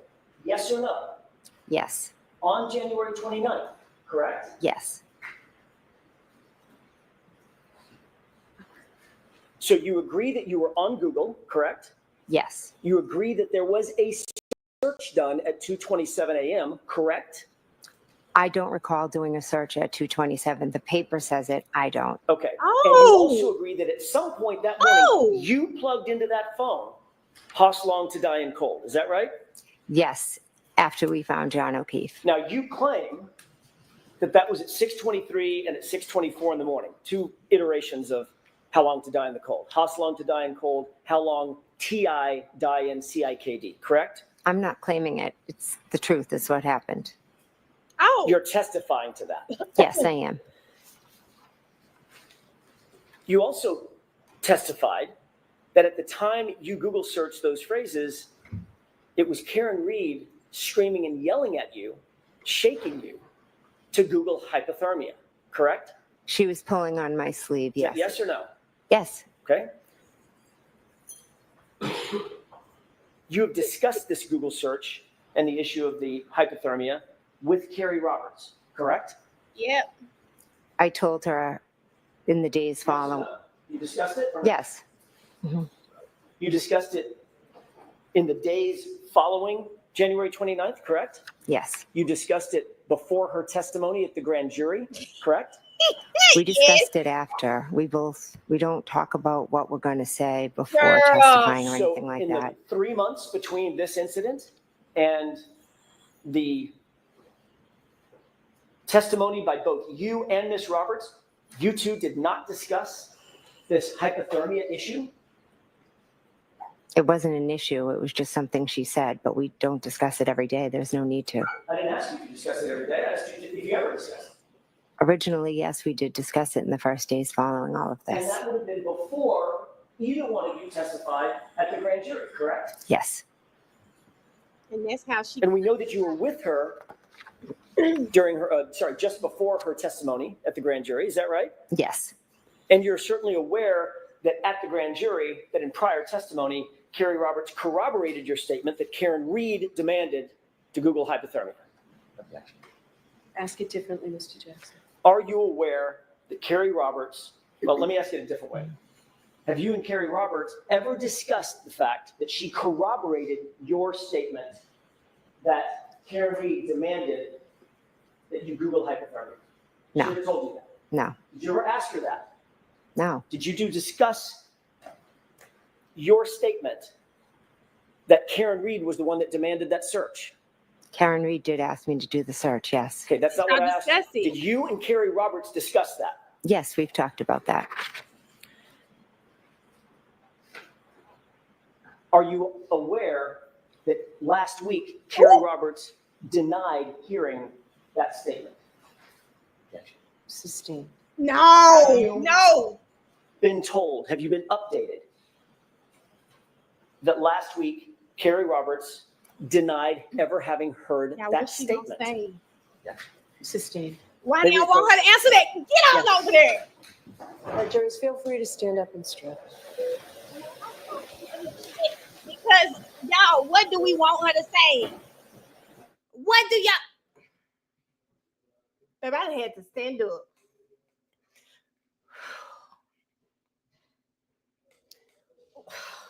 Y'all know she goddamn know. It was on TMZ. It's been everywhere. It's been everywhere. Bev got to go. And I don't know what the defense has to do. Bev has to go. She is clearly biased. She has to go. But AJ, get it out. We know she knows. That's y'all, we know for a fact. She knows that Karen got on that stand and said I lied, but Jen told me. See, I don't like this little.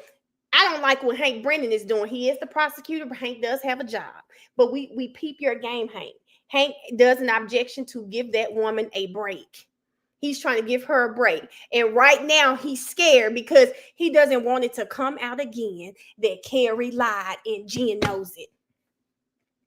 Jen talked to Carrie right before her testimony the night before. Do y'all remember that? Carrie talked to her the morning of the testimony to wish her good luck. MH, I got to get up because it's getting crazy here.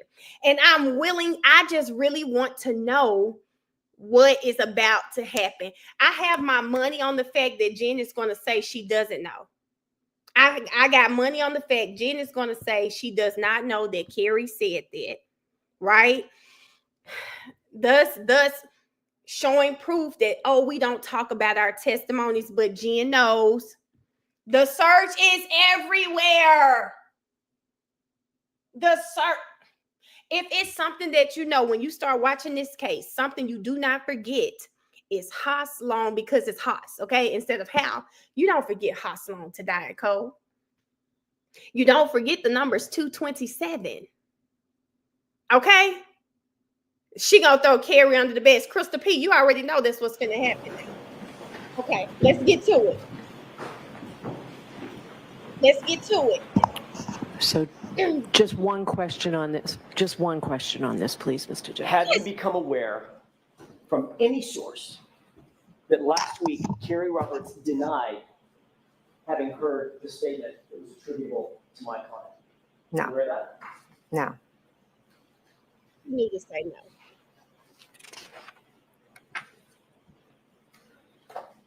wish we could get that phone. You've Please. reviewed the video from the dash cam out at the scene, correct? I've seen it, yes. You're aware that there is no video showing my client demanding a Google search anywhere in this case, correct? I'm not sure what what cameras were where. You're aware that there's no audio of my client demanding a Google search, correct? Correct. You're unaware of any witness who can corroborate your statement that my client demanded a Google search. Any witness at all. It was just the two of us. She had sent Carrie off.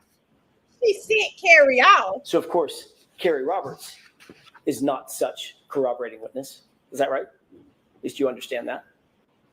Can you rephrase the question, please? Carrie Roberts is not a corroborating witness for you.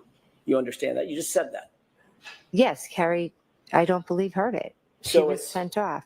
So it's your word and your word only, Ms. McCabe, that my client demanded a Google search. Is that right? Yes. Yes.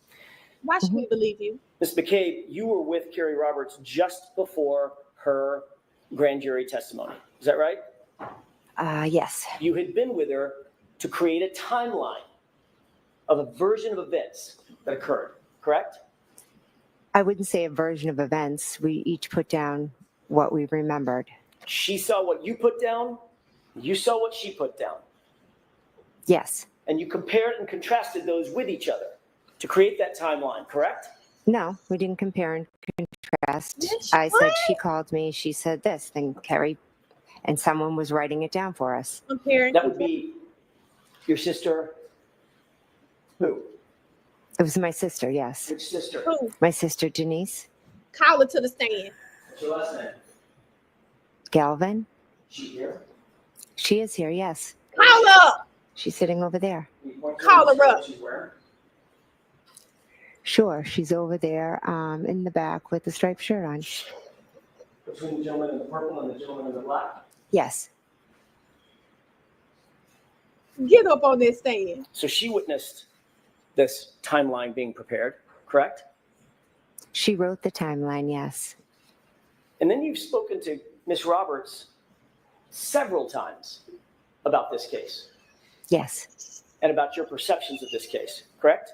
I know that these We talk about what happened and the aftermath of this case. We don't talk about the specific details as much as we talk about the aftermath of everything. Ms. McCabe, girl. the fact is you instructed Carrie Roberts to say that she heard that Google hypothermia statement from my client before she testified at the grand jury, didn't you? No, absolutely not. I never instructed her to do anything. You wanted some witness to back up your story about this Google search, correct? No, absolutely not. I Ms. don't need. McCabe, It was said. Karen said it. It's that simple. so you're the only person saying that. Yes, and I stand by that 110%.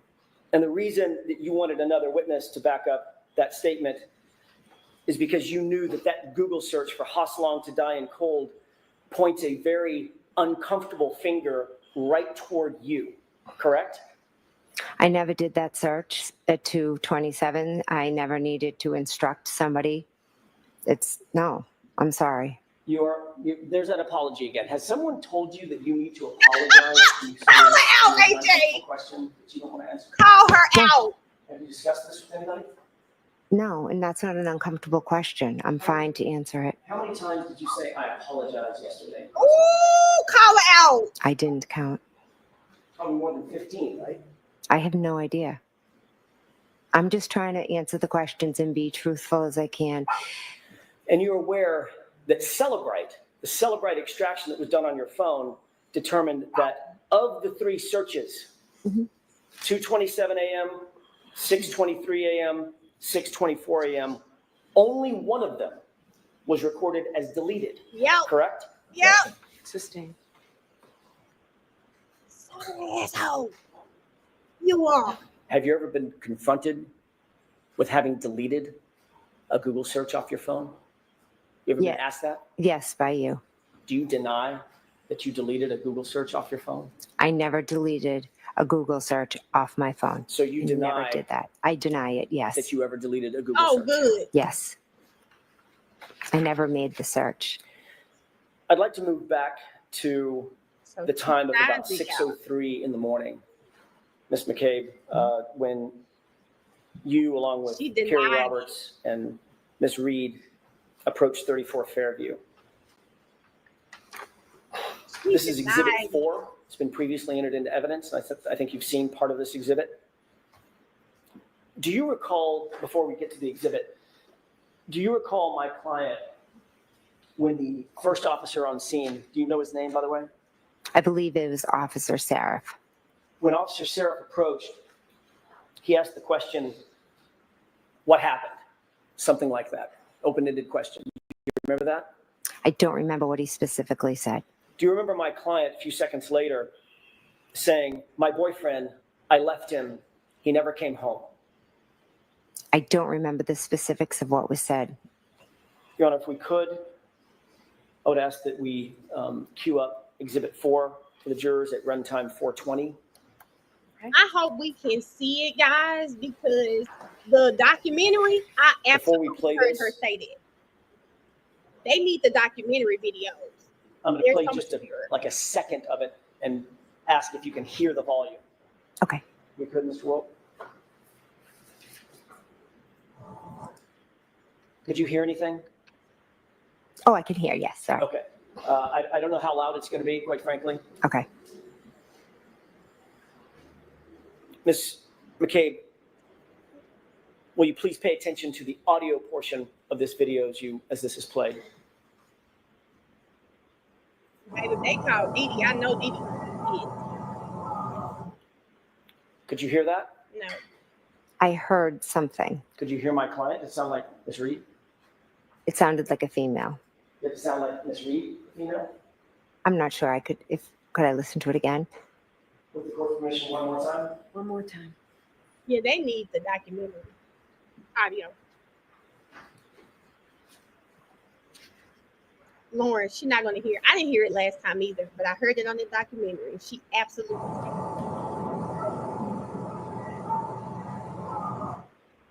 Could you hear it? I could hear it, yes. What did she say? I have no idea. Did she say, my boyfriend, I left him, and he never came home? I could not make that out. You testified on direct examination that you were basically a passenger along in this ride on the early morning hours of January 29th, 2022, that you were not the person in charge, correct? I was in the passenger seat and Miss Roberts was driving. It's a bad question on my part. Let me see if I can reframe that. You testified that it was Carrie Roberts who was basically the take charge person in the scenario between and among the three of you, Ms. Reed and Ms. Roberts. Yes. Yes. Not you, correct? No. You were just sort of along for the ride, assisting how you could, correct? I was trying to help Miss Reed and find John O'Keefe. If we could play a clip starting at, and I'm going to ask you, Ms. McCabe, to take a look at several clips. The first one starting at 6:21 runtime to 7:41. It's just over a minute. With the court's permission? Yes. I hate that because that audio is so clear on that documentary, y'all. I said, what? She said that? Everything is clearer. I get what Aaron is saying, though, but man.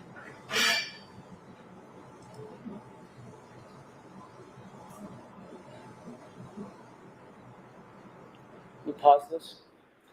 Do you recognize the three individuals in the foreground of this video? I do, yes. Can you start from left to right and describe for the jurors who we're looking at? I believe that's me in the black coat. To the right of me is Miss Roberts, and on the other side of the car is Miss Reed. Miss Roberts has, just to distinguish, Miss Roberts seemed to have fur on her hood where you did not. Yes. If you could go ahead and play that, please.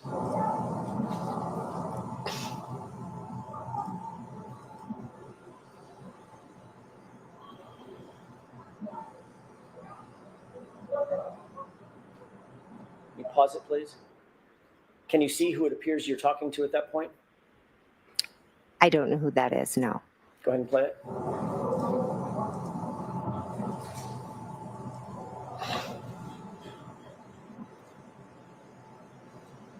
Pause it.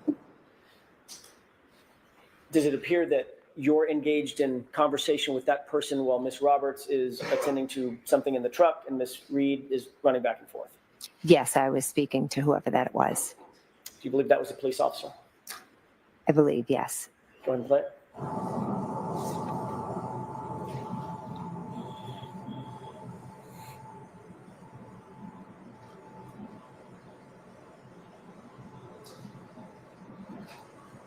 Mr. Wolk, if you'll stop it at 7:41, please. Frank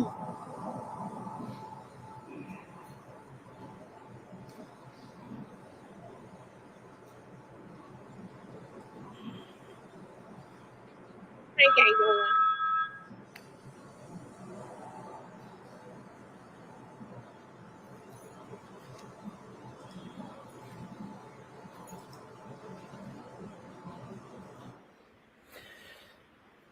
Could you see what was depicted in the video for about that minute and 10-second runtime? Yes. Did it appear that you were engaged in conversation with that other person? Yes. When that other person walked away, could you see his jacket? I couldn't make it out, no. Did it appear to be he was a police officer? I'm going to assume it was a police officer, yes. Okay. In that video, who looks most like she is taking charge, you or Carrie Roberts? Objection. Sustained. Does it appear in that video that you're the one controlling the narrative, at least with law enforcement at that point? Sustained. Does it appear in that video that you're the one engaging in conversation with law enforcement while Carrie Roberts and Ms. Reed are otherwise occupied? I am speaking with law enforcement, yes. Can we move to runtime 8:56? She out there, baby. She out there running point.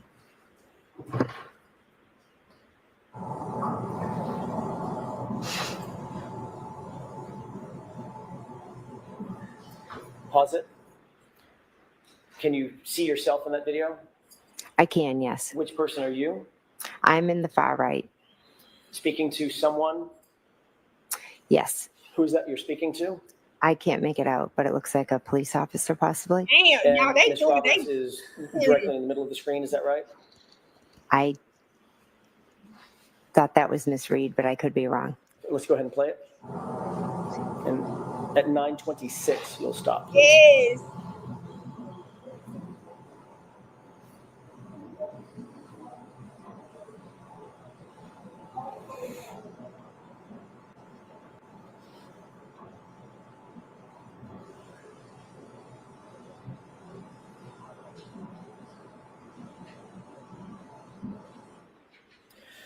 In that video clip, who among the three of you appear to be most engaged with law enforcement at that time? Can you tell? Can you answer that, Ms. Reed? And why would bandits do that? Can you answer that, Ms. McCabe? Yes, I can. I was speaking to police officers. Yes, I was trying to help them. Okay. Can we go to runtime 10:49?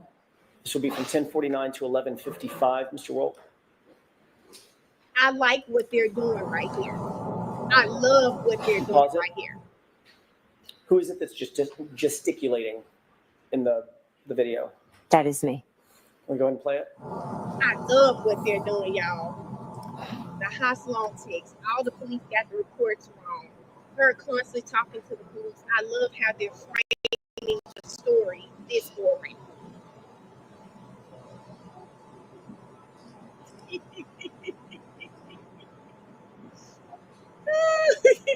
Not his satchel. Now look at it again, talking to the police. This is crazy. I love how I never looked at it this way last go around. They never really focused on how often she spoke to police officers. I love how they're framing it. 14 calls with Proctor. It all looks like collusion.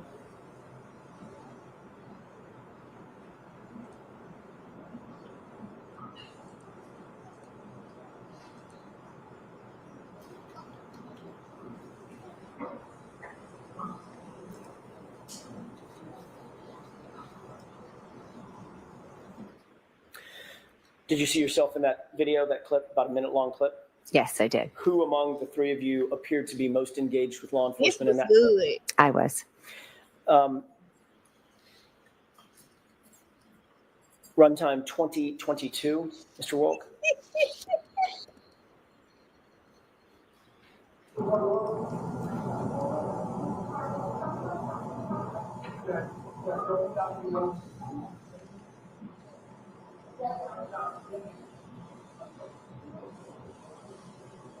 Stop it. I love how Do you see yourself in that video? I do, yes. You just walked in from frame right? Yes. From frame right going left? Yes, behind Miss Roberts. Okay, Yes. and that's you right in the middle of the screen? Yes, it is. And Miss Roberts had already run through, went to her SUV, correct? Yes. Okay, go ahead and play. This is about a 2-minute clip for the court's edification. All right. And this is the last of them.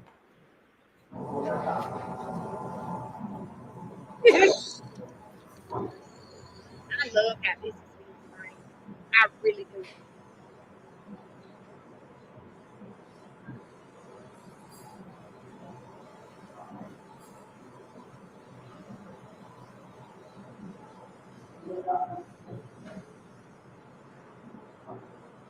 Mr. Wolk, can you pause it? Can you tell who you're speaking to there? Because why you I think all it's in the Mike post? Lang. Go ahead and play it. Is you talking to Lang?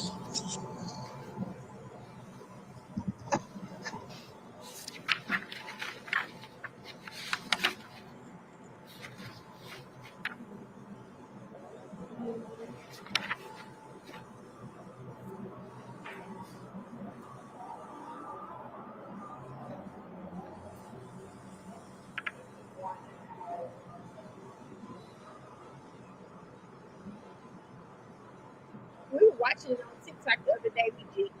Day before yesterday. Because we were supposed to finish it yesterday.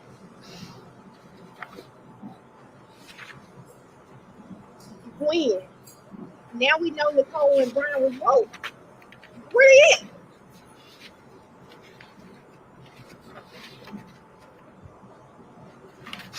I've been telling you I wanted to watch the documentary, but I was just trying to wait. And then I was on TikTok live and somebody mentioned it. I said, you know what? I think I'm gonna pull it up and let's watch it. It's been good so far. BG was definitely being messy pretty, but it's cool. I'm gonna let her have it.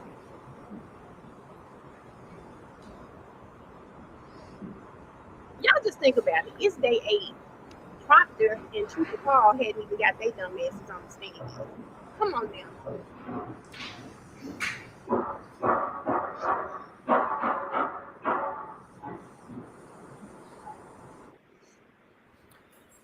Yeah, just a moment, Your Honor.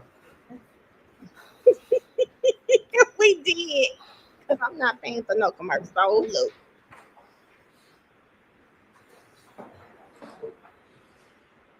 Y'all, what the sister is?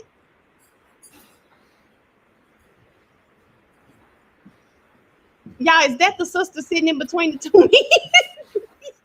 Ms. McCabe, who was most engaged the cameraman. in that clip with law enforcement? Between and was. among you and Carrie Roberts Not and the Ms. Reed. cameraman. I was. You noticed when Mr. O'Keefe was placed on the gurney in a prior clip and moved past you, correct? Yes. Did you notice what your reaction was when that gurney passed you? I didn't know. Did you see that you turned your back completely Oh. as it passed by? If that happened, it wasn't on She purpose. turned her back. Baby, they Ms. can't McCabe, everything. when you got to the scene, we can take that down. When you got to the scene at 6:03 in the morning, you immediately recognized, did you not, that this was an emergency situation? High intensity emergency situation, correct? I knew it was an emergency situation, yes. As a matter of fact, a man's life was in grave danger. You knew that. Yes, I did. And this is someone that was a friend of yours, correct? Oh, here you go. Yes, he was a dear friend. Here you Not go. just a friend, but a police officer who was laying, as far as you knew, dying in the snow. Is that right? Yes. You knew that you needed to get immediate medical attention, emergency medical attention to him as quickly as you possibly could. Is that right? Yes. You knew that minutes counted, right? Yes. You knew that seconds counted, Here we correct? go. Correct. This man was grasping, as far as you knew, grasping and clinging to life at that moment. Is that right? Look at this. Yes. That's why you called 911, to get emergency personnel who are trained in CPR and Uh-oh. life-saving measures to the Oh, it's scene, coming. to the gentleman, to Mr. O'Keefe, as quickly as you possibly could, correct? Yes. Uh-oh. You called 911 at about 6:03 and 35 seconds. Is that right? I don't expect you to know down to the second, but it was about a couple of minutes after 6. Right after, yeah, we found him. Yes. And you're aware from the dash cam that Officer Seraph got there about 6:10, almost on the nose, right? I didn't pay attention to the time. You'll agree with me that there was about 6.5 minutes or so between the time you called 911 and the time Officer Seraph got there. Is that right? If that's what the dash cam says, yes. On that 911 call, you referred to John O'Keefe It's as a guy. a man passed out in the snow. Yes. Yes. Yes. You didn't say, "This is my friend." Yes. Yes. I needed to get, like you said, emergency there. So Did I you wasn't say, going to "This is give my a friend"? I wasn't going to give a description and say my friend is in the snow. I was going to give them the information that I thought was the most important at the time. Did And you say his name? I just said a man because that was You- the most important identifying. You didn't say John. Eventually in the 911, I do say his name. You didn't initially say O'Keefe, correct? No, none of that matters. It was a man in the snow, and And I you didn't wanted say- help there. And you didn't say he's a Boston police officer or an off-duty police officer. Oh, AJ didn't listen. Again, a AJ man didn't listen needed to help. us. Yes or no? Did you No, say that? I didn't. Do you think that might, yes or no? Do you think that might have sped things up if they knew, if the 911 operator knew Hey, that listen. this was a fallen officer, a fellow officer? I think 911 comes to everyone equally. I don't think they would have. Do you think that might have been something important to relay to the 911 officials? I don't know. You were even asked by the 911 operator, "Does anybody know CPR?" And your answer was no, correct?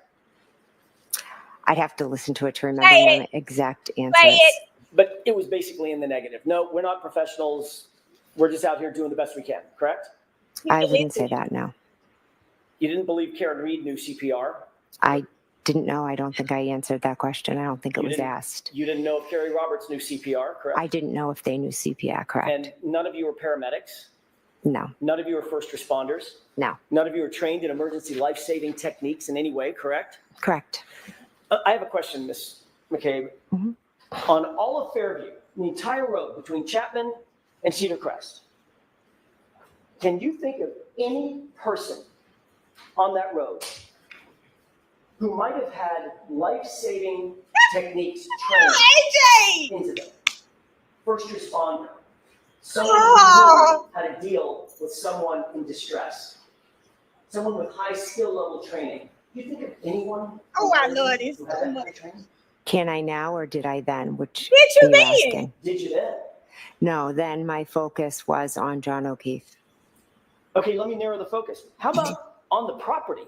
How about at 34 Fairview? Could you think of anyone that was a first responder who would have life-saving training, life-saving technique training Come on. under his belt?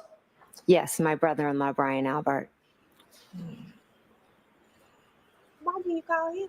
And you didn't go in the house, did you? No, I did not. When you arrived at the scene, you didn't go in? Not until much later, correct? Our focus was John. How You your knew that focus Brian Albert was turned? inside the house. You'd just been with him hours earlier, correct? Yes, You knew that his window was 30 feet away. You're staring at it. You could look at it if you wanted to, correct? it's off to an angle. And you didn't go in the house then either. I did not know. You knew that John O'Keefe was clinging to life during those precious minutes and seconds. Is that right? I did, yes. And you also knew that Brian Albert, your It's so brother-in-law, was a first responder trained to deal with people in that kind of distress, correct? In that moment, my only thoughts were John and everything we How could you do for keep- John. How she And you keeps knew that there saying were that? blankets inside the house. Is that right? I did, yes. There were warm blankets in the house. And you Those still weren't. never went in, did you? No, I went and attended to John because once I finished calling Come 911, on. I went over to John and Kerry Roberts asked me to take over compressions. So I And- felt like that was more important and 911 was on the way. I never thought about going in the house. I just thought, how can I help John? You never thought about going in the house, but you did pull out your cell phone and make 2 phone calls, didn't you? After I called 911, I tried calling my sister, yes. While John was out in the cold, Dying. clinging to life, you weren't doing chest compressions at 6:07 and 6:08, were you? I was walking over when I was calling. You were calling your sister on the phone, weren't you? I was calling them to see if they would come out, but I was going right over to work on him. And you could have walked 25 feet to the front door, walked in the house, Like you and did. screamed for Brian Albert to come out and help you in those precious seconds and minutes, couldn't you? That would have taken me away from helping John, getting Kerry blankets, giving him compressions. And making those two very important phone calls at 6:07 and Didn't take 6:08, away. you say were not answered. They were not important phone calls. I tried to call my sister, and then I focused on John. They were not important phone calls, but they were important enough for you to make while John is clinging to life right there in front of you, right? As I was walking over, I called to see if she would answer. And she didn't answer. Let's talk about that. She didn't No. answer according to you. So if we're going to talk about it, we're beyond the luncheon break. Your Honor, I have 2 more questions, Okay. and I'll wrap it. Okay. Let's talk about that real quick. Sure. She didn't answer the phone, did she? No, she didn't. So you have a situation where a man is laying dead or dying in the front yard of your sister's house. You see nothing in terms of life inside the house. Lights aren't coming on. They're not getting up. They're certainly not coming outside, right? They were sound asleep They were They sound weren't coming asleep. outside, were they? because they were asleep. You didn't know if they were asleep. All you knew was there was a severely injured man on the front lawn of their house, and your sister didn't answer the phone, not once, but twice, correct? Correct, she didn't answer the phone. Did you think your sister might have been in peril? Ooh, Did you KJ think been to listening. go inside the house and check that they're okay? I had no reason to think that they weren't okay. You had no reason to believe they weren't okay. A man was dead or dying on their lawn, and your sister's not answering the phone. Come And on. nobody is coming out to the chaos of Karen Reed screaming on the front lawn. You didn't think there was some reason to believe they could have been in peril? I didn't, because your client was screaming she hit him. She had a cracked taillight. Oh, She was crying she hit him. I didn't, but my focus, can I finish, please? You had solved the crime right then and there. You solved the whole case. No, I didn't. I knew John never came in the house, so I had no concern for anyone's safety inside the house. The reason you didn't go inside the house is because you knew better. You knew better. come You on. knew she wasn't in peril. You knew that Brian Albert wasn't in peril. You weren't worried at all about them, were you? I was not worried at all because something happened on the front lawn that had nothing to do with How did anything you inside know? that house. How did you weren't worried know? about them at all because you knew what really happened, didn't you, Ms. McKee? At that moment, I didn't know that he was hit by a vehicle and there was taillight found next to him. Exactly. All right, jurors, luncheon break. Let's take 48, 45. Then if you follow up behind, you go right after we stand this. And how long? Yeah, I got to run that back, okay? If y'all don't mind. Let's run it back. I need to run it back, but just a little bit of that. I need to run it back. About right here. When Officer Seraph approached, he asked the question, what happened? Something like that. Open-ended question. Do you remember that? I don't remember what he specifically said. Do you remember my client a few seconds later saying, my boyfriend, I left him, I want to friend get of yours, past that. correct? Yes, he was a dear friend. Not just a friend, but a police officer who was laying, as far as you knew, dying in the snow. Is that right? Yes.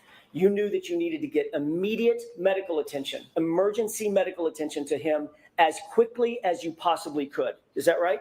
Yes. You knew that minutes counted, right? He be in the Yes. You knew that chat. seconds counted, correct? Correct. This man was grasping, as far as you knew, grasping and clinging to life at that moment. Is that right? Yes. That's why you called 911, to get emergency personnel who are trained in CPR and life-saving measures to the scene, to the gentleman, to Mr. O'Keefe, as quickly as you possibly could, correct? Yes. You called 911 at about 6:03 and 35 seconds. Is that right? Oh, I don't expect you to know down to the second, but it was about a couple of minutes after 6. Right after, yeah, we found him. Yes.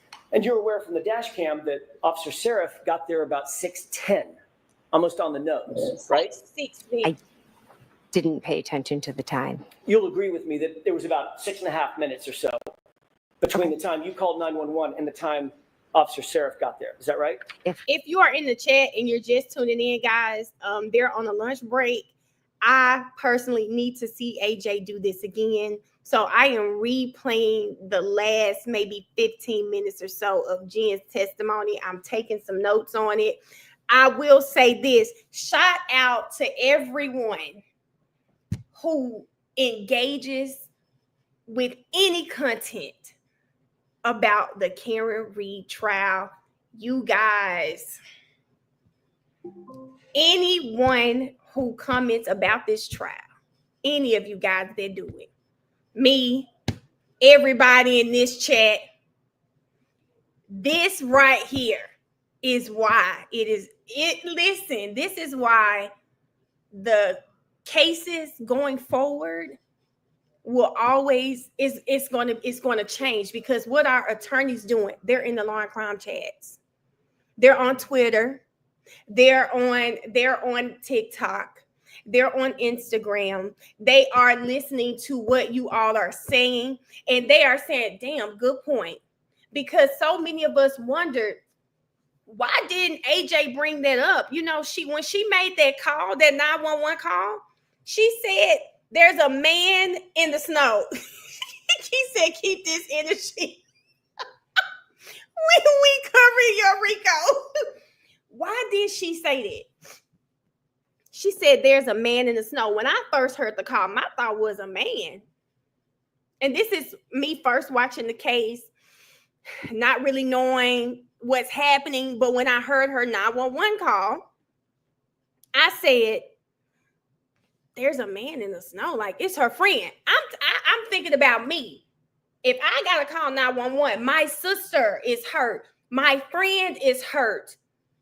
My cousin, I'm going to say your name. My cousin Tasha is hurt right now. I need some help right now. I'm not going to say it's a girl. It's a woman.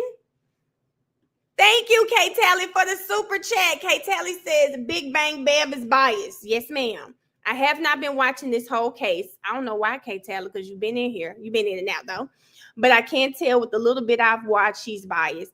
I have not been watching the whole case, but I can't. I don't know why that's on there twice. But she's definitely biased. She is definitely biased.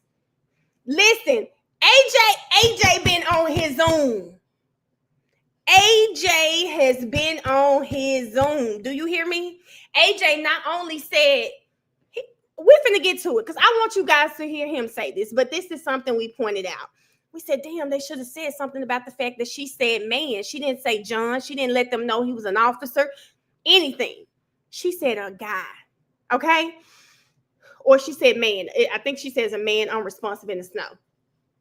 And then let's clock it. So many of you, including me, so many of us have said, if we pull up to our sister's house and there's a man dead in the snow, I got to go check on my sister.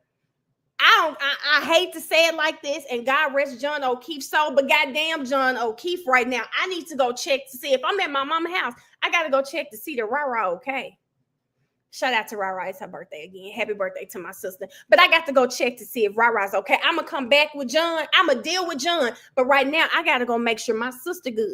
Because all the lights off in the house. It's not one damn light on, and my sister is in that house.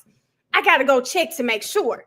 Zara, I think she messed up too. I don't think she was supposed to say that. What did she say? She said, I wasn't worried about them. I knew they were okay. How the hell did you know they were okay? You said the 38-second call, you didn't talk to Coco. That's what you said. You don't remember talking to her. You said she didn't answer the 607 or the 608 call. The lights off. It's a man dead in the front yard. My sister not answering the phone. I've been calling her. I got to go see about my sister first. 2 other people out there, Ash. And remember, Ash, let's remember some, Ash. Ash said there's 2 other people out there. Ash, remember initially, Karen was doing mouth to mouth. Carrie was doing compressions. You could have ran in their house and got them, checked and seen about them because you took over at some point. You took over, so you didn't even start the chest compressions. Kay Tally said, free Karen Reed. I hope Karen Reed is freed after today.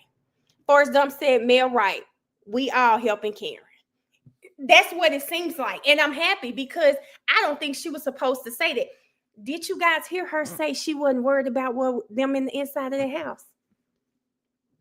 Why wouldn't you be worried if you pull up to your sister's house? She is not answering the phone. Why wouldn't you be worried? Because I'm going to be worried. You not answering the phone? I'm checking your location because I got my sister location and it's showing that you're in that house. Oh, I need to go see about you. Remember, Brian Albert Jr. is in that house too. Not a light was on. She said she didn't have a reason. Let's watch it. That's what the dash cam says, yes. On that 911 call, you referred to John O'Keefe as a man passed out in the snow. Yes. You didn't say, this is my friend? I needed to get, like you said, emergency there. So I wasn't going to give I wasn't going to give a description and say my friend is in the snow. I was going to give them the information that I thought was the most important at the time. Did you say his name? I just said a man because that. Now, y'all, I just want to say this. Listen to it. And yes, we picking this shit apart. Just think of this, guys. She just said on the stand that she said a man because she felt like that was the information the police needed the most. Now, correct me if I'm wrong. Can y'all do me a favor in the chat? Because maybe I'm slow. Can y'all tell me what my name is? Just if y'all could, somebody in the chat, tell me what my name is. And I mean, I know y'all know my real name, so I'm asking not my whole name, but I'm asking for my first name. I just need to know, hey, Brashana, I need somebody in the chat to put my name in the chat, okay? You know what, Keith? Please stop. Melanie. There we go right there. Melanie. If you were, y'all are the 911 operators, and I called and said, my friend Melanie is laying out in the snow. What gender would you assume? Now, you could be wrong because we know names can be different, but my name, I think my name is pretty gender specific. What if you say Melanie, guys, by Kaylin, what are you going to think? You see Melanie, Taylor. Now, Taylor, I know they ain't recruited you over to the bad side. If you're going to think I'm a woman. Now, whether you say woman, Melanie, either way, you are still giving a gender specific answer. Why would your first thought for your dear friend be to say a man like he a random ass person? Ash, count your days. Count your days. Mel, don't forget. She talked, hey, Lizzie, she talked to her sister at 5:07 a.m. for 38 seconds. They didn't drive till 6:04. They had a whole hour to help John before they arrived. Clock it. Jenny said, I couldn't even type while watching that day. It was that damn good. Jenny, it's like watching a movie unfold before our eyes. She said, now, why did I doze off? And I heard you yell, it popped up like we got it.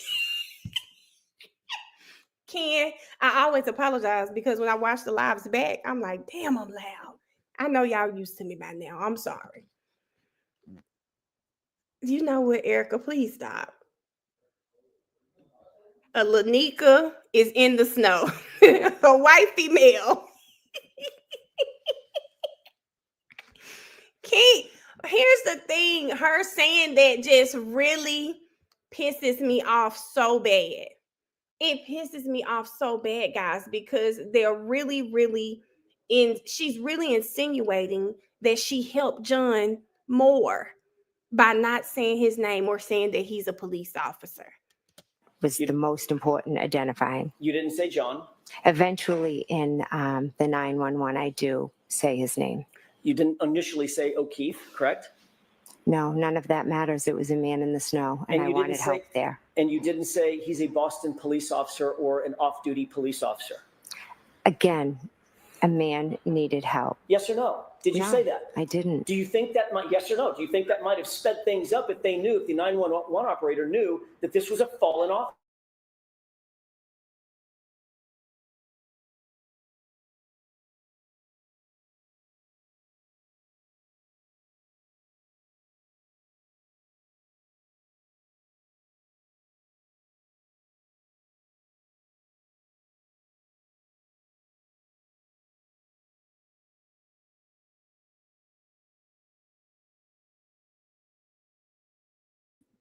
Okay, I'm back, guys. Sorry about that. I said, no, don't do this. Hold on, let me pull it back up. Hold on, y'all. Let me pull my screen back up too. Baby, hold up. Now, all this clacking I'm hearing outside, don't mess me up today. Okay. Why don't you sit right here beside the laptop today? Can y'all see me right now? Okay. I think it's fixed. But Ash said, but what about her saying at first she knew Karen, she hit him and saying she didn't know what had happened to him. So I think she slipped up. Missy, I think she messed up, y'all. Can y'all see me? Because y'all know I'm a little.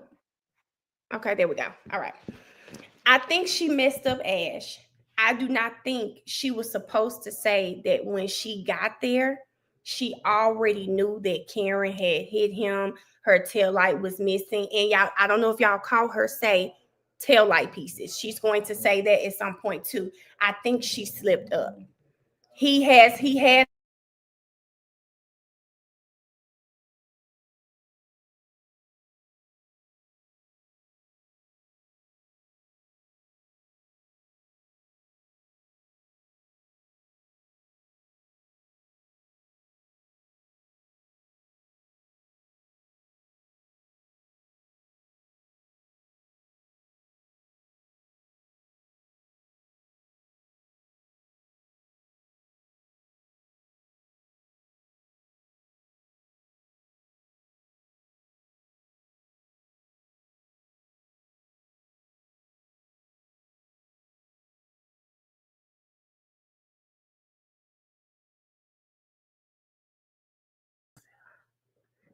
y'all, that don't piss me off, StreamYard.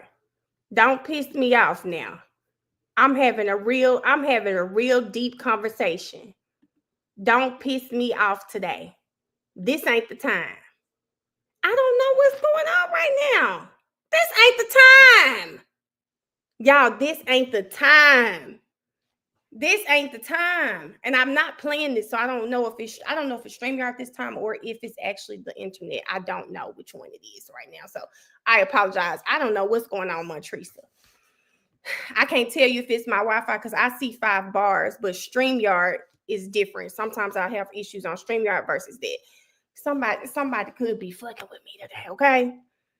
I like you being loud, Dan. Dan, when I watch myself back, I have to turn it down. So I apologize. And hopefully it gets together because I've been streaming at this point, 4.5 hours, no problems. But hey. But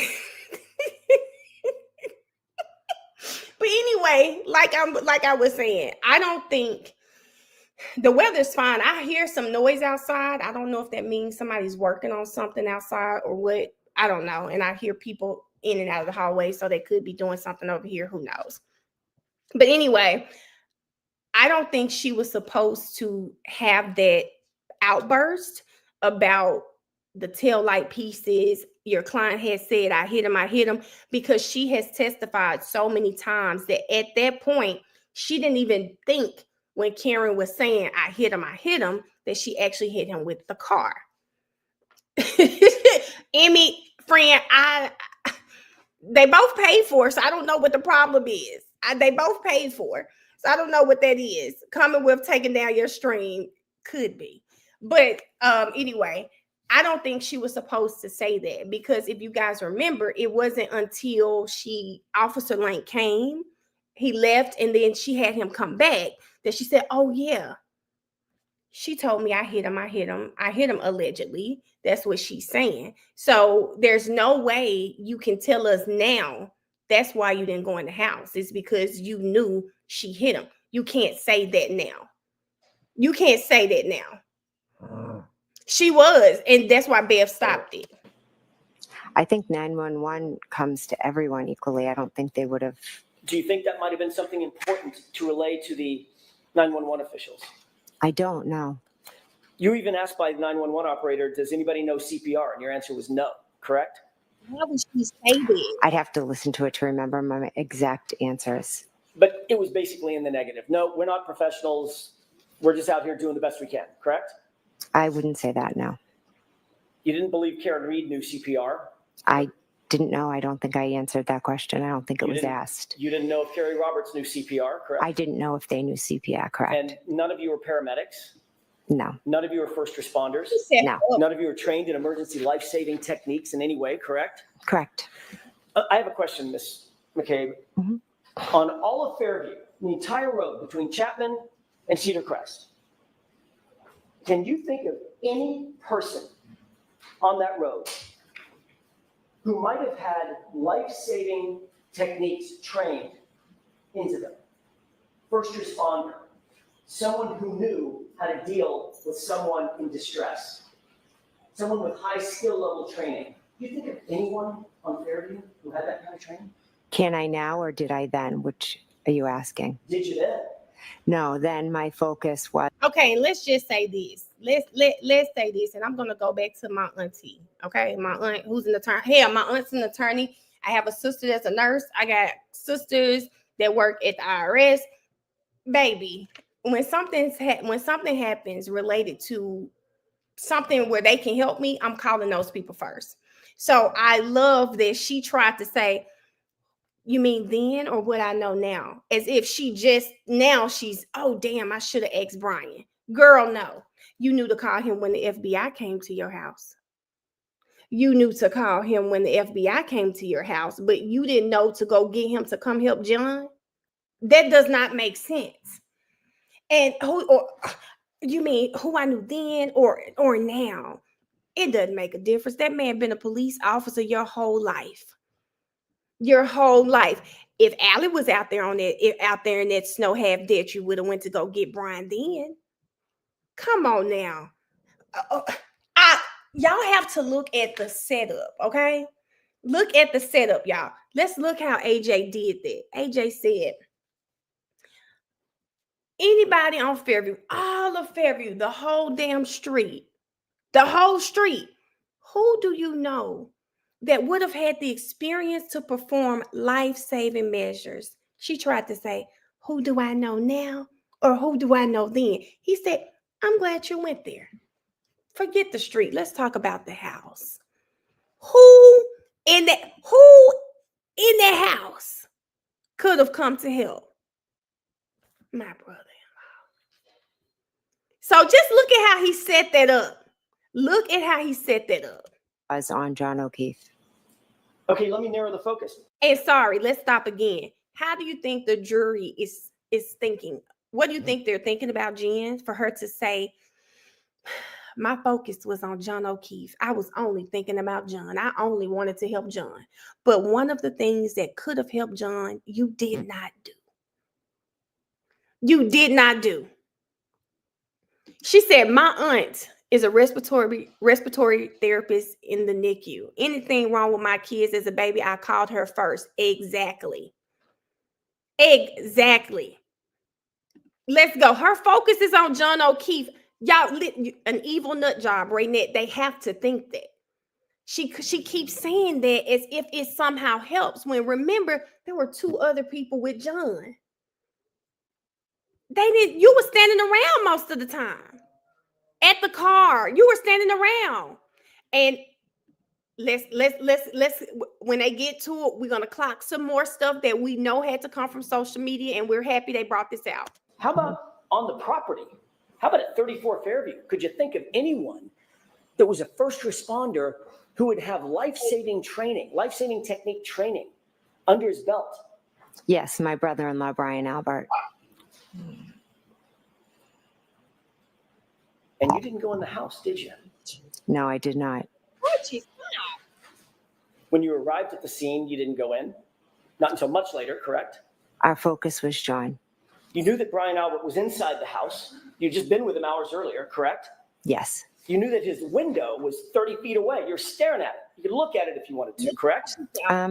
It's off to an angle. And you didn't go in the house then either. I did not know. You knew that John O'Keefe was clinging to life during those precious minutes and seconds. Is that right? I did, yes. And you also knew that Brian Albert, your brother-in-law, was a first responder trained to deal with people in that kind of distress, correct? In that moment, my only thoughts were John and everything we could do for John. And you knew that there were warm blankets inside the house. Is that right?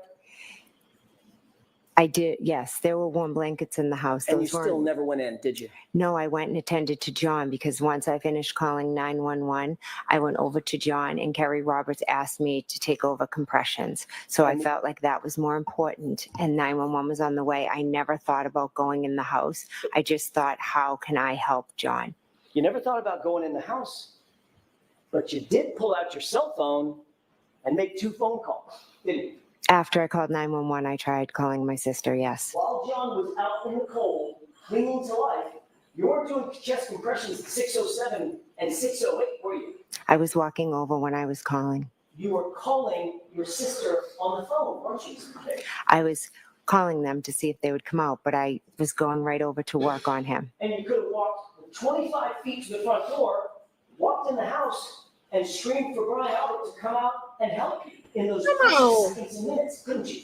That would have taken me away from helping John, getting Kerry blankets, giving him compressions. And making those 2 very important phone calls at 6:07 and 6:08 that you said. Now, y'all remember, please remember, the blankets that Carrie had were baby blankets, okay? She described them as baby blankets. For those of you that are parents in this chat, think of a baby blanket, right?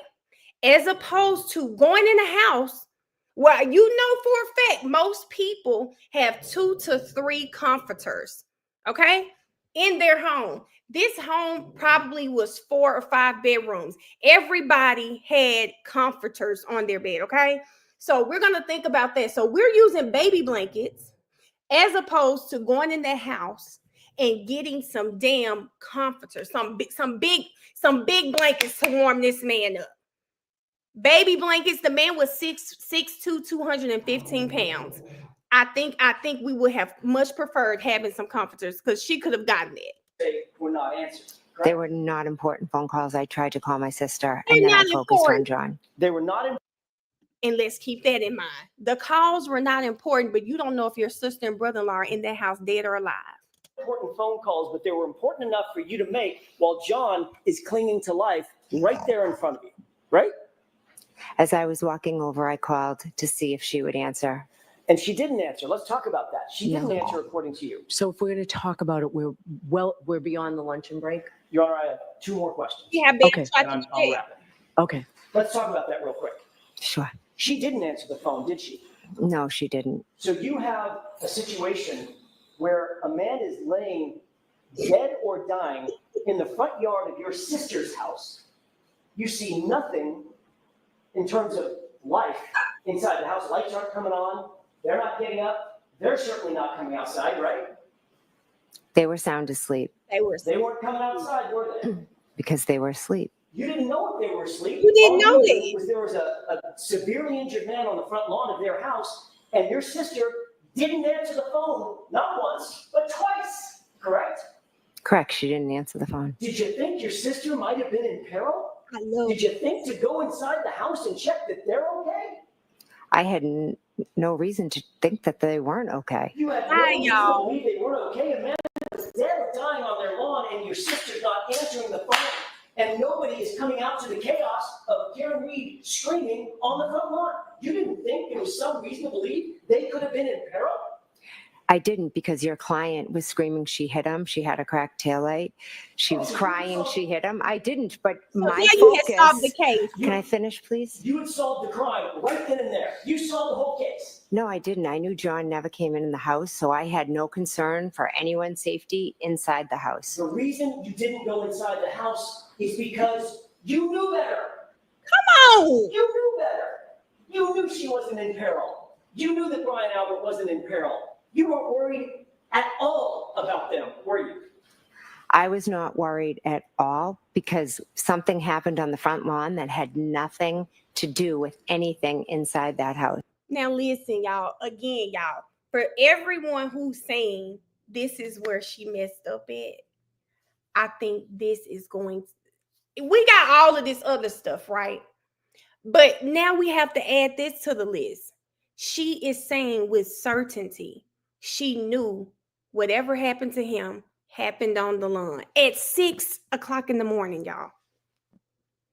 It had nothing to do with the house because he didn't go in the house. You left at 2. Let's just bite the bullet and say he walked to Tom Beatty's house. He came back. He could have come back and been at your sister's house and maybe something happened. You don't know. Brianna said, Mel, my thing is, if John didn't go inside but ended up dead outside, and I didn't see him dead when I left, why would you not be scared your sister and brother-in-law is not hurt? Why are you so sure? This ain't the time to be sure, guys. This ain't the time to be sure.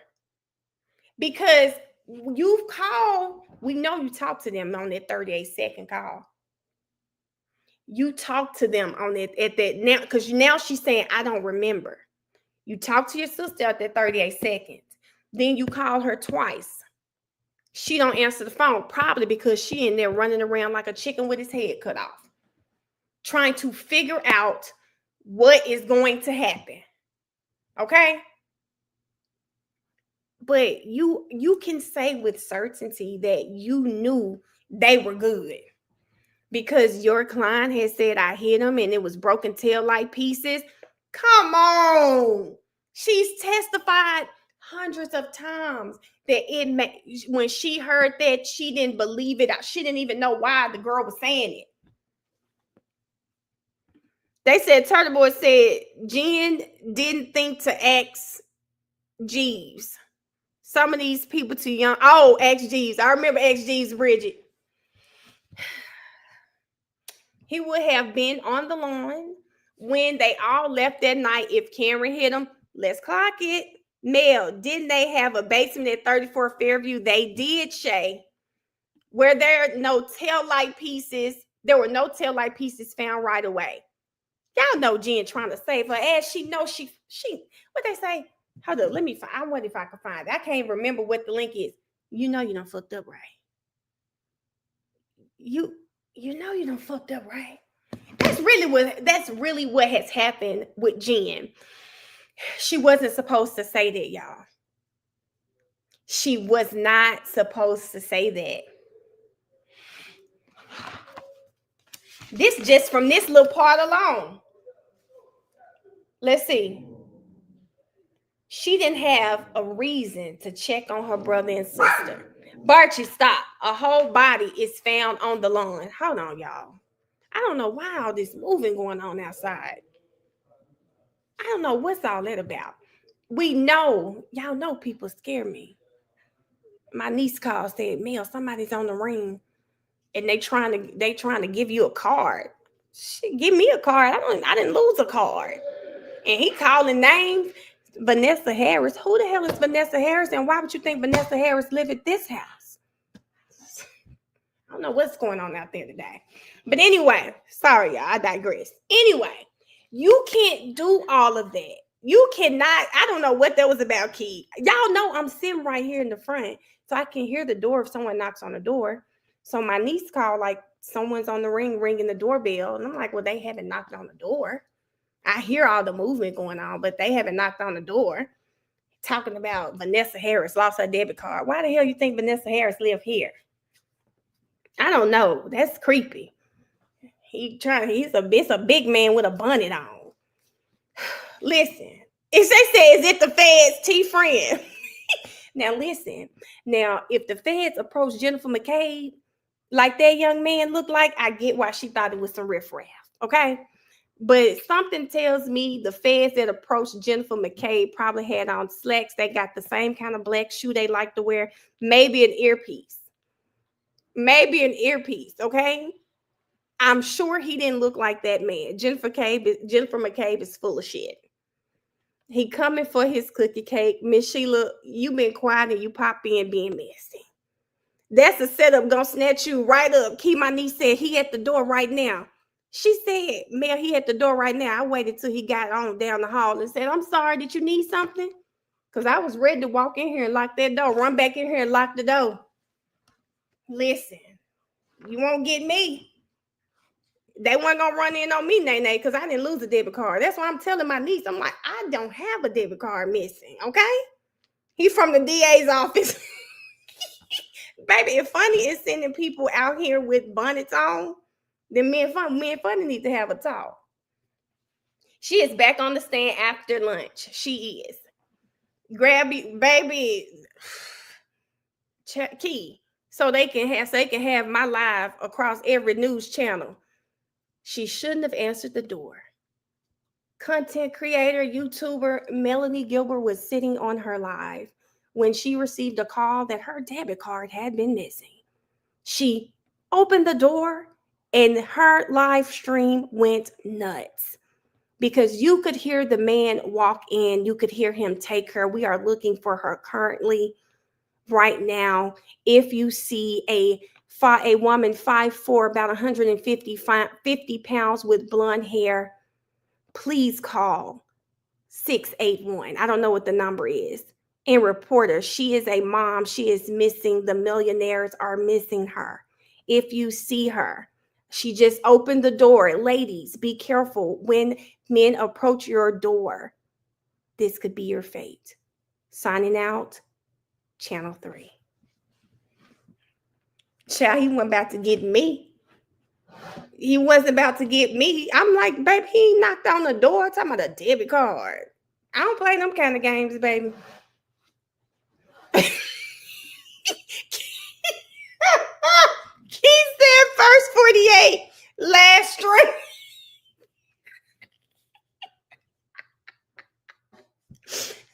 I thought about her. Let me go back. She said, man, not gonna lie. I thought about it and I got scared, sad, because we would be in the chat losing our damn minds. T-Friend, while I'm up here playing, I thought about the fact that I don't know if anybody on this live know any of my sisters' social media pages to go tell them what happened because they not watching the live stream. I'm just on here bullshitting, but I'm gonna have to give some emergency numbers or something to somebody in the chat, okay? Because that is crazy. You're right about that. Get sad, because what if that happens? Child, I could see this chat. Oh my God. Okay, Key. As long as y'all know we know Hope. As long as y'all know some of my sister, Ra follows me. Okay.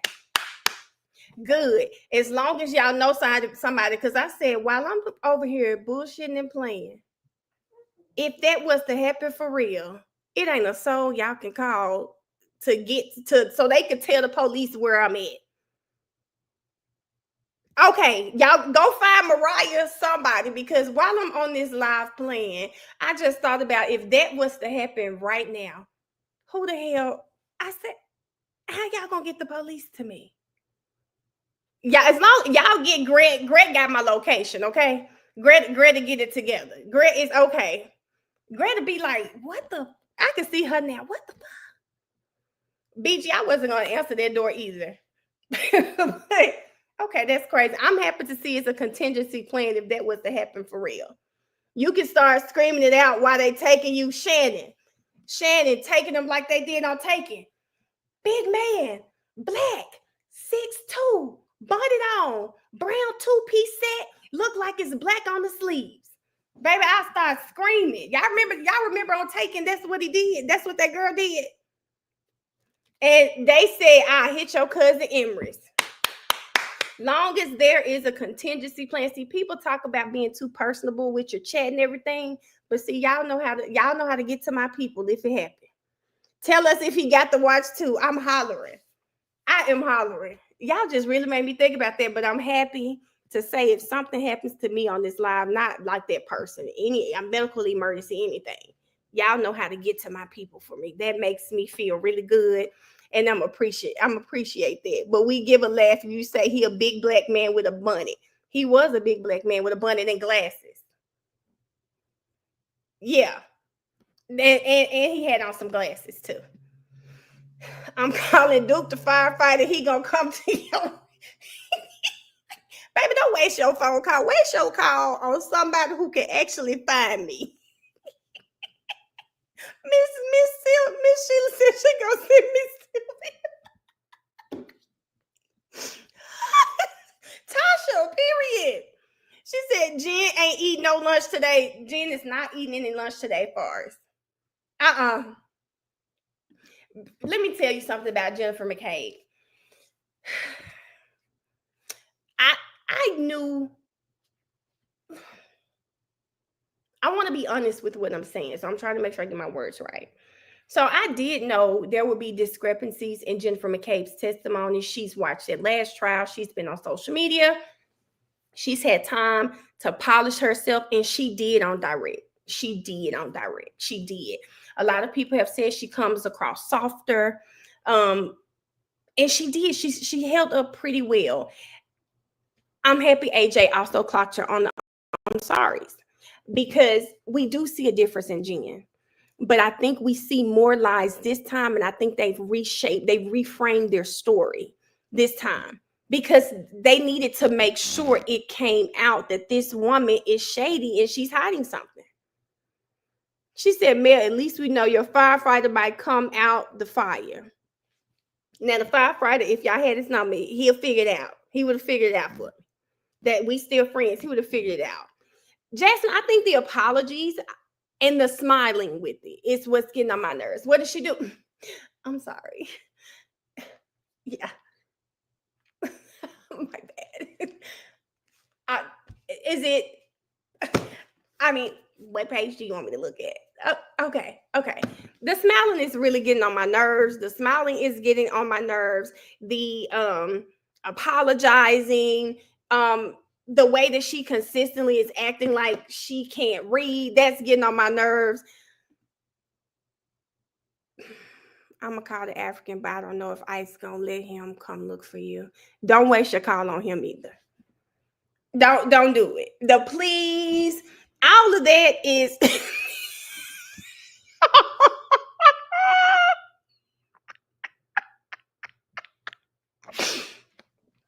if you are new here,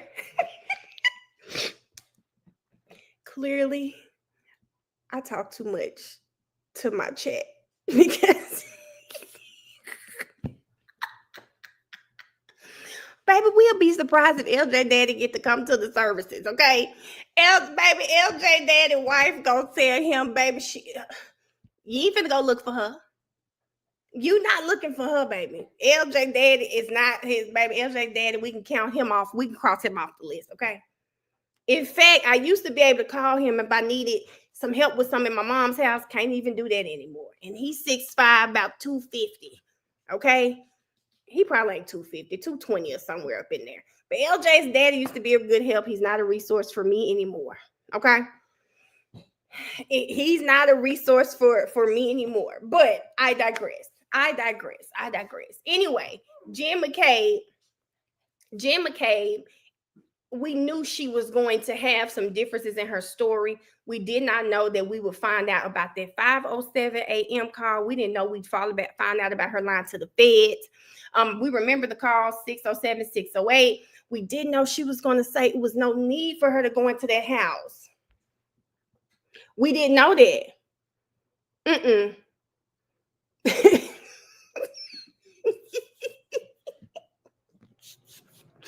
Nay, what you over there sad for? She shouldn't have opened that door. That's exactly what that lady is.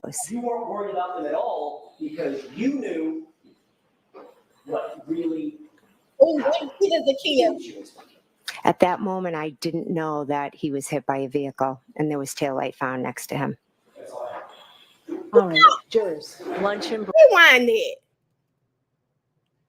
Nothing to do with anything inside that house. You weren't worried about them at all because you knew what really happened. did you expect? At that moment, I didn't know that he was hit by a vehicle and there was taillight found next to him. Did y'all hear this? She's slick as hell. Jennifer McCabe is slick as shit. We didn't know he was hit by a vehicle, and there were tail light pieces found next to him. Who she thinks she is? Who she thinks she is?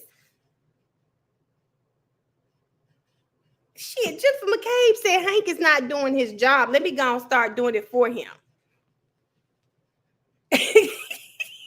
Key know everything. She said I gotta write that one down, y'all, because I'm probably gonna talk about that one. I got so many notes over here. Jen. She said, let me remind the jury. Okay. Now, y'all, when we watch the doc, I'm gonna tell y'all this. When I was watching that documentary, I just really couldn't believe when I was looking at the snow, like, damn, like they really planted all this evidence, because they found these taillight pieces a little bit after. I don't know if you guys caught this, a little bit after they had possession of her car. They had been looking, they were finding nothing. Then all of a sudden, a little bit after they had possession of her car, we see taillight pieces. We see that. Mel, what's the timestamp? No problem. I don't know if this is a true timestamp, friend, but 4318. I know it's not the true timestamp because the live isn't over. But it is, if you go to Jen's testimony, this is the last 15 minutes before break. Okay?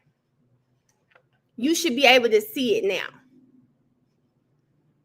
Brashana, she said, baby, let's go back to you're doing too much on me. But I think AJ has done a great job.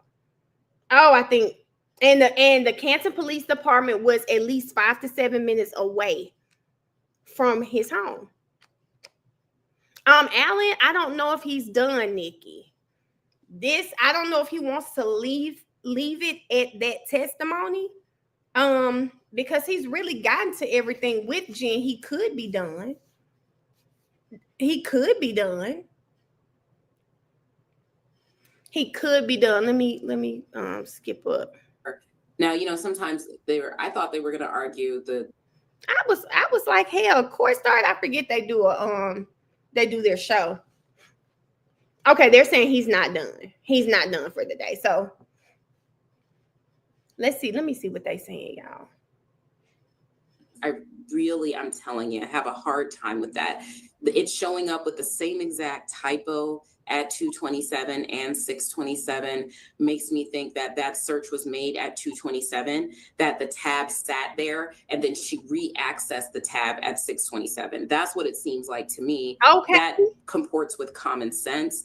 And that's also the fact that I understand Celebrite extractions, and so do most prosecuting bodies, to be extremely accurate. So it's very strange to me to argue that 227, that somehow it posted something back in time that was searched for 4 hours later. That's just, I don't really find that to be possible, right? So I'm having a hard time with that data set as well. I don't want to outright call her dishonest. I just don't know how to reconcile that.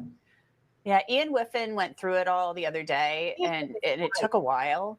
And he explained it. And I think this first came to light because Richard Green, the defense expert, contacted him and said, I don't understand this. What does this mean? And he started looking into it.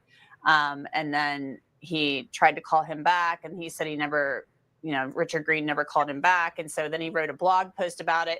There's like this whole thing about it. So it was intense the other day, though, the cross-examination about this and then the redirect. So it's definitely going to be a battle of the experts issue. Let's now look at some more of the testimony from earlier today. And this is where Alan Jackson was asking Jennifer McCabe about phone calls that she made that morning. Remember, at 4:53 a.m., that's when this whole thing started. She said she got a phone call from John O'Keefe's niece, his teenage niece, Kaylee, and that Kaylee was calling her because Karen Reed said, I need you to call Jen McCabe. John never came home last night. But then there were calls after that. So let's listen to the cross-examination about that. When the Commonwealth asked questions about who you contacted that morning at the grand jury, you didn't need to have your recollection refreshed with anything. You said, I talked to Karen Reed, I called Julie Albert, I called Tom Eaton, correct? Correct. And let me point something out. Why would Karen's first mind be, let me call Jen? Why wasn't the first call to Carrie, right? If she allegedly called and said, we got into a fight at the waterfall, why would her first thought be to let me wake a child up out of her sleep to get Jennifer's number so that I could call Jennifer, unless Karen literally remembered dropping him off at their house? Why would she go wake Kaylee up? Why would she go wake Kaylee up out of her sleep unless she remembered dropping that man off at her sister's house? Why not call Carrie first? If your mind is so all over the place, you don't remember, why would you not call Carrie first? Why was the first call Jen? The first call was Jen because she remembered. I don't think the whole, remember, we went to Waterfall. I don't think that ever happened. She called and said, Jen, I dropped him off at your sister's house. Can you call and see? I bet you that's what she said.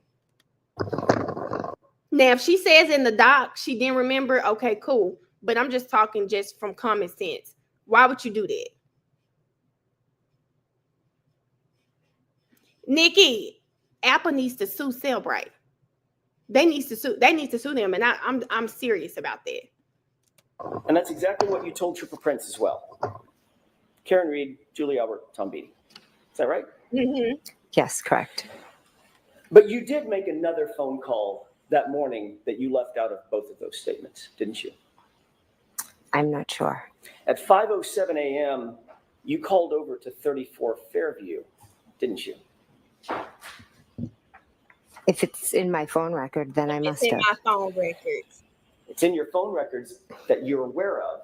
Well, let me ask it a different way. You're aware that your phone records actually show that at 5:07, you called to 34 Fairview, Nicole Albert's phone, correct? Correct. It shows also that call lasted 38 seconds, correct? I'm not sure what it shows. You actually spoke to your sister, Nicole, that morning? I did not speak to my sister, no. So that 38-second call went to voicemail? I'm not sure. All I can tell you is I never spoke to my sister, Nicole, that morning prior to waking her up. But you do acknowledge that you made a phone call at 5:07 to Julie Albert. I'm sorry, to Nicole Albert, your sister, over at 34 Fairview in those early morning hours. Yes, I learned after.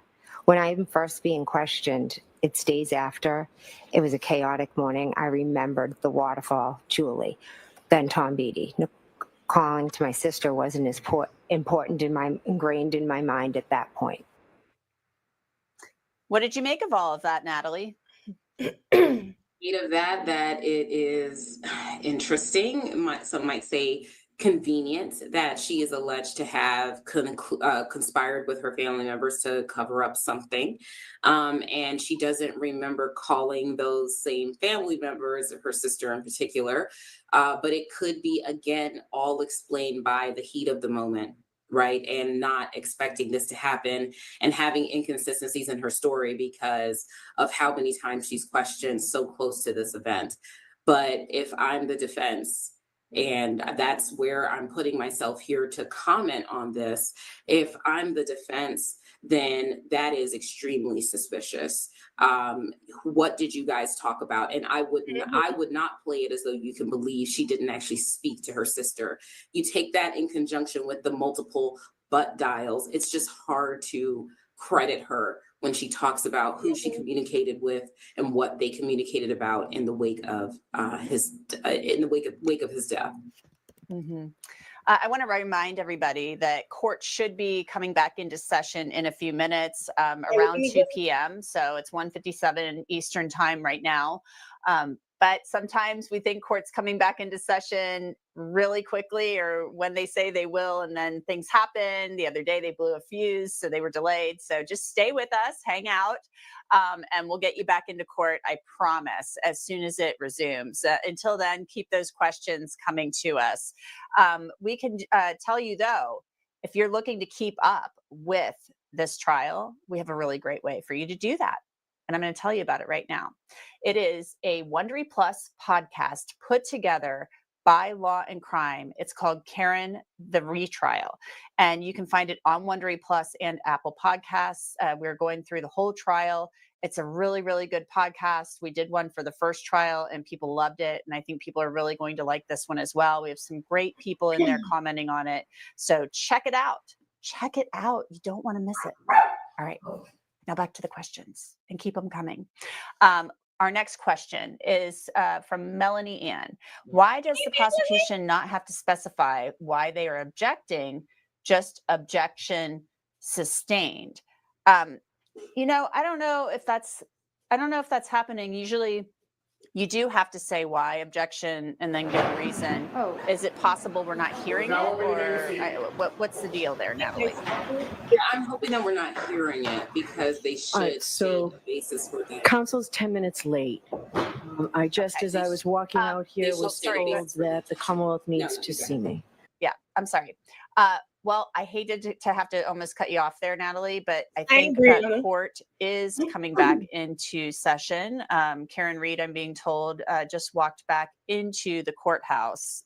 So are we, I need to know if she's, okay, we're going to go back to court. So Natalie Whittingham-Burrell, thank you so much for being with us. And thanks to everybody else for being with us this lunch hour. We will see you back here next week during the lunch hour. Until then, have a great weekend and enjoy the redirect and the rest of the testimony for today from the Karen Reed retrial. We'll see you back here Monday.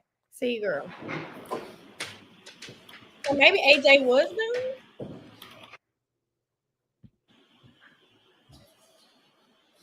Maybe the redirect gonna take 2 days.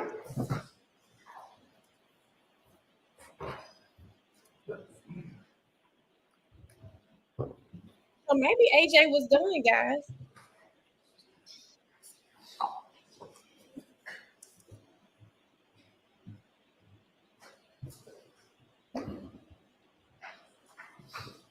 All right, so council wanted to see me here or at Sidebar? I have no preference.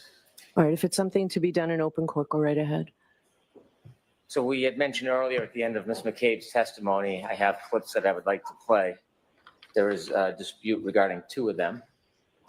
And I've given previous notice to the defense. They've would like different content in than I would. And I would hope to have a court's ruling before I played them. All right, so I received an envelope, court copy, clip 17 was the only one I was given that was in That's a new one. The other one was dispute. previously turned over to the court. Okay. The ones we have a dispute on are clip 13 and clip 15. Okay.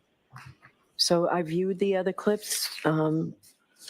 There's an objection to 13 and 15. There's an objection to them. All right.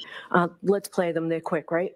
Yes, they are. Play them very quickly. Just to clarify, it's not that we object to playing them, it's that they're incomplete. So she didn't finish her answer. So we're just asking them to be extended so she can actually complete. So we produced alternative clips. So there's 2 clips, 13 and clip 15. All right. So the Commonwealth gets to play what they want, and then you can play yours at some point too. Well, I haven't then if we don't have time, I can wait to have a hearing on this. I don't think the defense can play in self-serving statements because they think it's Okay, I haven't seen it. All right. I saw clip 17. I have no problem with clip 17 coming in. I don't think they have an objection to 17. The ones that are objectionable, I know we're pressed on a Friday. I can hold them till next week until the dispute becomes more clear for the court. Okay. It sounds like this is going to take more time than I thought. All right. So I need what you have, Ms. Little. I need that to review this weekend. All right. Anything else? The second issue is. No, we're not behind. I should approach the side. Okay. I'll click it again, but I don't think we were behind. Yeah, they had a sidebar. Yeah.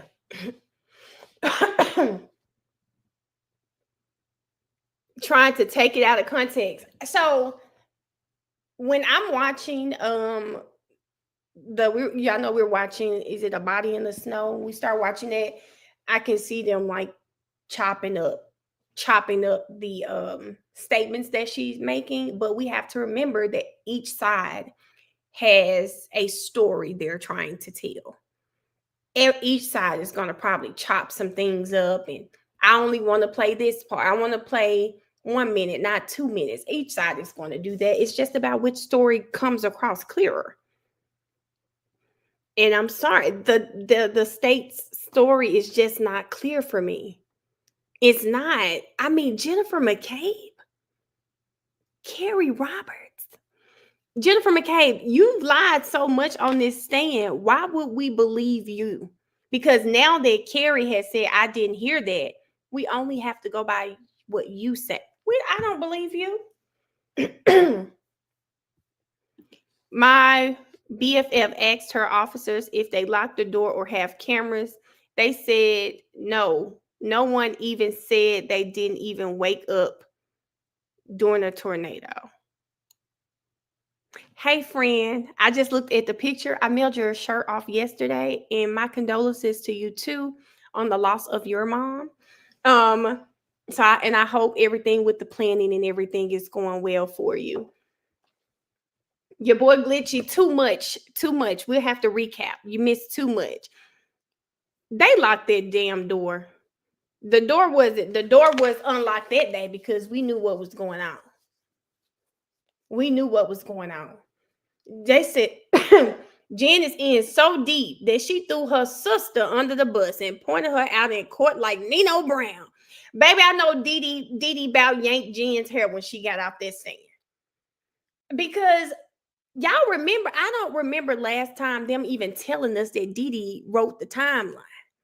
Carrie popped it out, this trial, and then here's Jen. But I don't remember the specifics. I could go back and watch it because I could really watch their testimonies again, especially hearing all of this shit that's popped out on their new testimony.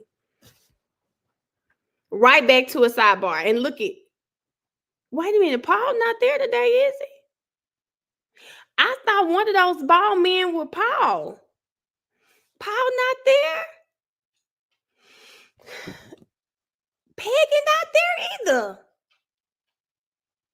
Their damn girlfriend is there. That ex-girlfriend is there, though.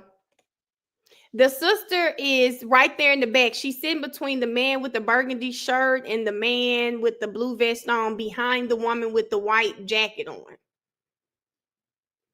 She's sitting back there, Dee back there pissed. I don't know why they got these little skeleton looking faces. Lips pursed. Girl, not they zooming in on Dee. Damn. They must have left. All them bald men. I thought Paul was one of them, but now I see that he's not back there.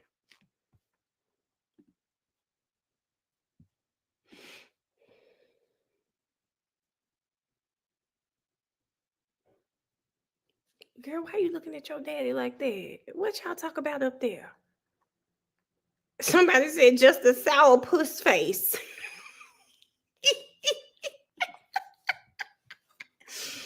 Dee really wants to go home. Dee really wants to go home, but at this point, it's gonna look too bad if she go home. If she decides to go home, because if I'm the defense, I'm calling Dee. Dee, what they say about the timeline? You were there. What was going on with the timeline? Who asked you to write the timeline? Were you at home in bed with your people? Because after all, it had been a blizzard. And did your sister call you and tell you to come over there? Or did you just happen to be in the area? How did you become the scribe? I'd like to know. How is it they made you the scribe of the timeline? I'm wondering. Look at that girl. Oh, is the girlfriend? And I wonder if the girlfriend, after hearing all of this, if she is not looking at that sister funny. Y'all look at Dee Dee. Look like she got her hands on the bench. Y'all know how you sit up like this? Why Dee Dee look like she's sitting up like this? She got her hands right there. Look at Dee Dee. The girlfriend right here, Key. She wears his number around her neck. That's the girlfriend. Look at Dee Dee. Y'all, Dee Dee look like she's sitting up on that bench like this. Look at her.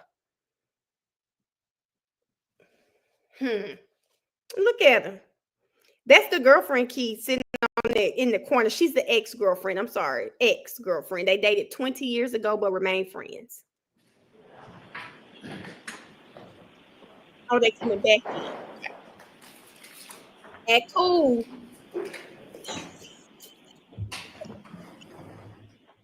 That's John O'Keefe's ex-girlfriend, y'all. They dated 20 years ago, but they remain friends. I don't know, D. Reese. I do not know. Only fan again, Ash. 95 years ago, but she's still holding on, Nene.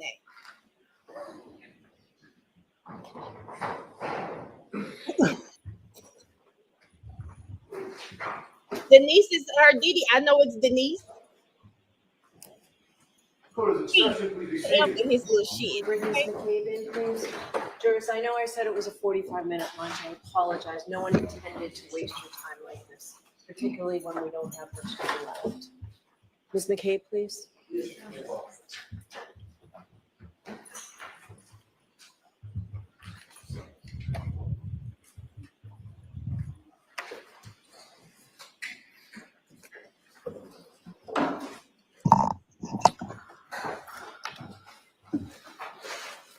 All right, whenever you're ready, Mr. Brennan. Thank you, Your Honor. Yeah, he was done.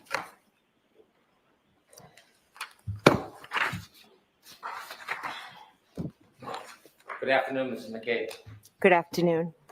I want you to briefly tell us your memory of the weather Oh, when you God. first arrived at Fairview, when you left at Fairview, and when you returned the next morning a little after 6 a.m. Okay. When I arrived at Fairview on the early hours of the 29th, the snow was falling, just starting to fall, starting to stick to the street and onto the windshields. When I left Fairview, it had, accumulated more where my husband had to wipe the windows. And then the following morning, when we were driving there, it was dark and the snow was like coming at the car. Like it was very hard to see. When you returned the next morning, we've seen video from the dash cam. The elements, the visibility, is that fairly depicted in that dash cam? Yes. And I could see.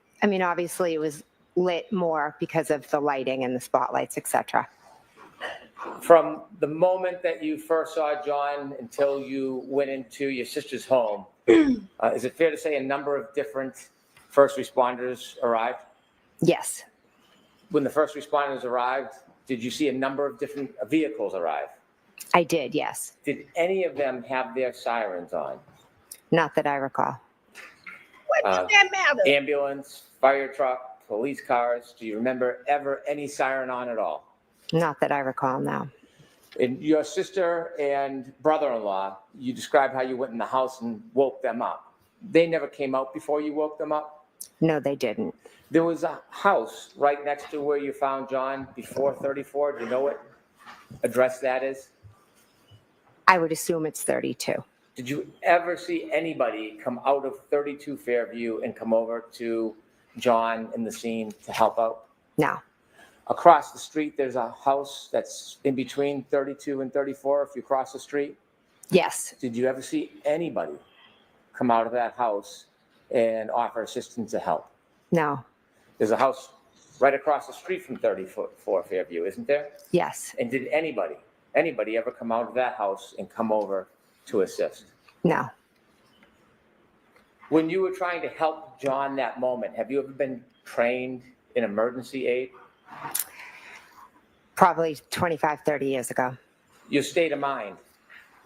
Best describe how you were feeling at that moment as far as your focus and what was going through your mind. You ain't helping me.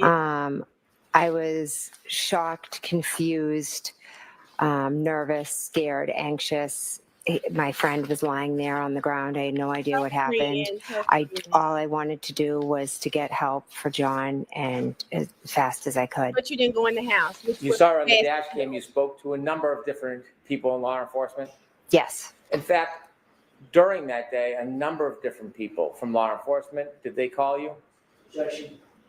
I'll allow that. Move along to Mr. Glenn. Did a number of people call you from law enforcement that day? On the day of the 29th, Yes. Michael Proctor called me. That's Did it. you speak to law enforcement after that day? Yes. Were you asked to engage in interviews? Yes. Were you asked to testify in front of grand juries? Yes. Were you asked to come to court and testify? Yes. Did you ever once refuse to speak to the police? No. Did you ever once refuse to testify? No. When you were speaking to the police on that dash cam, it's depicted on the dash cam, why were you speaking to the police? Well, each officer that arrived had a set of questions of who it was, what happened, etc. So I was answering all the questions because my main focus was John. Did you ever try to be evasive with the police? No, I told them everything I knew. Did you ever try to avoid speaking to them? Objection. The form. Did you ever hold anything back from the police when you spoke to them? Objection. I'll allow that, and then let's move on, Mr. Glenn. No, I didn't. When you interviewed with many different law enforcement and people involved in this case, were you ever given an opportunity to review somebody else's report after it was written and provide edits or your input? Objection. I'll allow it. What? No. This is the police we're talking about, y'all. He talking When about you something. testified, are you testifying from what somebody wrote?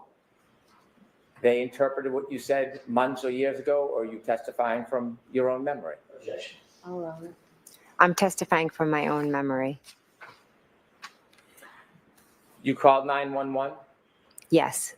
And that morning when you called 911, well, let me ask you, do you wear an Apple Watch?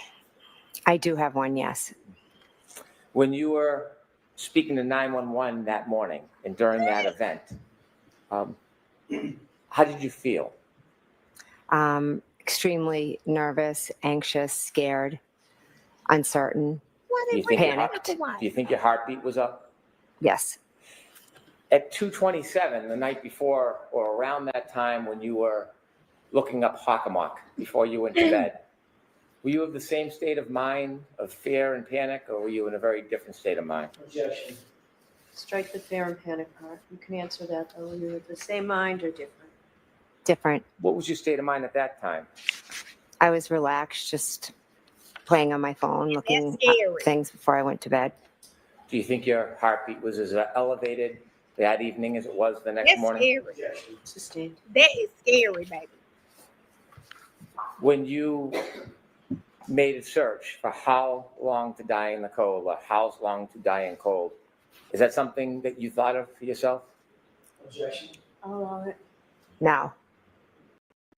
Why did you do it? Miss Reed asked me to Google it. And when was that? That was in the morning after we found him. And had you ever attempted either of those searches before Miss Reed asked you to do that? No, I didn't.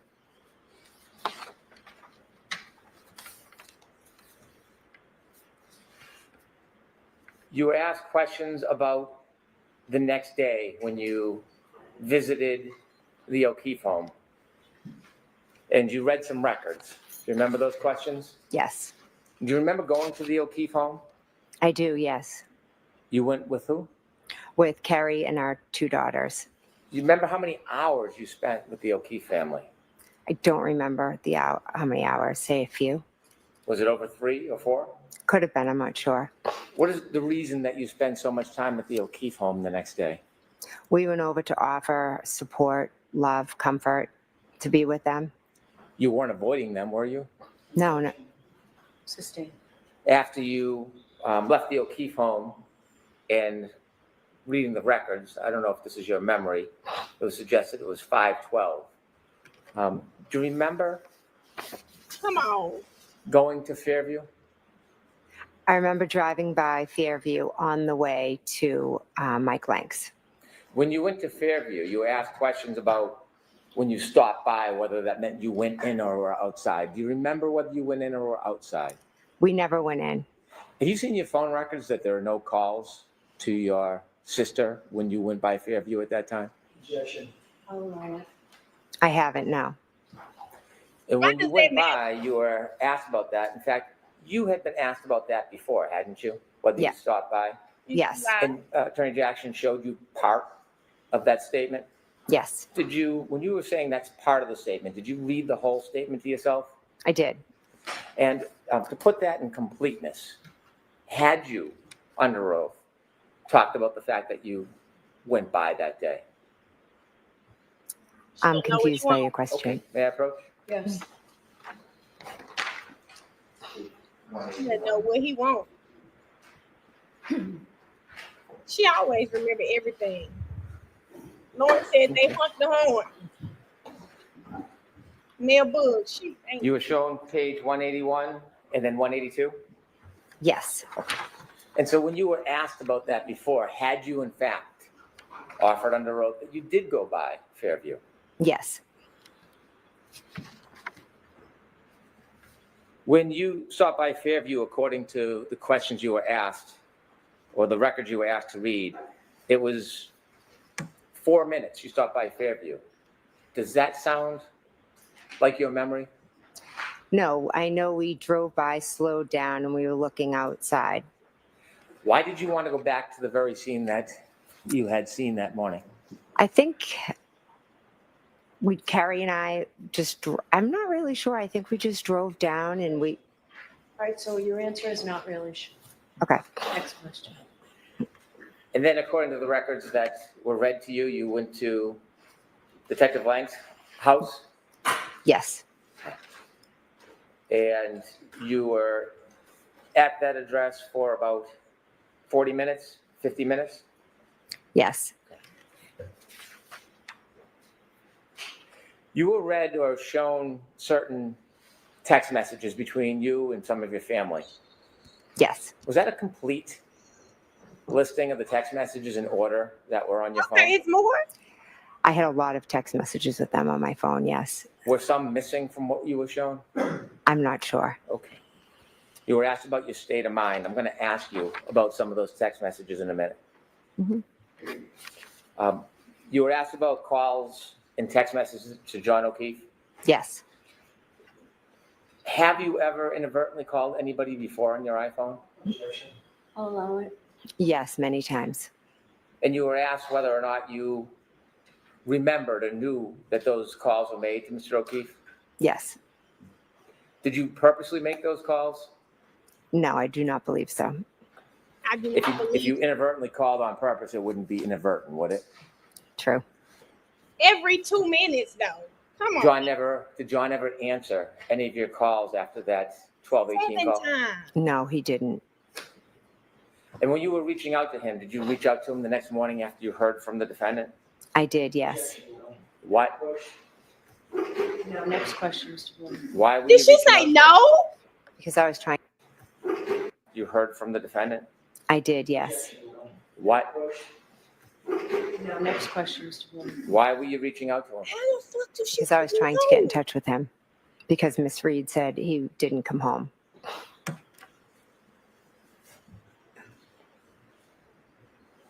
How did Bev say that?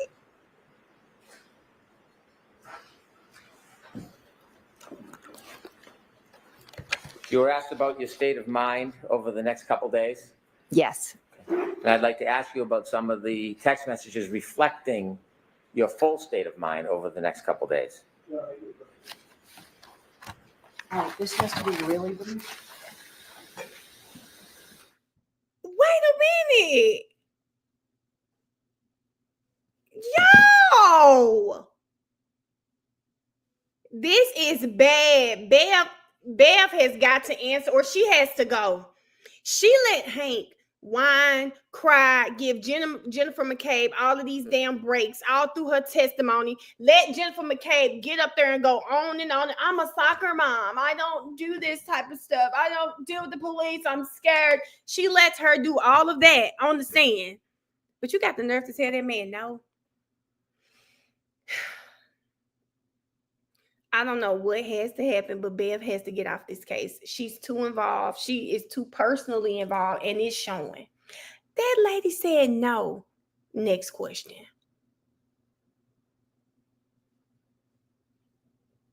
Now, what the hell?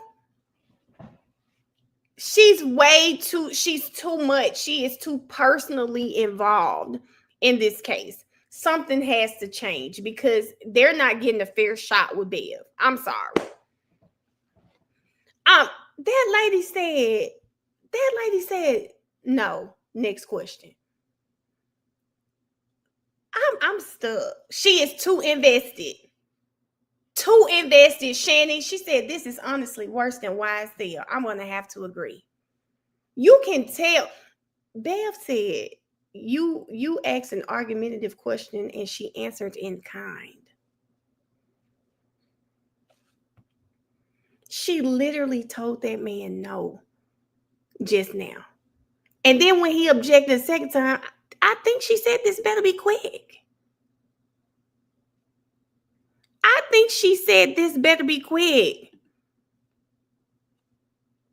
She outdoing Glanville and it's scary.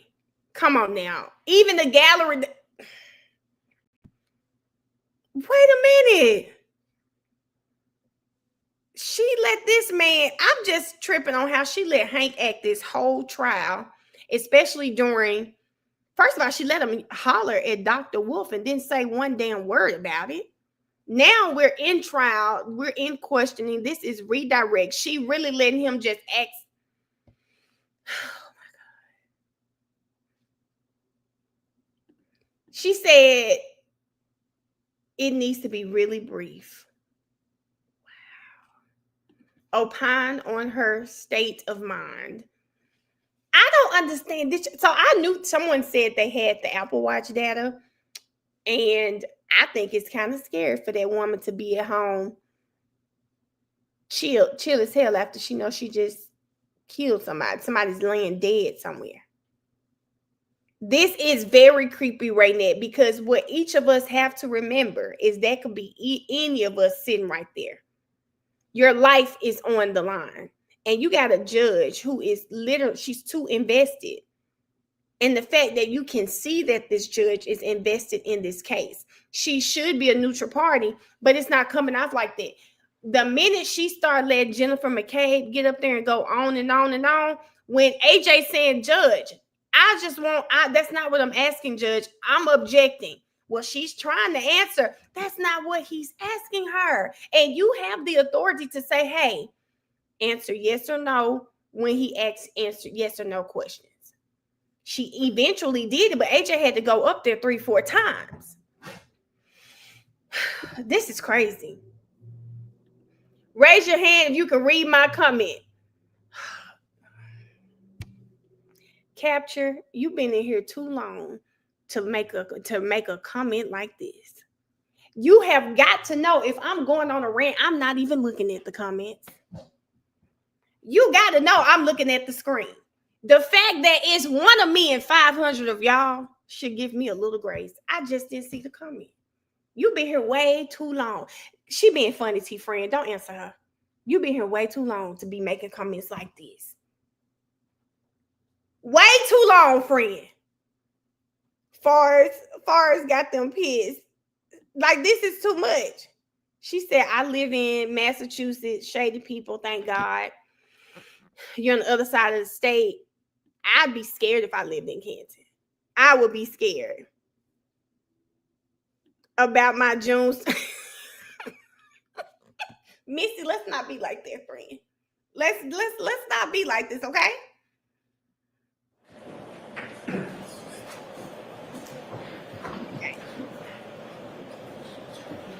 And she said she doesn't remember. They said relax, Mel. It was a butt comment. No, because I really do think that people forget that when the chat gets more than like our normal 200, 250 in here, that sometimes it's moving fast. And if I'm talking, I'm not looking at the comments, so I'm able to see.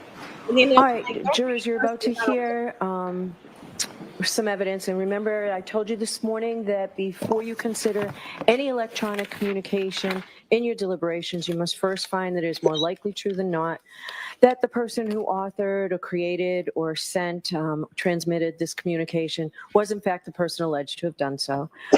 If you do not find it is more likely true than not that the person alleged to have transmitted, created these messages, then you may not consider the electronic communication in deciding this case. And remember, what you're about to hear, you're not to use for the truth of the statement.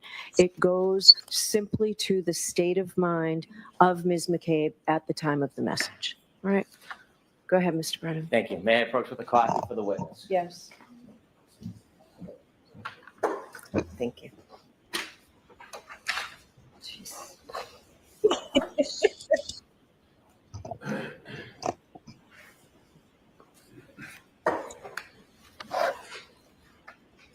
When law enforcement asks for your phone, was there any requirement you give that to them? Objection. Sustained. Did you voluntarily consent to give your entire phone to law enforcement? Objection. I'll allow that. Yes, I did. I handed you a document that reflects your text messages from that morning and the next day. You were asked about some of them on the screen. Do you remember that? Yes. Okay, and you were asked how that affected your state of mind and the decisions that you were making, correct? Yes. I want to read along, and I'll indicate if you look at the number on the left, and then I'll read it, and you can let me know if I read it accurately. Okay.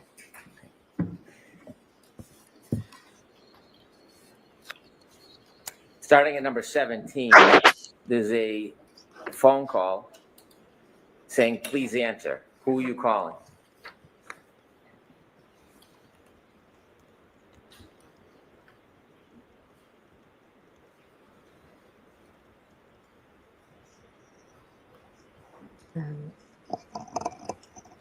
I'm sorry, where does it May I say? approach? Yes.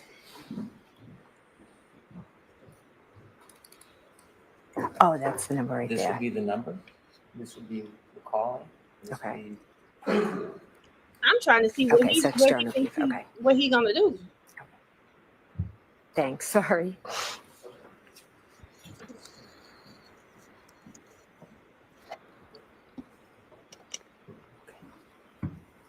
All right, number 17, phone call, please answer.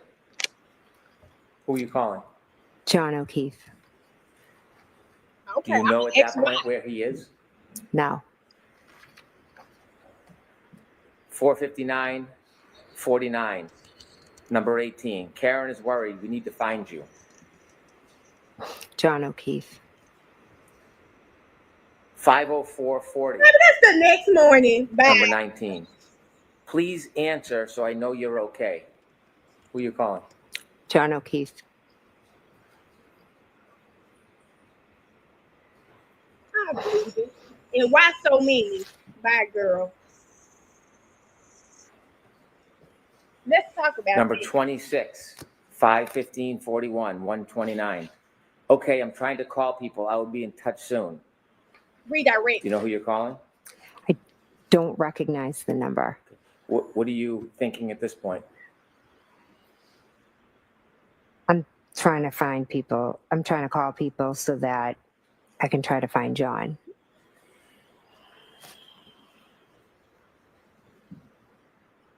I don't know if this is helpful.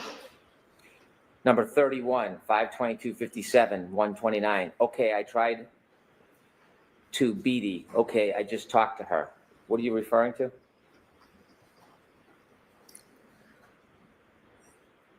I don't know whose number this is. Okay. Um, At this point in the morning, you're making these phone calls. Do you know where John is? no, I have no idea where he is. Who is he? Because why won't he tell her who it is? Turn to number 48. 129:22 at 8:44. You're texting any update. What is your state of mind? Which number is this?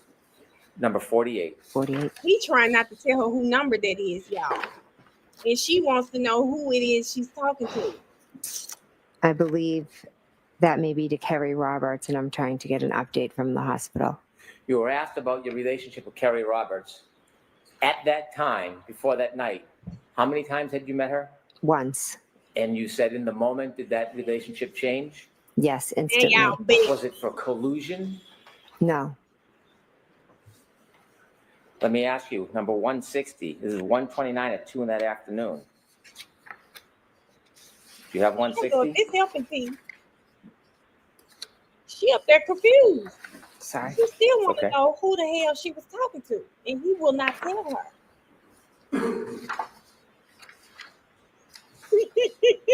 Shock Okay, I'm and here. awe. 160. Do you see that? Mm-hmm. Okay. I can't stop seeing him in the snow. Jen, this is awful. Who's that It's from? Carrie. Kerry. Is your state of mind collusion? No. Objection. I'll allow it. Don't ask it again, please, Mr. Chairman. 168.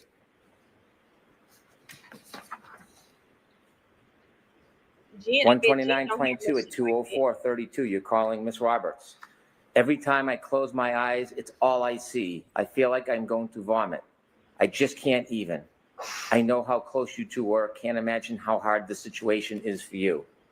Does this reflect your state of mind that day? Yeah. I'll allow it. We have to approach. Right, Objections AJ. noted. Next question. You need to approach on this particular text. Come to Sidebar. Oh, Sidebar. Do y'all see this shit?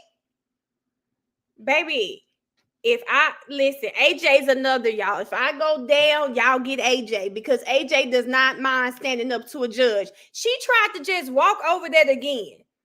He said, Your Honor. Where the double-sided cameras at? Damn it. I need to see AJ's face.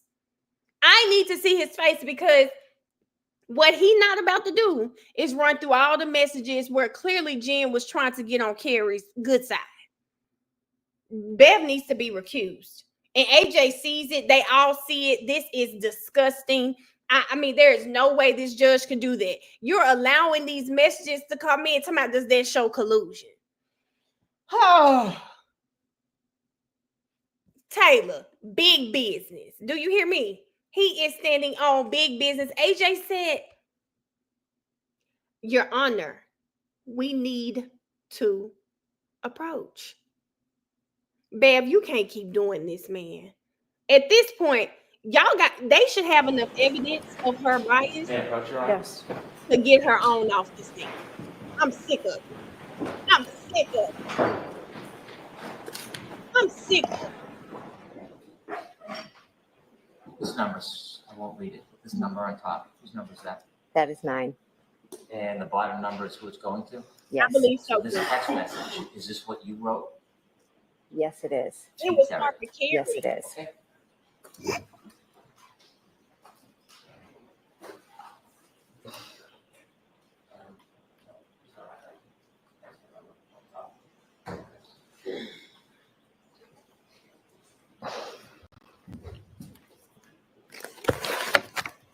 I won't read that last text message again. However, it is correct that text message was from you to Ms. Roberts, number 168.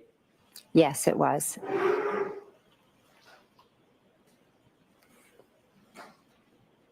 And the response in this text message, number 169, from Ms. Roberts to you, you were also, this is awful, Jen, I'm in shock. Yes. Carrie wasn't colluding. Number 170. And this one is from Ms. Roberts to you, 129:22 at 2:05:45. I literally am having wine. I don't know what to do. Calm down. Yes. 171 at 2:06:35 on 129:22 from you to Ms. Roberts. I know I am definitely in shock and it keeps hitting me. I just feel so sick. Is that accurate? Yes. I'm going to read one more. 172. And this is from Ms. Roberts to you. Come on. At 2:13:41 on 129:22. I don't know what to even do. I'm so sorry for both of us. For that both of accurate? us. What Yes. about Karen? Number 175. Again, to Ms. Roberts, 2:14:15, 129:22. Do you text, I talked to Peggy, I am devastated for them? Yes. Harry was a puppet and doesn't even know it. And did you follow up seconds later at 2:14:56 on 129:22? I am so sick to my stomach. Yes.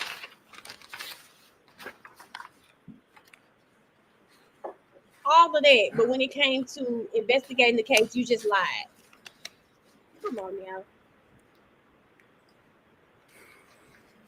That That's day, like did you have shit out to of speak Kimberly. to your children about what happened? I did. Yes. Was that part of your state of mind that day? Yes. I'll allow that. Number 208 Harry just stupid. or 207. You receive a text from this number. I don't want to say it out loud, but if you could read it, 207. Do you know who that's from? I don't. Okay, we'll move to the next one then. 208, 129:22, 342:06.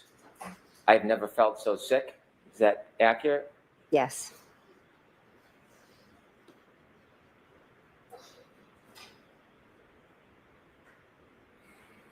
Number 210, 433:40, 129:22. You text messaging somebody? Yes. Do you know who that is? I don't, just off of the number. Okay. And this text message, is this from you to somebody? Yes. My mind is racing. I have that awful feeling in my gut like I'm about. I'll allow it. Sent by this witness, allegedly. My mind is racing. I have that awful feeling in my gut like I am about to puke. Besides seeing the awful image, trying to wrap my head around what happened to him. Is that accurate? Yes. These don't help me because I don't give a damn. Cost long to dying cold is what I'd come back and say. She gets to wrap this shit up. Sorry, y'all. Cost long to dying 213. cold. This is on 129:22 at 438:20. Never went to get Brian Albert. I'll come back and bring Do you know that who back. was texting you? Yes. Who? My friend. Once things settle, you need to talk to someone and process the trauma. And then 214, you respond, 129:22, 440:38. I have been shaking since this AM. I feel so sick. Everything started to be a blur and all run into each other. Yes. And this is at 440:38 at 129:22. Yes. And during that day, you've spoken to law enforcement Yes. and the days that follow. Yes. No more of that after that, I'm sure. We're going through her text message. They trying to show that she was so sad, but show me that she was sad in February. Show me she was sad in March. Because after these texts, I don't hear nothing I'm else. going to move to 129:22, 752. All this on 129. If you look at number 289, please. Give me some text from March, baby. Hell, give me some text from February.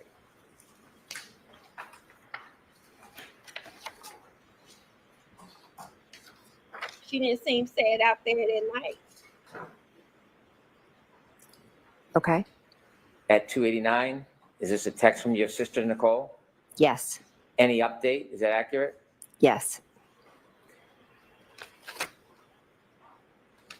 Okay. And you were shown this text at 292, Yes. and you texted your sister, Kerry talked to cops, kept it simple. Yes. What did you mean by that? I mean, the cops had gone to her house, but she had had a long day and been drinking some wine. So she said she just made it quick. And you were sharing that with your sister? Yes. You didn't. And Why was did your sister part of many of these texts as part of your support group? Yes. Did anybody tell you that you shouldn't rely on your family and have a conversation about what you went through? Objection. I'll allow that. No, no one did.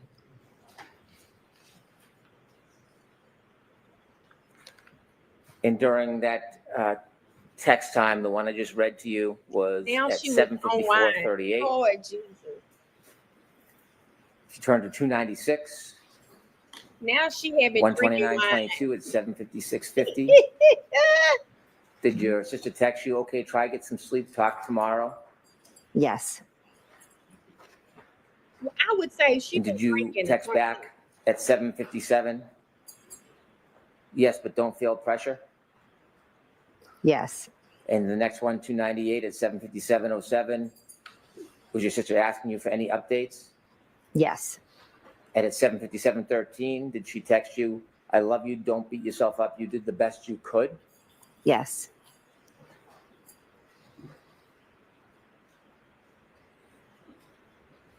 Hell, if you was covering up, somebody tell you that too. Shandy, somebody just, Miss J just texted me and said, Mel, my pressure is up over here. And just a few minutes later, one at number 308, please, 129:22 at Always. 8:01 p.m. Mhm. Did your sister again write to you, okay, text me in the AM if you hear anything later? Yes. And you continued texting with her? Yes.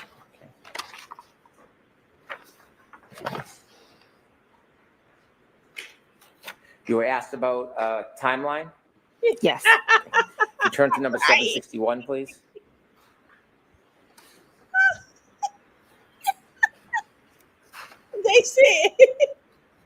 They said, what happened? So can I see it?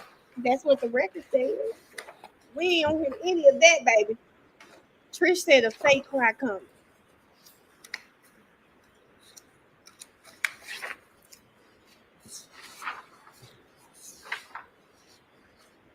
Good point, Ashley.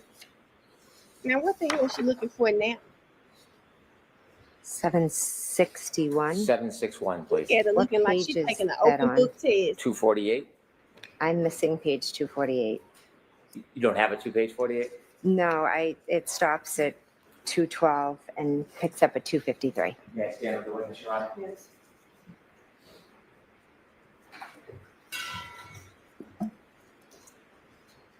Can you remind us who asked you to put together a timeline? Peggy. Peggy. Mhm. Okay. Yes. 2 days later, January 31st, 2022. And this is at 10:26:29 a.m. Are you texting Ms. Roberts? I am. I have spent the AM trying to process that he is really gone and try to piece together all the events. Is that part of the process of the timeline? Yes.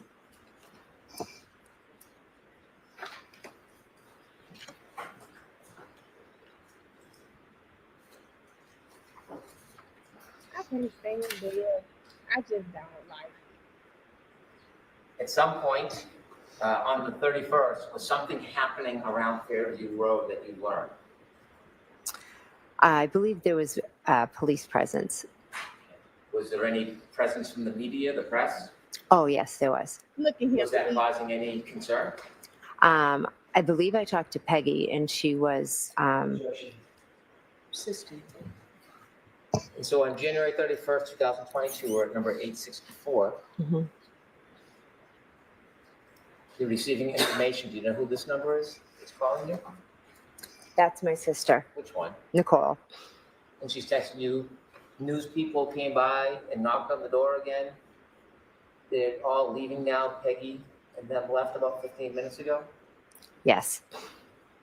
And then at 1 o'clock, 18 seconds on 1:32:22, we text back, did you answer the door? Correct. Was this part of your state of mind on the 31st, what was going on around the house? Yes. I can't wait for the fence to get back up. I asked about Hustler, the FBI, Brian Abbott in that house, and then leaves. Because none of this matters. None of this matters. If you're trying to act like you didn't kill a man or help cover it up, this is how you behave.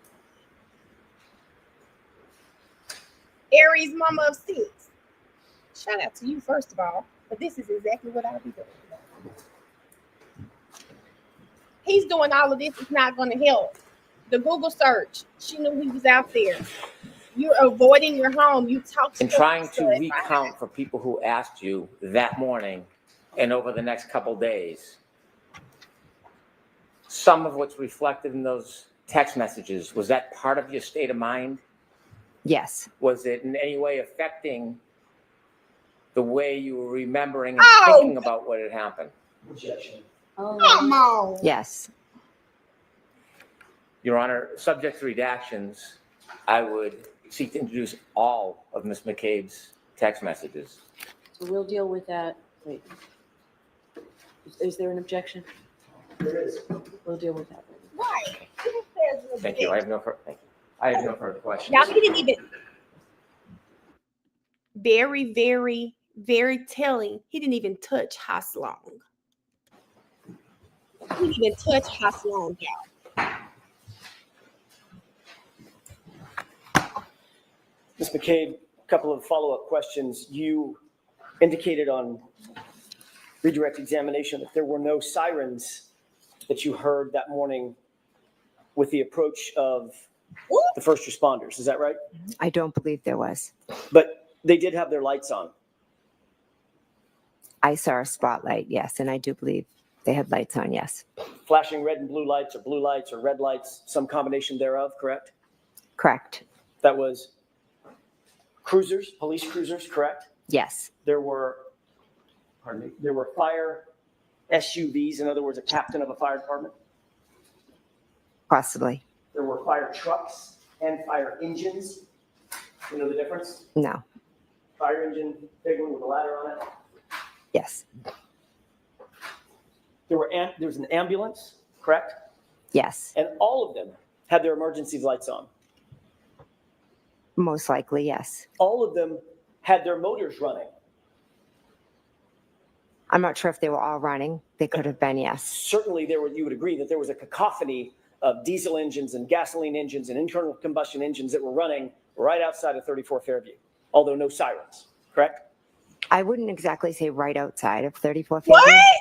I'd say there were some right outside of 34 Fairview, but the first vehicle pulled up kind of right just on the right end, and most of the vehicles with the lights on were to the left, so they were actually more in front of 32 Fairview. But there were vehicles. There was Miss Roberts' vehicle, and then I believe another vehicle pulled up. I think I remember from seeing the dash cam. And Sarah's cruiser, correct? Yes. And Mulaney's cruiser, just on the other side of Terry Roberts' vehicle, correct? Yes, I don't believe lights were on. His lights were on. And there was an ambulance just to the left and behind Sarah's vehicle, correct? Yes, which would have been in front of 32 Fairview. Lights on that as well? Yes. All facing in the direction of 34 Fairview, correct? Facing, but out front of 32. So is there a reason that you're so resistant to admit that there was a cacophony of sound and noise outside of 34 Fairview? No. Okay, so there was, correct? Outside on the front lawn, yes, Yeah. side lawn. And there was also some people yelling and screaming at a high pitch, right? Yes. Both Miss Reed, who was yelling and screaming, correct? Correct. And Miss Roberts, who at least at some point told her to shut the fuck up, correct? Correct. Hey, Black Sheep. Still lying. Constantly trying to put this You were stuff asked at about 32. the stop at 34 Fairview on the way to Sergeant Lang's house on redirect examination by Mr. Brennan just now, correct? I was, yes. He showed you a couple of pages of your transcript from that question and answer, correct? I believe he showed me a page, yes.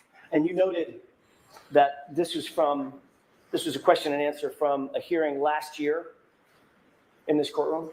Yes.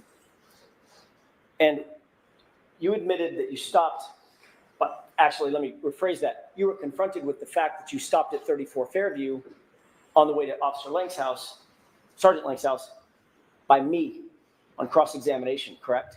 Yes, you asked me. You also indicated that you have never refused to speak to the police, any law enforcement officer in this case. Woo! FBI. I've spoken when but asked to, yes. But in point of fact, when you were approached by the 2 law enforcement agents who were not connected to Massachusetts State Police or the Canton PD, you suspended that interview and refused to answer further questions, correct? I welcomed them in my house, sat with them, and then I stopped, and then I met with them a few times after, and I answered all their questions that they asked. I helped clear up some misconceptions that they had been told, and as you know, I know they're no longer investigating, so I think I helped them well.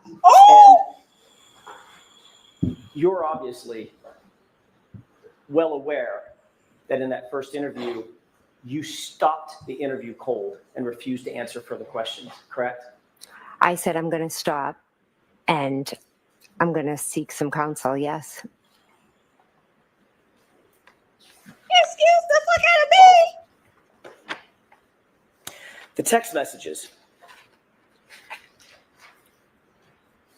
You just read a series of text messages that Mr. Brennan actually read for you and you agreed with, correct?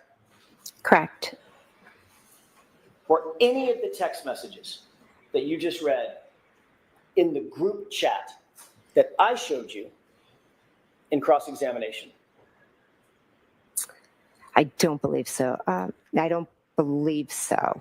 And that group chat included you, Brian Albert, Go back to Nicole FBI, Albert, please. Matt McCabe, correct? Correct. And that was a private chat among the 4 of you. Is that right? That's just a chat with them, yes. You read some text messages to and from Carrie Roberts, correct? Yes. You had just met Carrie Roberts. Isn't that right? Yes. She's not a McCabe. Is that right? Correct. She's not an Albert, correct? Correct.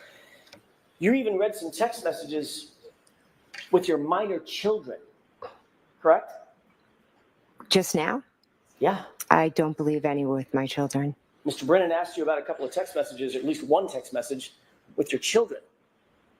Didn't he? No, he didn't. Objection. She can answer that question. Is that what happened? Did I misunderstand? No, I honestly didn't read anything from my children. I think one, I said a friend, another time I didn't know who it was, but I do know my children's phone numbers, and no, it was none of my kids. Obviously, the kids are not on that group chat, that private group chat that we went over, correct? Oh, yes, correct. They're not. Well, let's talk about those unidentified numbers. You said this is a number I don't recognize, and Mr. Brennan read to you a text to that person, correct? Yes. Whoever that is, that person's not a McCabe, correct? They're not correct. And that person's not an Albert.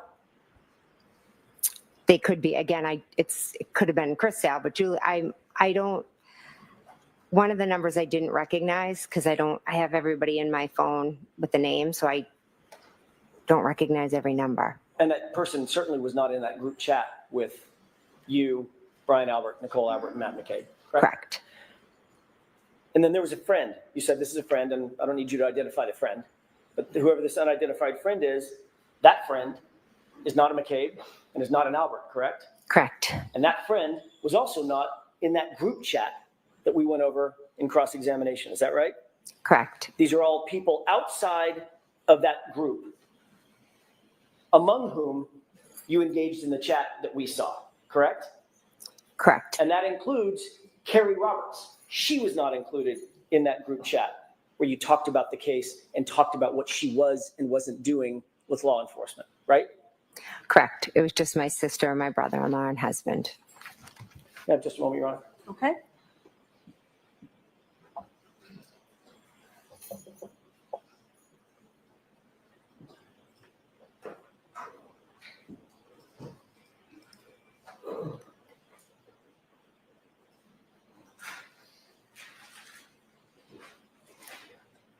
No, that's all I have. All right. Ms. McCabe, you are all set. Thank you very much. Thank you.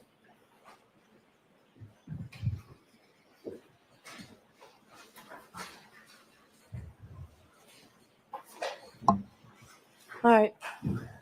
I I'd like to play a couple of clips, Your Honor. Yeah, I'd ask you to just wait 10 seconds. I'm sorry. All right, you can play them now. Okay. May I proceed? Yes. I'd like to play clip 12, please.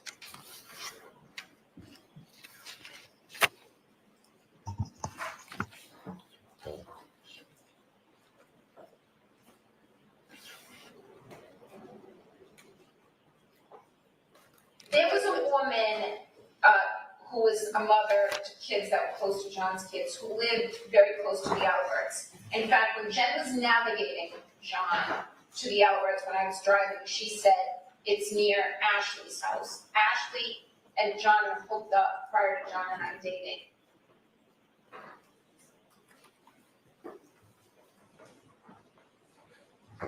There was a woman. Hold on before you play it We've again. already played that one. We don't need to play it again.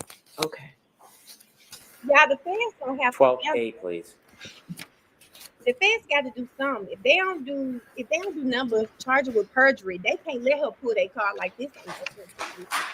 She said she helped him out. Hurt himself and was incapacitated. He could be passed out on someone's couch, which is just weird. We're not on a campus. Everyone lives in their own home with children, or he's sleeping with someone. And there were multiple women in the neighborhood of Fairview that John had been with. And one of them very recently, before I started dating John. Clip 16, please. Who told Jen the case was closed, y'all? Who told her that? For her to get so cocky, but she said that shit on national TV.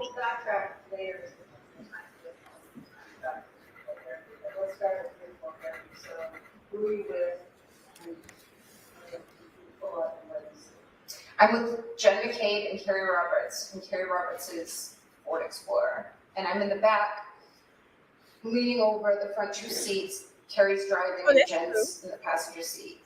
And I described this to everyone, so you've probably heard this before, but John looked like a buffalo on the prairie.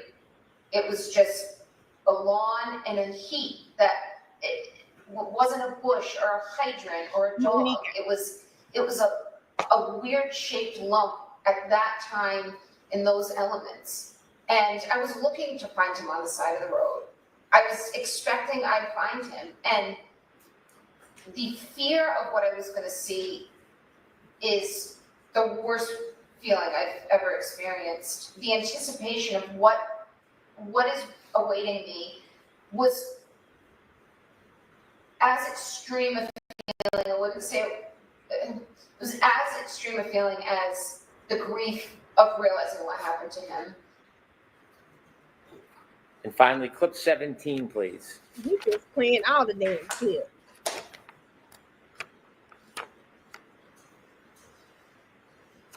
We need to see the court for this one's played. All right, hold that, please.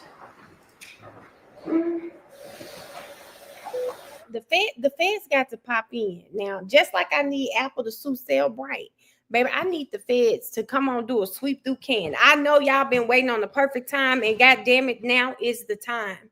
There is no better time than now. She just got off the stand, baby. Catch her walking down them damn steps, okay?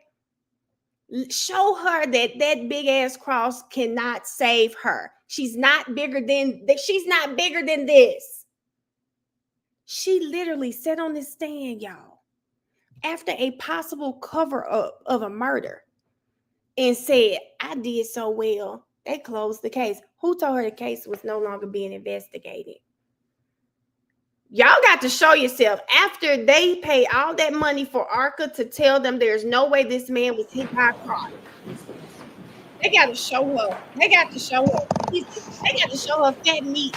Let's say, you don't think fat meat moves. They're going to have to show her. Oh, pretty, tell your mom I'm sorry. Call Miss Hannah also this time. Hey, Mom, I'm sorry. I'm ticked off. Please, that's gonna write me out. He does not think fat meat is greasy. He doesn't think. You gotta show her.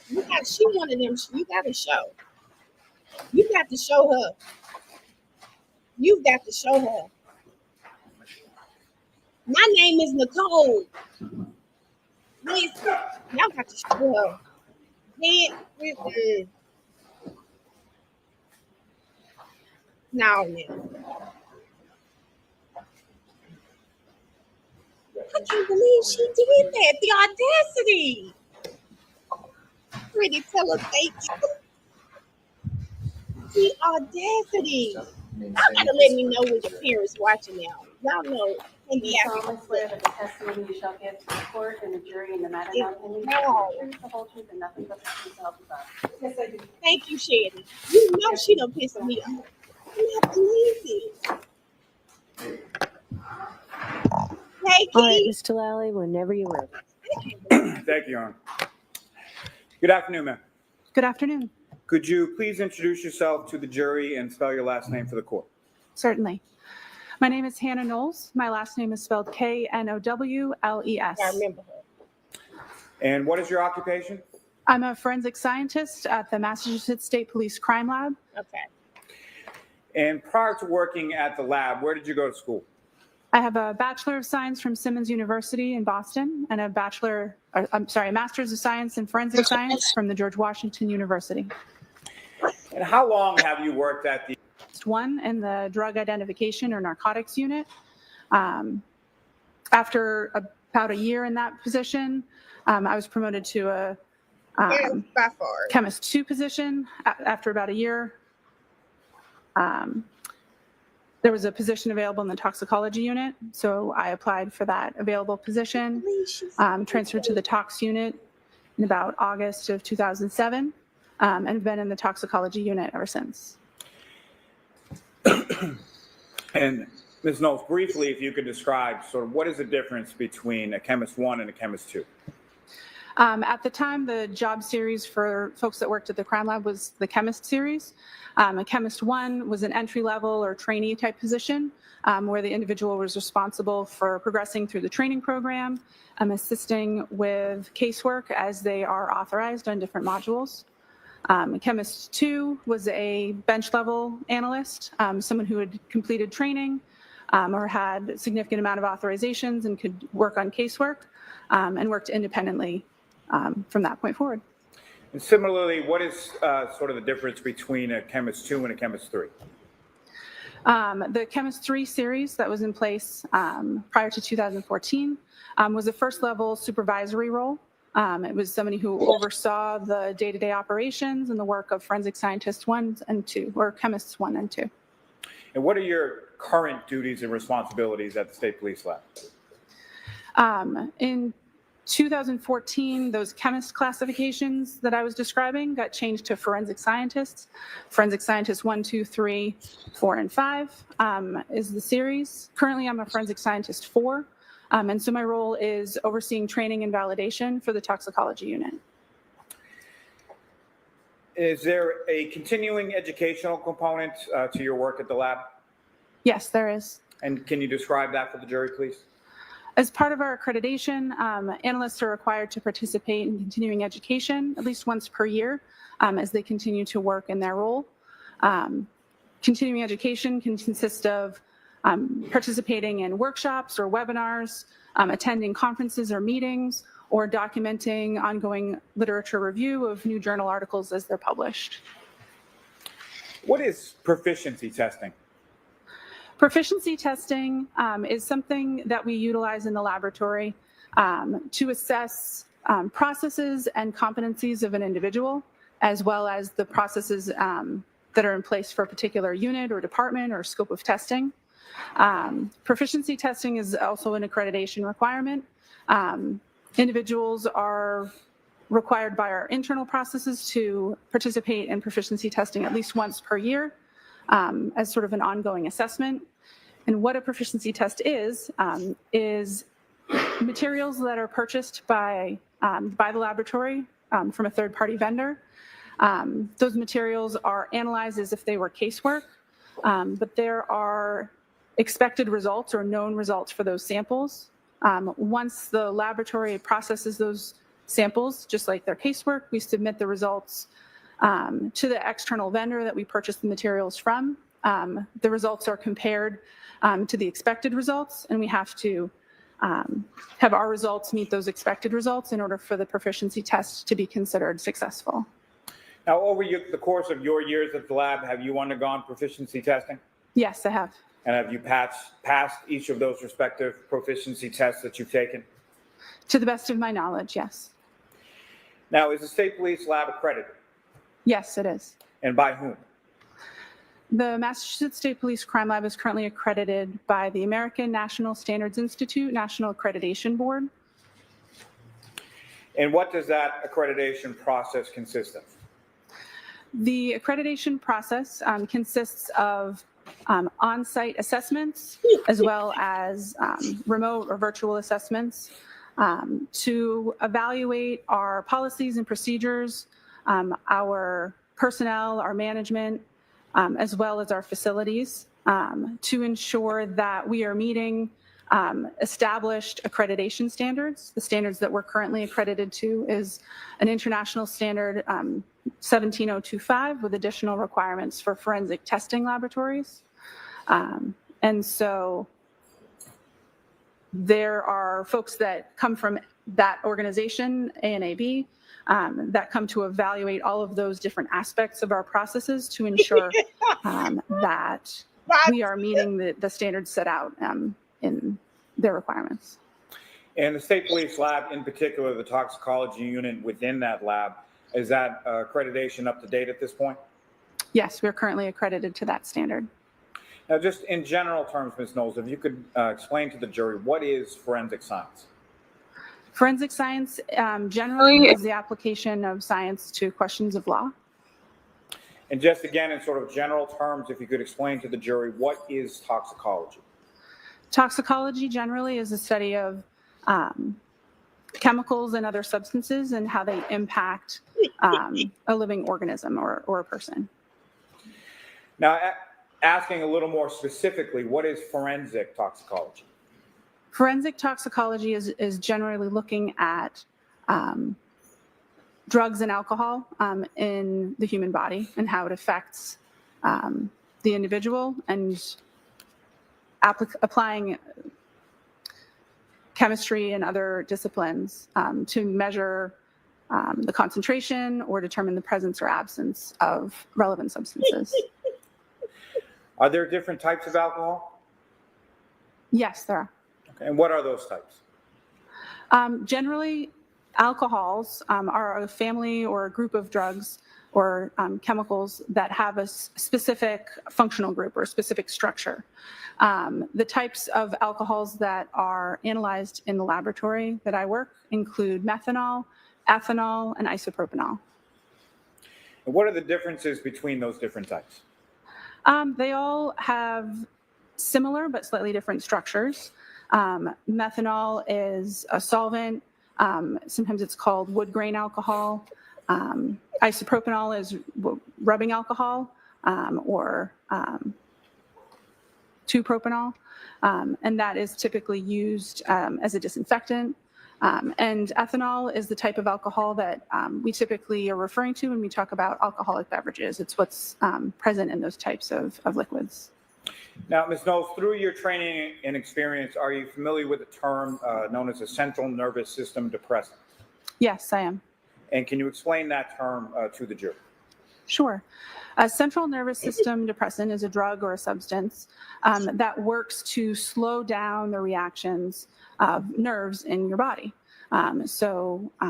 It makes nerve cells slower or less likely to respond to stimulus. Now, is alcohol a central nervous system depressant? Yes, it is. And how would that central nervous system depressant affect the human body? The effects depend on the concentration or the amount that's present in the body.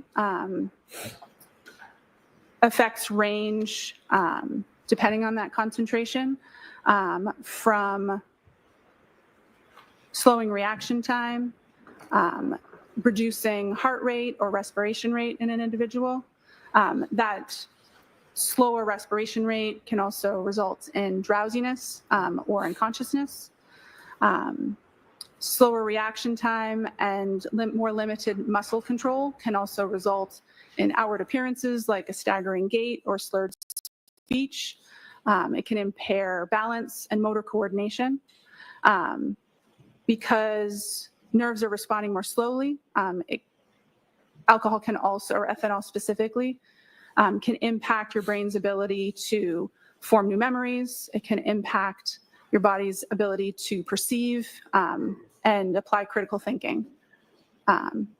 Again, all of those effects that I just described, they can be present depending on the concentration and the individual and how they're responding to that particular concentration of ethanol at any particular time.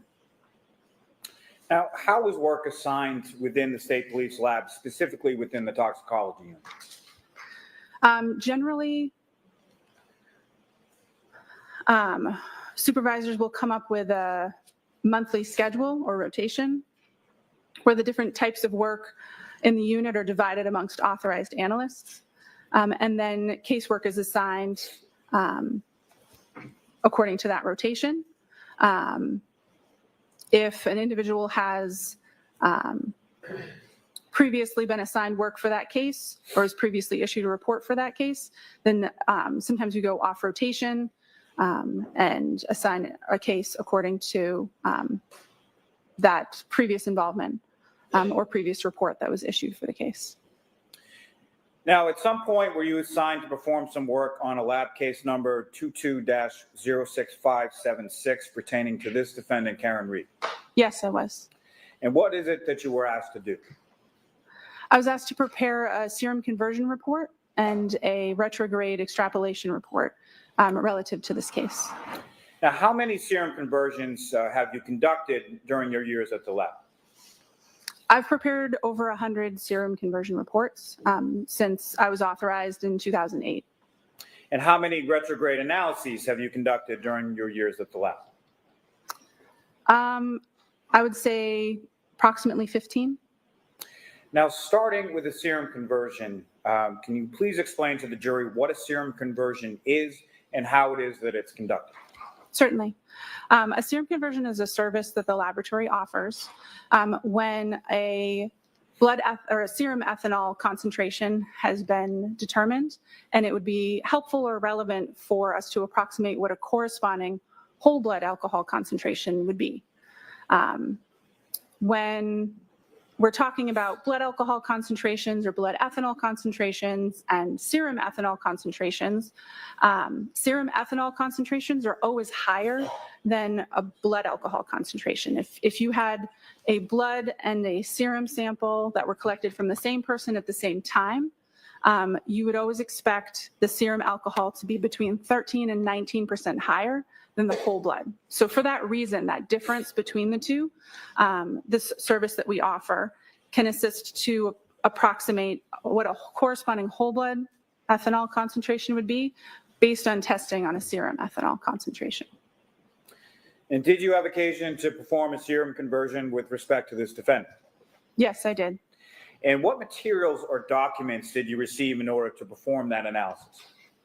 For the serum conversion, I referred to medical records that were provided with a request. May I approach and retrieve what's been previously marked as Exhibit 37? Yes. May I approach the witness? Yes. I'm showing you a document. Do you recognize that document?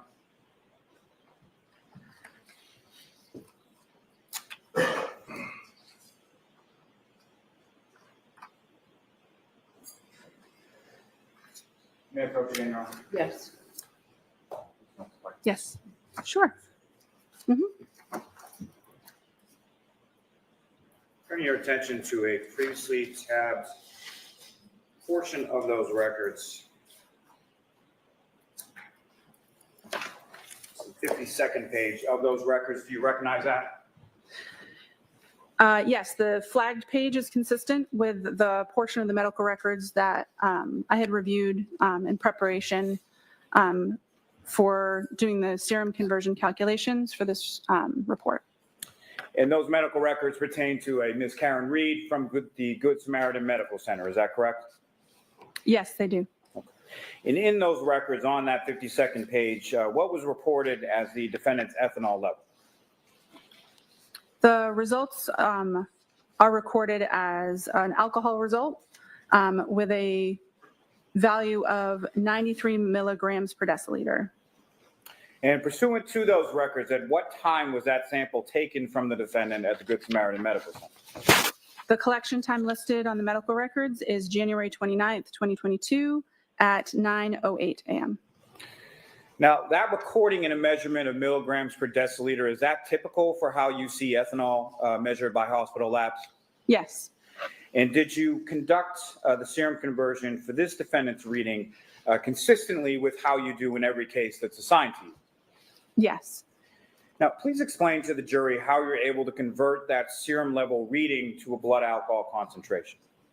So the way that the calculation is performed is kind of in two steps. So the results are listed in milligrams per deciliter, which is common in clinical testing.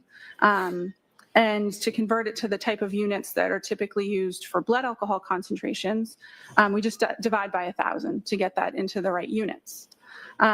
So 93 milligrams per deciliter converts to 0.093 grams per cent.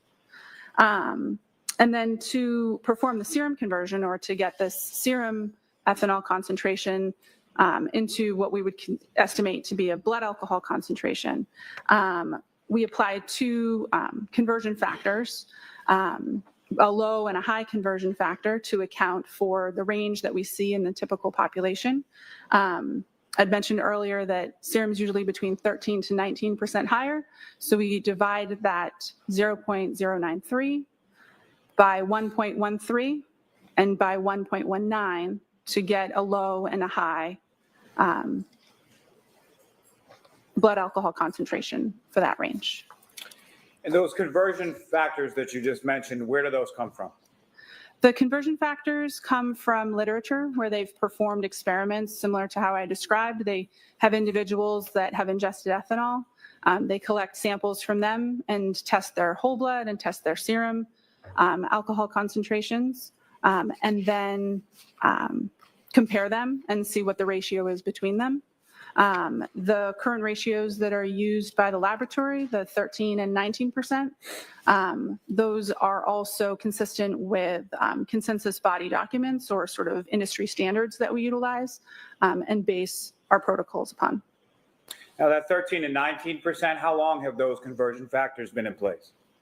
There was a consensus body document published in 2024, and so we adjusted the serum conversion factors that had previously been in use to those new published, or those new recommendations in September of 2024. Now, does the change in conversion factors recently adopted by your lab, does that benefit the patient or the person for whom you're converting the ethanol to blood alcohol concentration? Objection. I'll allow it. Does it? Yeah, the previous factors we used between 12 and 18%. And so when you perform that conversion, it typically ends up with a equivalent or lower blood alcohol concentration. And so it could be interpreted as being favorable to a defendant. Now, why are they presented in a range?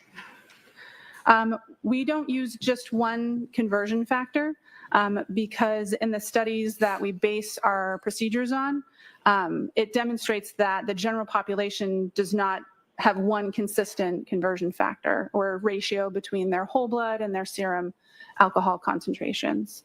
And so to ensure that the conversion that we're utilizing applies to most of the general population, we use sort of the extremes of what we see in that literature, like a high and a low, to make sure that our approximation falls, that the true value would fall somewhere in between that low and that high value. And what did you calculate as a low and a high range for this defendant's blood alcohol concentration from that alcohol reading from the Good Samaritan Medical Center? So the 93 milligrams per deciliter serum ethanol concentration would convert to between 0.093 0.078 and 0.092% or grams percent. And again, Ms. Knowles, that's at the time that the blood is drawn at approximately 9:08 a.m. on January 29th. Is that correct? Yes. Now, turning your attention to retrograde extrapolation, can you explain to the jury what a retrograde extrapolation is? Sure. A retrograde extrapolation is another service that the laboratory offers where it's a calculation that we can perform when we have a alcohol concentration that was measured at a particular time, and it would be helpful or relevant to know what that person's blood alcohol concentration was at some point prior to that sample having been collected. What we're doing with this calculation is taking what we know about how quickly the human body is capable of breaking down alcohol and applying that rate of elimination to the time interval between when the sample was collected and tested and when there might be a particular time of interest, a car accident or some interaction where that person's blood alcohol concentration might be relevant. And how is that done? Similar to the range of conversion factors that we were looking at with the serum conversion, we know that the rate of elimination in alcohol in humans varies from person to person. And so based on studies where they're looking at rates of elimination in large groups of people, we know that alcohol can break down at a rate of between 0.010 and 0.025% per hour. And so we take when we're looking at a serum conversion and then being combined with retrograde, we take the smaller of the serum conversion range and we add that to the slowest elimination rate multiplied by a time interval. And then we also take the larger of the serum conversion values, and then we add that to the fastest elimination rate multiplied by the time interval. We use a smaller time interval for that sort of minimum calculation to account for the fact that we don't want to overshoot that estimate of blood alcohol concentration. If there was some unabsorbed alcohol, we don't necessarily always know when we perform these calculations, the drinking history or like when the person had stopped drinking that day. And so we usually subtract 2 hours from the time interval when we're doing that minimum calculation to have a more conservative estimate. So we're applying the time interval, the rates of elimination, and looking at what we have for blood alcohol concentrations, all to be considered when we're performing the calculation. Now, what categories of information do you need in order to perform a retrograde analysis? We need to know what the blood alcohol concentration was at the time that the sample was collected. We need to know the time the sample was collected, and we need to know the incident time or the time of interest that we're sort of calculating back to. There's a couple of requirements to be able to perform this calculation that we have to ensure. We have to make sure that there's at least been 2 hours in that time interval between the time of collection and the time of interest that we're looking at. We can't calculate backwards with that very narrow window because we can't be sure that the person is entirely in the elimination phase, that their body has reached a maximum blood alcohol concentration and they're just breaking down alcohol at that point. And we also know that this simple rate of elimination calculation can't be accurately modeled once we get down below between 0.02 and 0.03. So we have to make sure that the starting blood alcohol concentration is at least an 0.03 or higher in order to be able to apply that math. Now, how is it that alcohol is metabolized within the body? Generally, after someone stops drinking alcohol, their body reaches a maximum blood alcohol concentration. And then after that maximum is reached, for most folks, that's between 30 and 90 minutes after they stop drinking. And then the body breaks the alcohol down over time in a very predictable linear fashion, down until it gets down into about 0.02 and 0.03. The mechanism that the body uses to metabolize, some alcohol is excreted in urine, some alcohol is evaporated and removed from the body through your breath, but the vast majority is broken down with enzymes in your body that convert the ethanol structure into water and carbon dioxide. What are the phases of metabolism for alcohol in the body?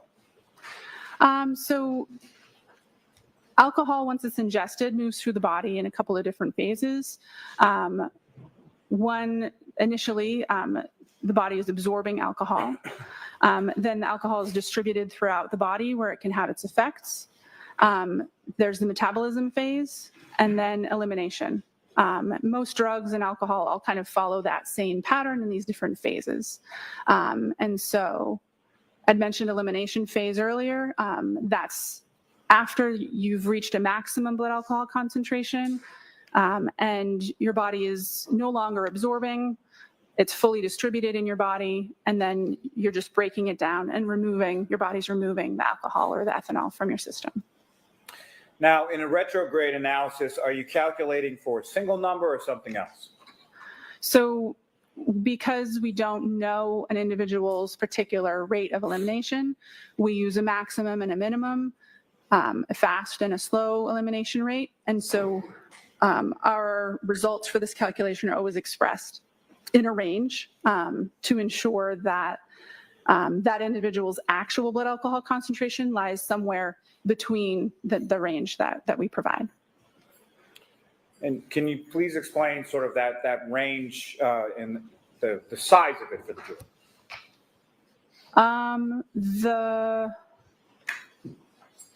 The range that's provided as part of these calculations, the size of the range depends on the facts of the case and the amount of time that's passed between the time of the incident and the time of the sample collection.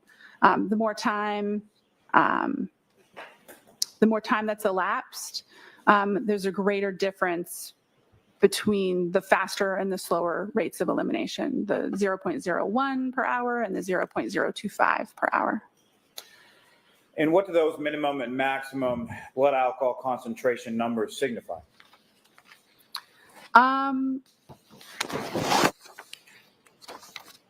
They signify the smallest and the largest concentration that could be reasonably expected based on the blood alcohol concentration and the rates of elimination that are being applied in the calculation. Now, were you able to perform a retrograde analysis from this defendant's alcohol blood testing from the Good Samaritan? Yes, I was. And similarly, did you perform that in conformity with how you performed prior retrograde extrapolation analyses in other cases? Yes, I did. And what time was utilized in your analysis as the time of vehicle operation or of incident? 12:45 a.m., January 29th, 2022. And do you know where that time came from? I believe it was the time specified in the request from the district attorney's office. And why is time of operation or time of incident important? Because the time interval that we use in the calculation depends on the starting and the ending point of that calculation. So the time of incident is important because that's what we're basing the math on. And what was the resulting minimum and maximum numbers that you calculated for the defendant's blood alcohol concentration from her blood testing reading from the Good Samaritan Medical Center? That based on the 93 milligrams per deciliter value that was obtained at Good Samaritan, that the blood alcohol concentration for that individual at 12:45 a.m. Could be between 0.14 and 0.28 grams per cent. And so you calculated the defendant's blood alcohol concentration to be between 0.14 and 0.28 at 12:45 a.m. on January 29th, 2022. Is that correct? Yes. May I approach just to retrieve your arm? Yes. I think the state is having an issue here. Say her background, what did she do? She checked Karen's blood. What's the legal limit? What was Karen's blood at the alcohol level at the Thank you, ma'am. I time? have no further questions. Right. Oh, well, damn, he does. Mr. Thank you, And at this point, I'm only going to give you about 5 minutes. I was going to ask the court to cut me off so that Okay. nobody's late. Thank you. 5 minutes, it's 3:30. Good afternoon, ma'am. Good afternoon. The Mass State Police Crime Lab you mentioned is an accredited forensic lab, correct? That's correct. That means that your lab has met specific internationally recognized standards for both quality and competence, correct? There are aspects of quality and analyst competence that are addressed in the accreditation standards, yes. It also means that your lab has demonstrated a commitment to best practices and to ensuring the reliability and accuracy of its forensic work, correct? Yes. And there are several requirements in order to become accredited, right? Yes. One of the most important requirements is an independent external review of your lab's quality management system, correct? Yes, that's definitely one important component of the accreditation process. That independent external review also evaluates your lab's technical systems, correct? Yes. And its procedures. Yes. And an external review means that experts from outside your lab come into your lab to review your work, right? Yes, their review includes the procedures and the operating protocols, and there is some element of case file and specific work review. Within your lab. Correct. And they make sure that you're following established and proper protocols, correct? What happened? Yes. Now, as a forensic scientist 4, is one of your responsibilities to ensure compliance with the lab's administrative policies, quality assurance, and control requirements to make sure that you're complying with accreditation standards? Yes. And you take pride in your lab's accreditation status, correct? Yes, it's an achievement that's obtained by the hard work of a lot of folks at the lab working together. You make sure, or you do your best to make sure that the lab is in compliance because you don't want to lose that accreditation status, correct? Correct. It's important to ensure confidence in our results, to maintain the quality and maintain the accreditation. Okay. In contrast to the accreditation standards for a forensic lab like yours, the standards for a hospital lab may be different, correct? Correct. Typically, accrediting bodies for clinical chemistry or hospital systems are different accrediting bodies or different standards than forensic standards. Okay. And a forensic lab exists for a different purpose than a hospital lab. Is that right? Correct. They have different customers and sort of different scope or intention for the use of their results. Sure. A hospital lab tests and analyzes blood for its use in diagnosing medical illnesses and for medical purposes, correct? That's consistent with my understanding, yes. Sure. And it's not for meeting court admissibility standards like your lab, right? Not that I'm aware of, no. Your lab follows strict procedures that an expert from your lab can have confidence in the lab results when they come to testify in court like you're doing today, correct? Yes. As you testify here today, you have no information that the lab at Good Samaritan Hospital is an accredited lab, correct? Oh. Correct. Oh, I get what And you're saying. in addition, Good Samaritan Hospital is an external party in terms of its relationship to your lab, right? Oh, I get what he's saying. Yes, and for that reason, the type of calculations that we performed based on medical records from Good Samaritan are outside of the scope of accreditation in the crime laboratory system. Right. It has no relationship to your crime lab, the Good Samaritan lab, right?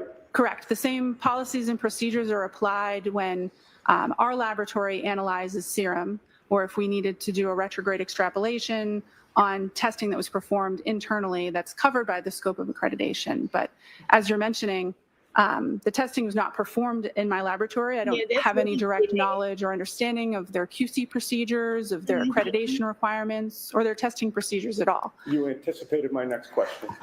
So basically, you cannot personally vouch for the ethanol testing that was performed at Good Samaritan, correct? That's accurate. The reliability of the results that my calculations were based on, my calculations are only as good as the numbers that I was provided.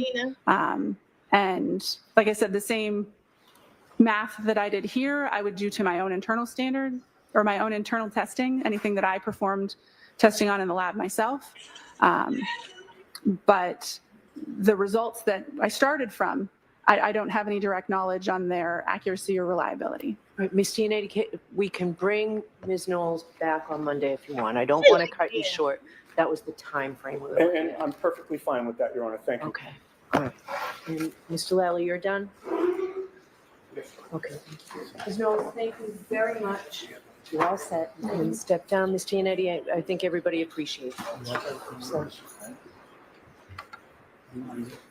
All right, jurors, that's it for us for this week. I'll have to give you those cautions in a minute. I can tell you that it looks like next week we're full days every day. We don't expect as long a gap in between as we've had to do. So I think everybody should work really hard to make sure that doesn't happen. They look just like Jim Please McCabe do here. not discuss this case with anyone. Don't do any independent research or investigation into this case. If you happen to see, hear, read anything about this case, please disregard it and let us know. Please be very careful with your social media use, and we'll see you on Monday. Have a good week. I'm hoping they And stop I will it. see counsel at Sidebar. Yeah, she stopped court at 3:40. Okay, while they're at Sidebar, Gina sent me something. It says she said Buchanan. This is something from Buchanan. Said Julie told us that she was asleep at 4:55 on January 29, 2022, when her phone woke her up and it was Jen's missed call. And that is how she found out about John dying. When asked, both Julie and Chris told us that John did not have any injuries to his face during the evening at the waterfall, to include tears and rips in his clothing. When asked to list everyone present at their table, Julie and Chris had mentioned everyone previously accounted for. Additionally, Chris mentioned a Greek couple that was at the end of their table. Trooper Proctor since has positively identified the two and scheduled an interview with them. Without having any more information to provide, Trooper Proctor and I concluded our interview of Julie and Chris. We thanked them for their time and left the resident without incident.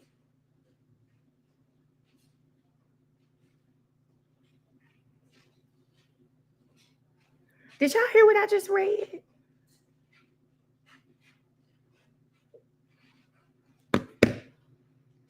If you listen to what I just read, I'm going to read the first line again.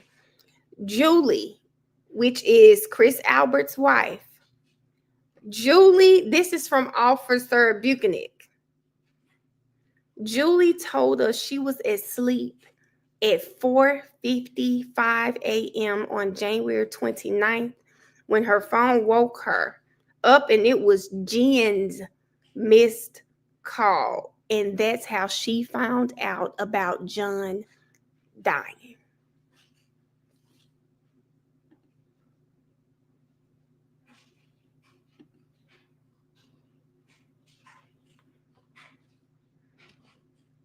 We got to talk about that one.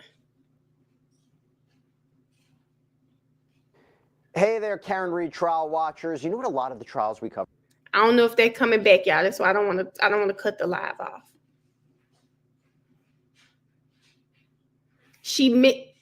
Ash said she confused.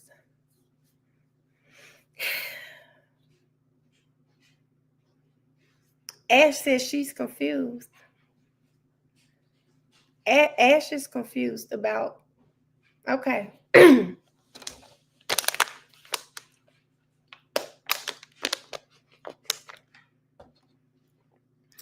Key said, Mel, I'm not wild. We knew they ass was having these sneak phone tag conversations, just got no record of most of them. Sneaky. I got what you meant, Key. How do you find out from a missed call? At some point, Daphne, she had to have spoken to her. And when Julie gets on the stand, maybe they'll bring it up. Maybe they'll bring it up.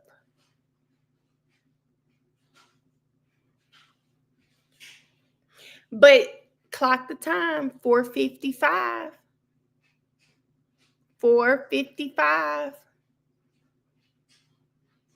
That's how she learned that he was there. Remember, at 4:55, it was just a thought, a maybe, possibly. Could he? Did he? Right? At 4:55. You don't know for sure something wrong with John O'Keefe until 6.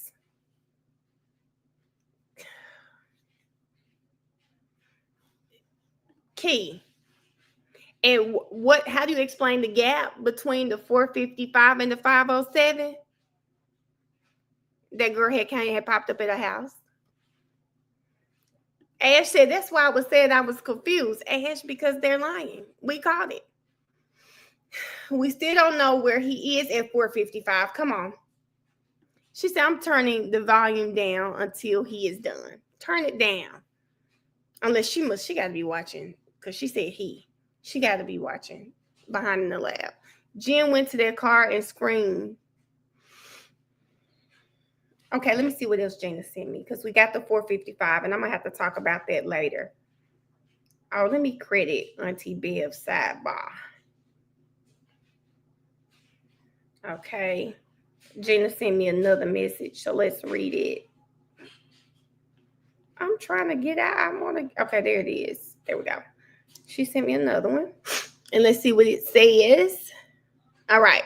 This is again Auntie Bev's sidebar.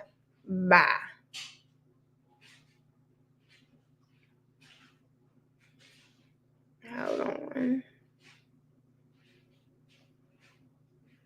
It says the calls line up. 4:55, John's dead. 5:06, Karen says she's going to look for John. 5:07, Jennifer McCabe calls to tell Nicole. 5:08, Karen leaves One Meadow. So Karen hadn't even left the house when all of these calls were going on, okay? 5:10, Jen wants to be picked up. They hook up with Carrie and go back to One Meadows before 34 Fairview. 6:04, Jennifer McCabe's sister. That's my sister's house. Karen looks over. 6:04. John wasn't outside long enough for hypothermia, or for the cell battery temp. Snow is under him. Barely snow on the ground. That would have melted under him. This isn't rocket science. Jury would need to be retarded to convict Karen.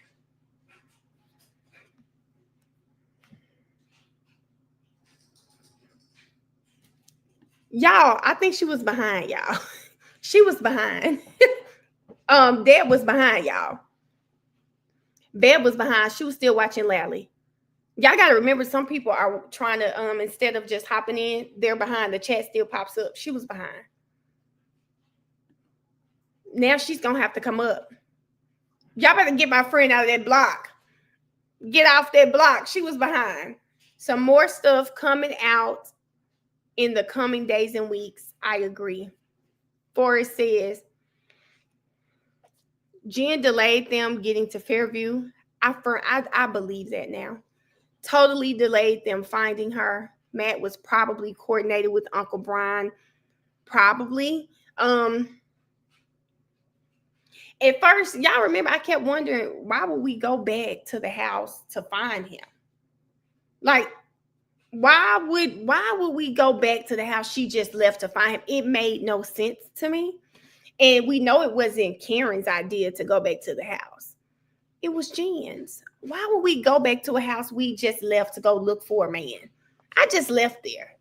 Why would we do that? Why would we do that? Like that makes no sense to me. It never made sense to me. But putting everything in perspective now, especially the 5:07 a.m. call, that's all the perspective I need.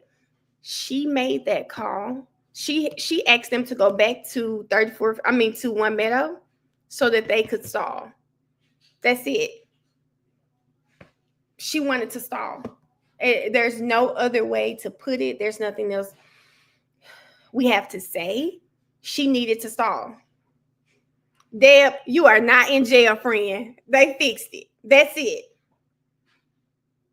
She said, Mel, Kay said, Mel, you going to be on the Netflix show when all this said and done. Take my clips. But I do believe, I firmly, now that timeline, right? We think about the fact Jen suggested, let's go back to 34 Fairview. Like, if I'm looking for my man, y'all not going to tell me to go back home because I know he's not at home. Maybe Karen was just so drunk, she bought into it. But you are not about to tell me to go back to where I just lived. No, baby, let's go to your sister's house. And they stayed there, what, about 10, 15 minutes? Right? About 10 or 15 minutes they stayed there. You're not going to convince me to go back where I just came from. I'm not going to allow you to play me like I'm just that's crazy. I didn't think to look for him. And why would he be behind a couch? Now, if we want to tackle something, let's tackle the fact that they said that man was behind the couch. Why was he behind the couch? That makes no sense. And then let's think about how Jen now says, oh, you couldn't really even see your hand if it was in front of you. We saw the officer with his lights on, right? He did have his lights on. The snow was coming down, but you could see. You could see. You could see. The snow was coming down, but you still could see. It wasn't a case where, what did Jen say, white out? That wasn't the case. You could still see.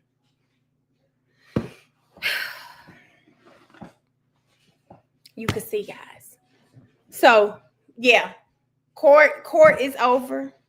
Court is over for the day. I know we have Wind Down Fridays, and because I have Wind Down Fridays, that's why I don't want to stay on talking more about the case, because what would be the purpose of Wind Down Fridays? Yes, we have Wind Down Fridays at 7:30. It's myself, Miss Jefferson Says, bring your wine. We're going to sit back. Hopefully, I'm going to use my Twitter to go through points from from court throughout this whole week so that we can get to it. It's at 7:30. 7:30, my page, Miss Jefferson Says, over here on YouTube. Yeah, I think we're over here on YouTube, 7:30. And it's every Friday during the Karen Reed trial. Maybe we'll carry it into new trials, but we know for sure. Karen Reed trial. Now, if you don't want to drink wine, you know you could bring something else. Okay? A little tequila, a little vodka, whatever your drink of choice. It's truly wind down, okay? Truly a wind down type of night.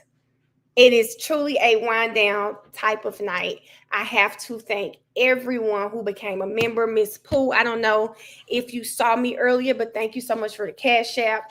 I just checked it. Thank you so much for all of the memberships today. Forrest, thank you for all of the super chats. Emmy, thank you. Thank you, Kay Talley.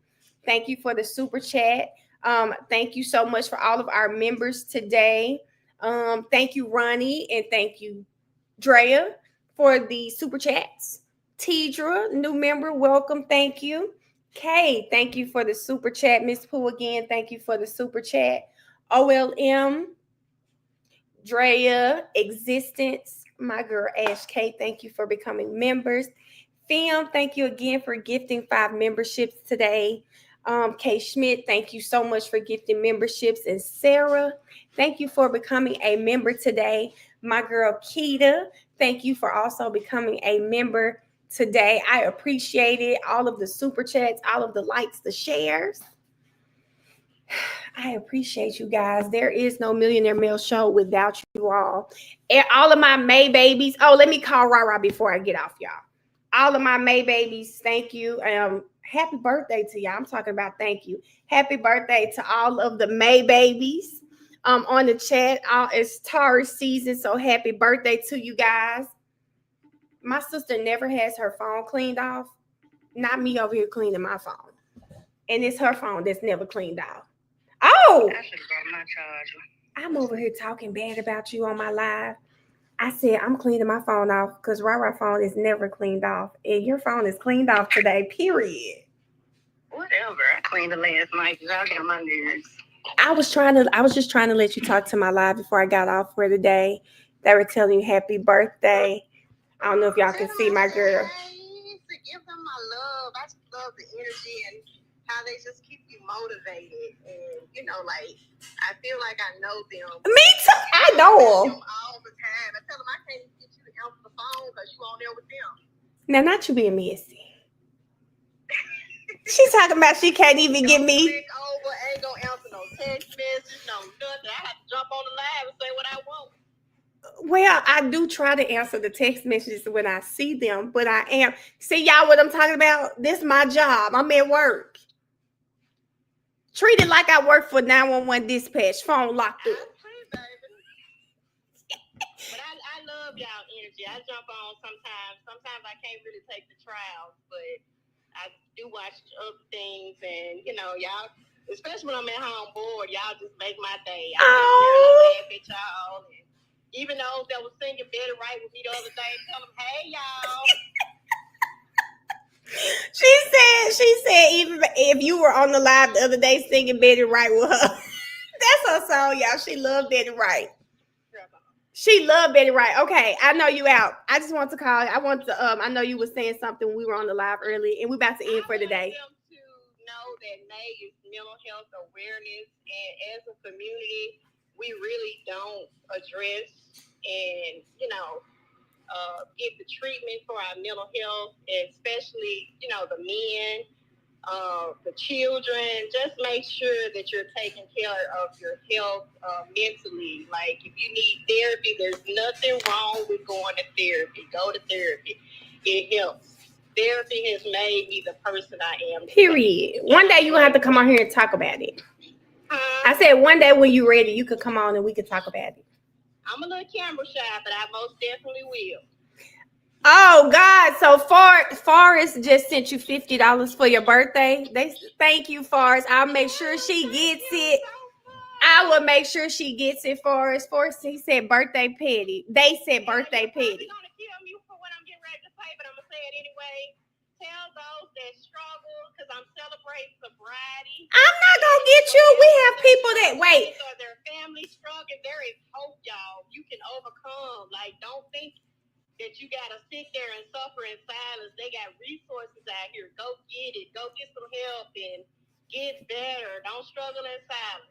We have people that come in the chat all the time and say, hey, I'm celebrating my sobriety today, whatever. So we are an all-inclusive chat. It's everything over here, baby. Everything over here. So tell them thank you. Love you all. Be good. Forrest, I'll make sure she gets it too. Thank you so much. Thank you. Okay, Rara. Thank you so much. Okay, Rara. I'll talk to you later. Okay. All right, bye-bye. Thank y'all so much. Now my sister said, y'all make her feel love too. Thank you so much, Forrest. Thank you so much for the super chat. Listen, yes, Key, there was somebody in the chat. I can't wait till my sister comes on here and tell you guys her story. She's very involved in Memphis. She just started doing some stuff with mental health. She's a mental health advocate for the city now, I believe. And so it's something that's really near and dear to her. And I can't wait till she's able to come over here and kind of tell you guys her story, her journey and everything, how everything has has happened with her. But one day, she always says she camera shy. So maybe I get her to talk without the camera or something one day. I don't know. But we're going to get it. Yes, we are healing and helping and loving people over here. And that's why I love this chat so much. I'm not going to start. I love you guys and I appreciate it. We'll be on Wind Down at 7:30 Eastern Standard Time. Again, y'all know we are recapping Karen Reed. We're gonna go over the whole week. I got to go get ready because I've got to go look at some other testimony. I'll look at my tweets to kind of refresh my memory. Refresh my memory about what's going on. I love y'all, Jazz. I love y'all so bad. My sister she's not being funny because when I tell you, everybody texts me, "Are you on live?" Jay, thank you for becoming a member. Thank you.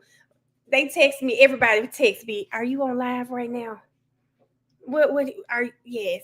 And y'all know if I got to try my little sister, I'm gonna have to talk about it. Greg called me to talk about Beyond the Gates. Now, baby, you know I'm online. You know I'm watching the trial. She want to talk about Beyond the Gates. Listen, okay. Thank you. Welcome, Jay, and thank you guys so much. I'm going to go ahead and get off so that I can do some research and get myself ready for 7:30.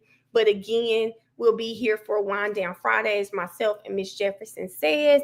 Never know, we might have some other people pop up too, but I know for sure to be us too. So thank you again for all of the super chats, all of the birthday love for my sister. If Simply Style and Skin Like Hershey, if you guys are on here, please know that I am praying for you for the loss of your mothers. Sending you guys lots of love, and it's gonna be a difficult journey, but I promise you guys, you're still gonna feel the hurt, but I do feel like it's not as bad as those first days, right? You're never gonna ever get over it, but I'm here to tell you that you will be able to keep going. Y'all felt like time stopped when my mom died. Like when it got to her 1 year anniversary, now I'm approaching 2 years. It was like, damn, like time really does move on when you lose your people, because you really think time just stays still, and it doesn't do that, unfortunately. So I'm gonna get off here. She said my mom's got a bad reputation. You can manage the pain so much better, pretty. That's the best way to explain it. That's the best way to explain it. But I love you guys and I appreciate you guys so much. Thank y'all for everything. I'm gonna see y'all at 7:30. Bye, everybody. See y'all later.